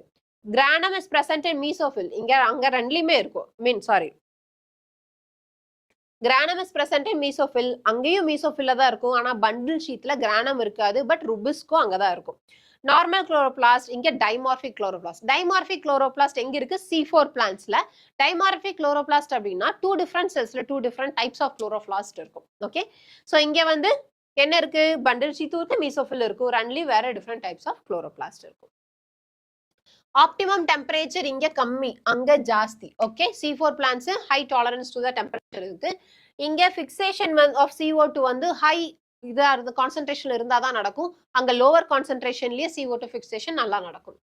அண்ட் இங்க வந்து less efficient because photorespiration இருக்கறனால, அது more efficient because photorespiration இல்ல. And Rubisco carboxylase enzyme used for fixation, அங்க பெப் அண்ட் ருபிஸ்கோ ரெண்டுமே நம்ம யூஸ் பண்றோம். இங்க 18 ATP தான் யூஸ் ஆகுது, பிளஸ் 12 NADPH, கரெக்டா? Plus 12 NADPH. இங்க 30 ATP plus 12 NADPH. Okay, next இங்க எஃபிஷியன்ட் அட் லோ O2, இங்க efficient at high O2 also. So O2 கம்மியா இருந்தா மட்டும்தான் இங்க என்ன பண்ண முடியும், எஃபிஷியன்டா இருக்க முடியும். அங்க ஹை O2 இருந்தாலும் பிரச்சனை கிடையாது, எஃபிஷியன்டா இருக்கும். ஸோ எக்ஸாம்பிள் இங்க பேடி, வீட், பொட்டேட்டோ எக்ஸெட்ரா. அங்க சுகர் கேன், மெய்ஸ், சொர்க்கம், அமராந்தஸ் etcetera. Okay, so C3 C4 பார்த்தாச்சு. அடுத்து நம்ம என்ன பண்ண போறோம்னா ஃபேக்டர்ஸ் அஃபெக்டிங் போட்டோசிந்தசிஸ். என்னென்ன ஃபேக்டர்ஸ் போட்டோசிந்தசிஸை அஃபெக்ட் பண்ணுதுன்னு பார்க்க போறோம்.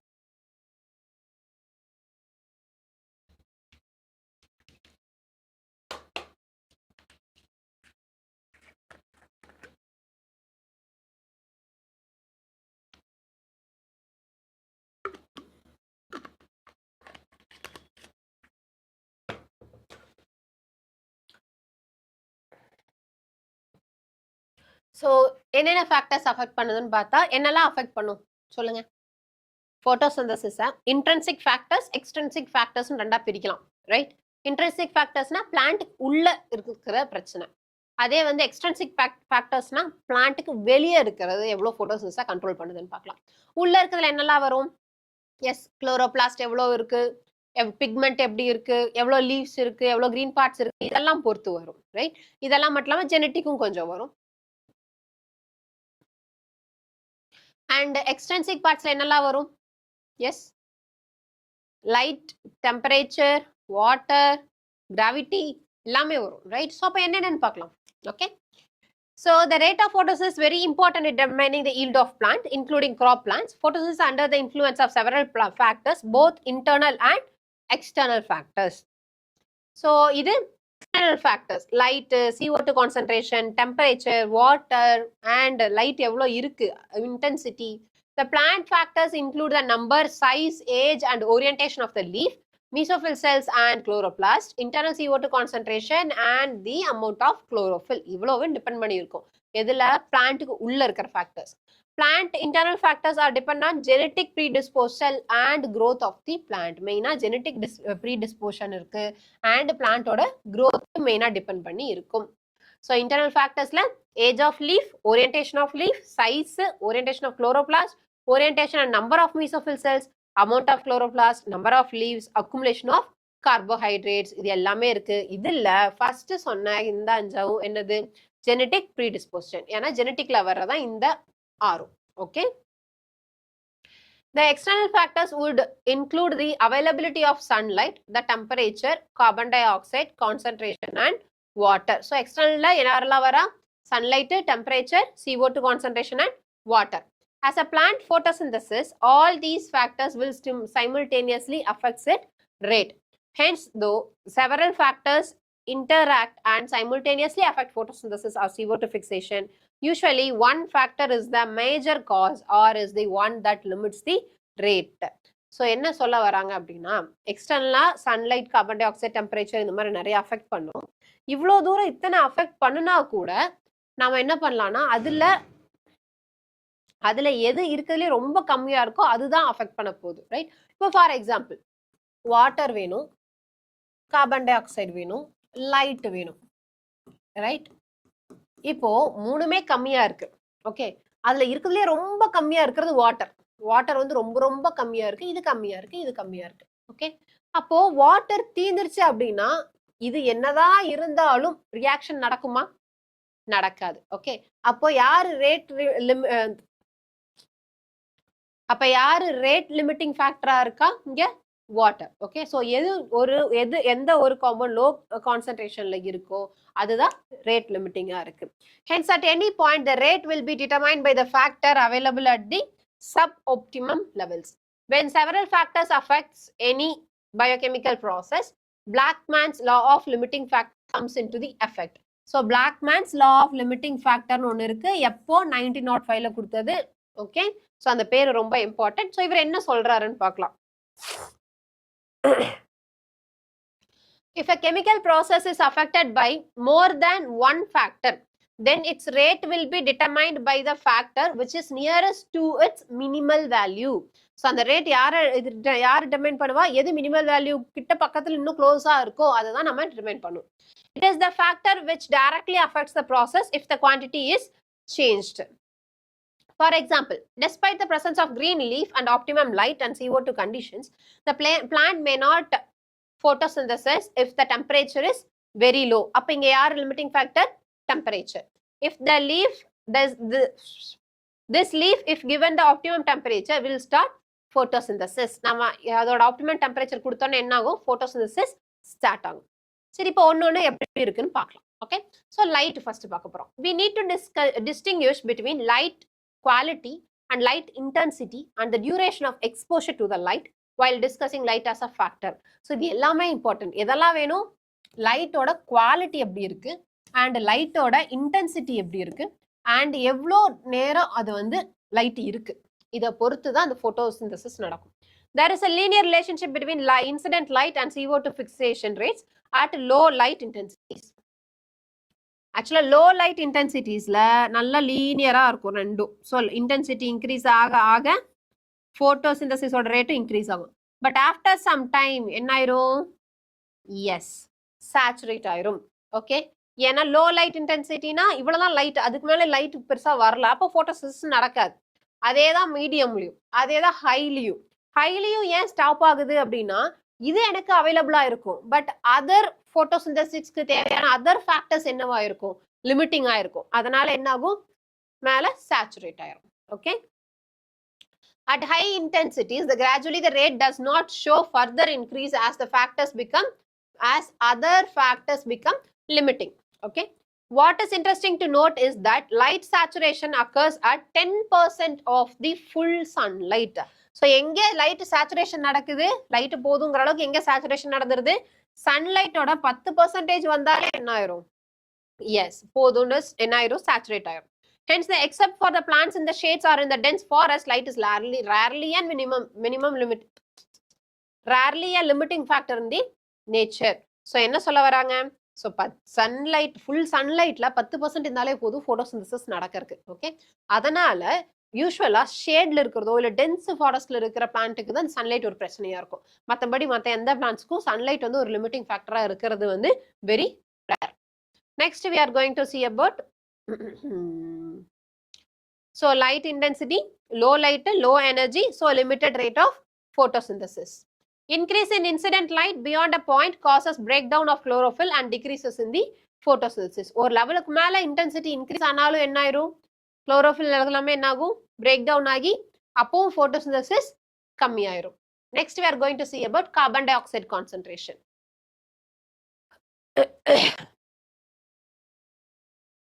Carbon dioxide is the major limiting factor for photosynthesis. இது ரொம்ப important. Photosynthesis major இருக்கக்கூடிய limiting factor யாருன்னு கேட்டா carbon dioxide. So the concentration of carbon dioxide is very low in atmosphere. So atmosphereல எவ்வளவுதான் இருக்கு, 0.3 to 0.04 sorry 0.03 not 0.3 0.03 to 0.04% தான் இருக்கு. Increase in concentration up to 0.05% can cause an increase in CO2 fixation rate. Beyond this level can become damaging over longer periods. So இது என்ன ஆகும், நீங்க இதோட கான்சென்ட்ரேஷனை ஒரு 0.05 வரைக்கும் கொண்டு வந்தீங்கன்னா, ஓகே 0.03 இருக்கு, 0.04 இருக்கு, நீங்க 0.05 வரைக்கும் கொண்டு வந்தீங்கன்னா ஃபிக்சேஷன் நல்லா இன்க்ரீஸ் ஆகும். பட் அதுக்கு மேல கொண்டு போனீங்கன்னா என்ன நடக்கும்னா, உள்ள இருக்கிற இது ஃபுல்லா என்ன ஆகும், எஸ் டேமேஜ் ஆக ஆரம்பிச்சிடும், குளோரோஃபில் எல்லாமே டேமேஜ் ஆக ஆரம்பிச்சிடும். ஓகே, ஸோ இதுக்கு மேலே பியாண்டா நீங்கள் எடுத்துகிட்டு போனீங்கன்னா என்ன ஆகும், ஃபுல்லாக டேமேஜ் ஆக ஆரம்பிக்கும் லாங்கர் ரன்ல. So C3 and C4 plants responds to differently to CO2 concentrations. So C3யும் சரி C4ம் சரி டிஃப்ரெண்ட்டாக தான் கான்சன்ட்ரேஷனுக்கு ரெஸ்பாண்ட் பண்ணும். எப்படி, low light conditions neither group responds to high CO2 conditions. Low light conditions neither group responds to high CO2 conditions.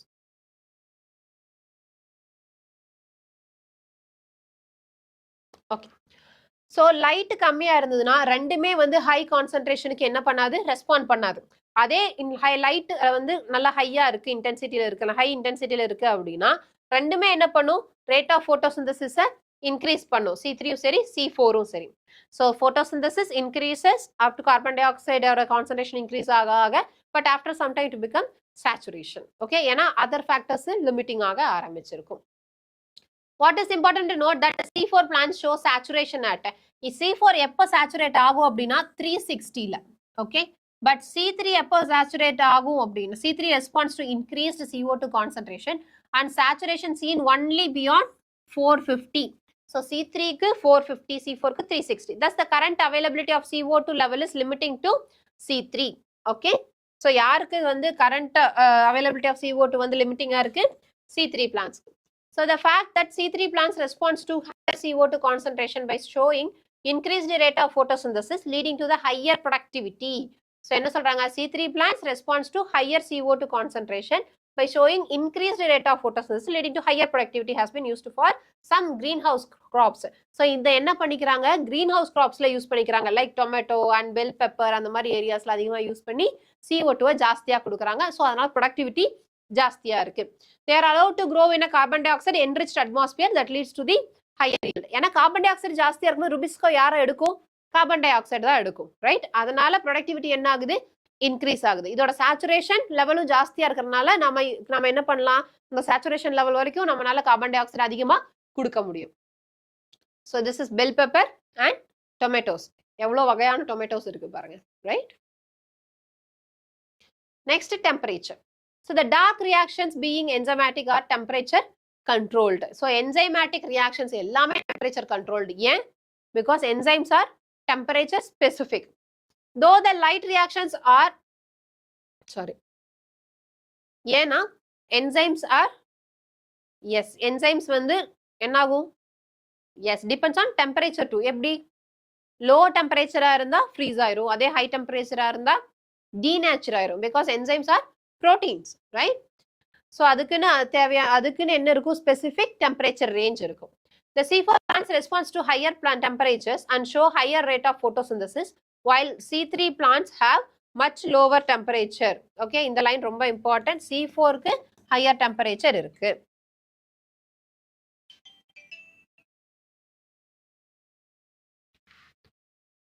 So lower டெம்பரேச்சர்லையும் பெருசா work ஆகாது அண்ட் அந்த என்சைம்ஸோட ஆப்டிமம் டெம்பரேச்சர்ல தான் ஒர்க் ஆகும். Okay, the temperature optimum for photosynthesis of different plants also depends on the habitat that they adapted to. அதுவும் depends. ஏன்னா இப்போ high டெம்பரேச்சர்ல adapt ஆன ஆர்கானிசமா இருந்தா அந்த என்சைம்ஸும் அந்த ஹை டெம்பரேச்சருக்கு அடாப்ட் ஆயிருக்கும். அதே வந்து கோல்ட் ஏரியாஸ்ல லிவ் பண்ற ஆர்கானிசம்ஸா இருந்தா, அதுல இருக்கிற பிளான்ஸா இருந்தா அதுக்கு அதோட என்சைம்ஸ் என்ன இருக்கும்? அந்த கோல்ட் டெம்பரேச்சருக்கு அடாப்டட் என்சைம்ஸா இருக்கும். ஸோ ஓகே, ஸோ ஒரு என்சைம்ஸ்க்கும் அது எங்க இருக்குங்கிற ஹேபிட்டாட்டை பொறுத்து என்ன மாறும்? டெம்பரேச்சர் மாறும். Tropical plants have higher temperature. ஏன்னா அங்க வந்து டெம்பரேச்சர் ஜாஸ்தியா இருக்கும். Optimum than the plants adapted to the temperate climates. அந்த லைன் ரொம்ப important. So temperature low temperature இருந்தால் ரேட் ஆஃப் photosynthesis லிமிட்டடா இருக்கும் அண்ட் வெரி ஹை டெம்பரேச்சரா இருந்தாலும் டிக்ரீஸ் ஆகும். ஒரு ஆப்டிமம் டெம்பரேச்சர்ல தான் நடக்கும். Next we are going to see about water. Even though water is one of the reactant in the light reaction, the effect of water as a factor is more through its effects on the plant rather than directly on photosynthesis. So plant நம்ம photosynthesis பண்றதுக்கு water ஒரு நம்ம photosynthesis பண்றதுக்கு வாட்டர்ங்கிறது very important thing, கரெக்டா? அப்படி இருந்தாலும் கூட பிளான்ட்டோட overall இதுல வந்து வாட்டர் இல்லங்கிறதான் பிரச்சனையா இருக்குன்னு சொல்றாங்க. Okay, so water stress causes stomata to close, hence the reducing CO2 availability. So water அதிகமாச்சுன்னா என்ன ஆகும்? அந்த water so water stress, water இல்லை ரொம்ப ட்ரை ஏரியாவா இருக்குன்னா அப்போ என்ன பண்ணும்? ஸ்டொமேட்டா க்ளோஸ் ஆயிரும். ஏன் க்ளோஸ் ஆகுது? To prevent transpiration, right? So hence reducing the CO2 availability. அதனால என்ன ஆகாது? CO2 நமக்கு அவைலபிளா இருக்காது, ஏன்னா அது க்ளோஸ் ஆயிடுச்சு. ஸோ வாட்டர் அவைலபிலிட்டி கம்மியாச்சுன்னா ஸ்டொமேட்டா க்ளோஸ் ஆயிரும். ஸோ CO2 இன்டேக் கம்மியாயிரும். CO2 இன்டேக் கம்மியாச்சுன்னா ஆட்டோமேட்டிக்கலி ஃபோட்டோசிந்தசிஸும் கம்மியாகும். Besides, water stress also makes leaves wilt, thus reducing the surface area of the leaves and their metabolic activity as well. So என்ன ஆயிரும்? தண்ணி இல்லைன்னா செடி வாட ஆரம்பிக்கும், ரைட்? வாடி அப்படியே இதாக ஆரம்பிக்கும். ஸோ அதனால என்ன ஆயிரும்னா சர்ஃபேஸ் ஏரியா டிக்ரீஸ் ஆகும், ஸ்டொமேட்டா க்ளோஸ் ஆகும். அதனால என்ன ஆகும்? ஃபோட்டோசிந்தசிஸ் ஒழுங்கா நடக்காது.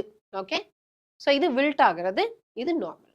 ஸோ இதுலேயும் தண்ணி நிறையானா என்ன ஆகும்? தண்ணி நிறையானாலும் பழுக்க ஆரம்பிச்சிடும். அங்கேயும் குளோரோபிளாஸ்ட் நமக்கு லாஸ் ஆக ஆரம்பிச்சிடும், குளோரோஃபில் பிக்மெண்ட்ஸ் லாஸ் ஆக ஆரம்பிச்சிடும். ஓகே, ஸோ இதோட நமக்கு இந்த சாப்டர் முடியுது. ஓகே, ஸோ நம்ம இந்த சாப்டர்ல என்ன பார்த்துருக்கோம்?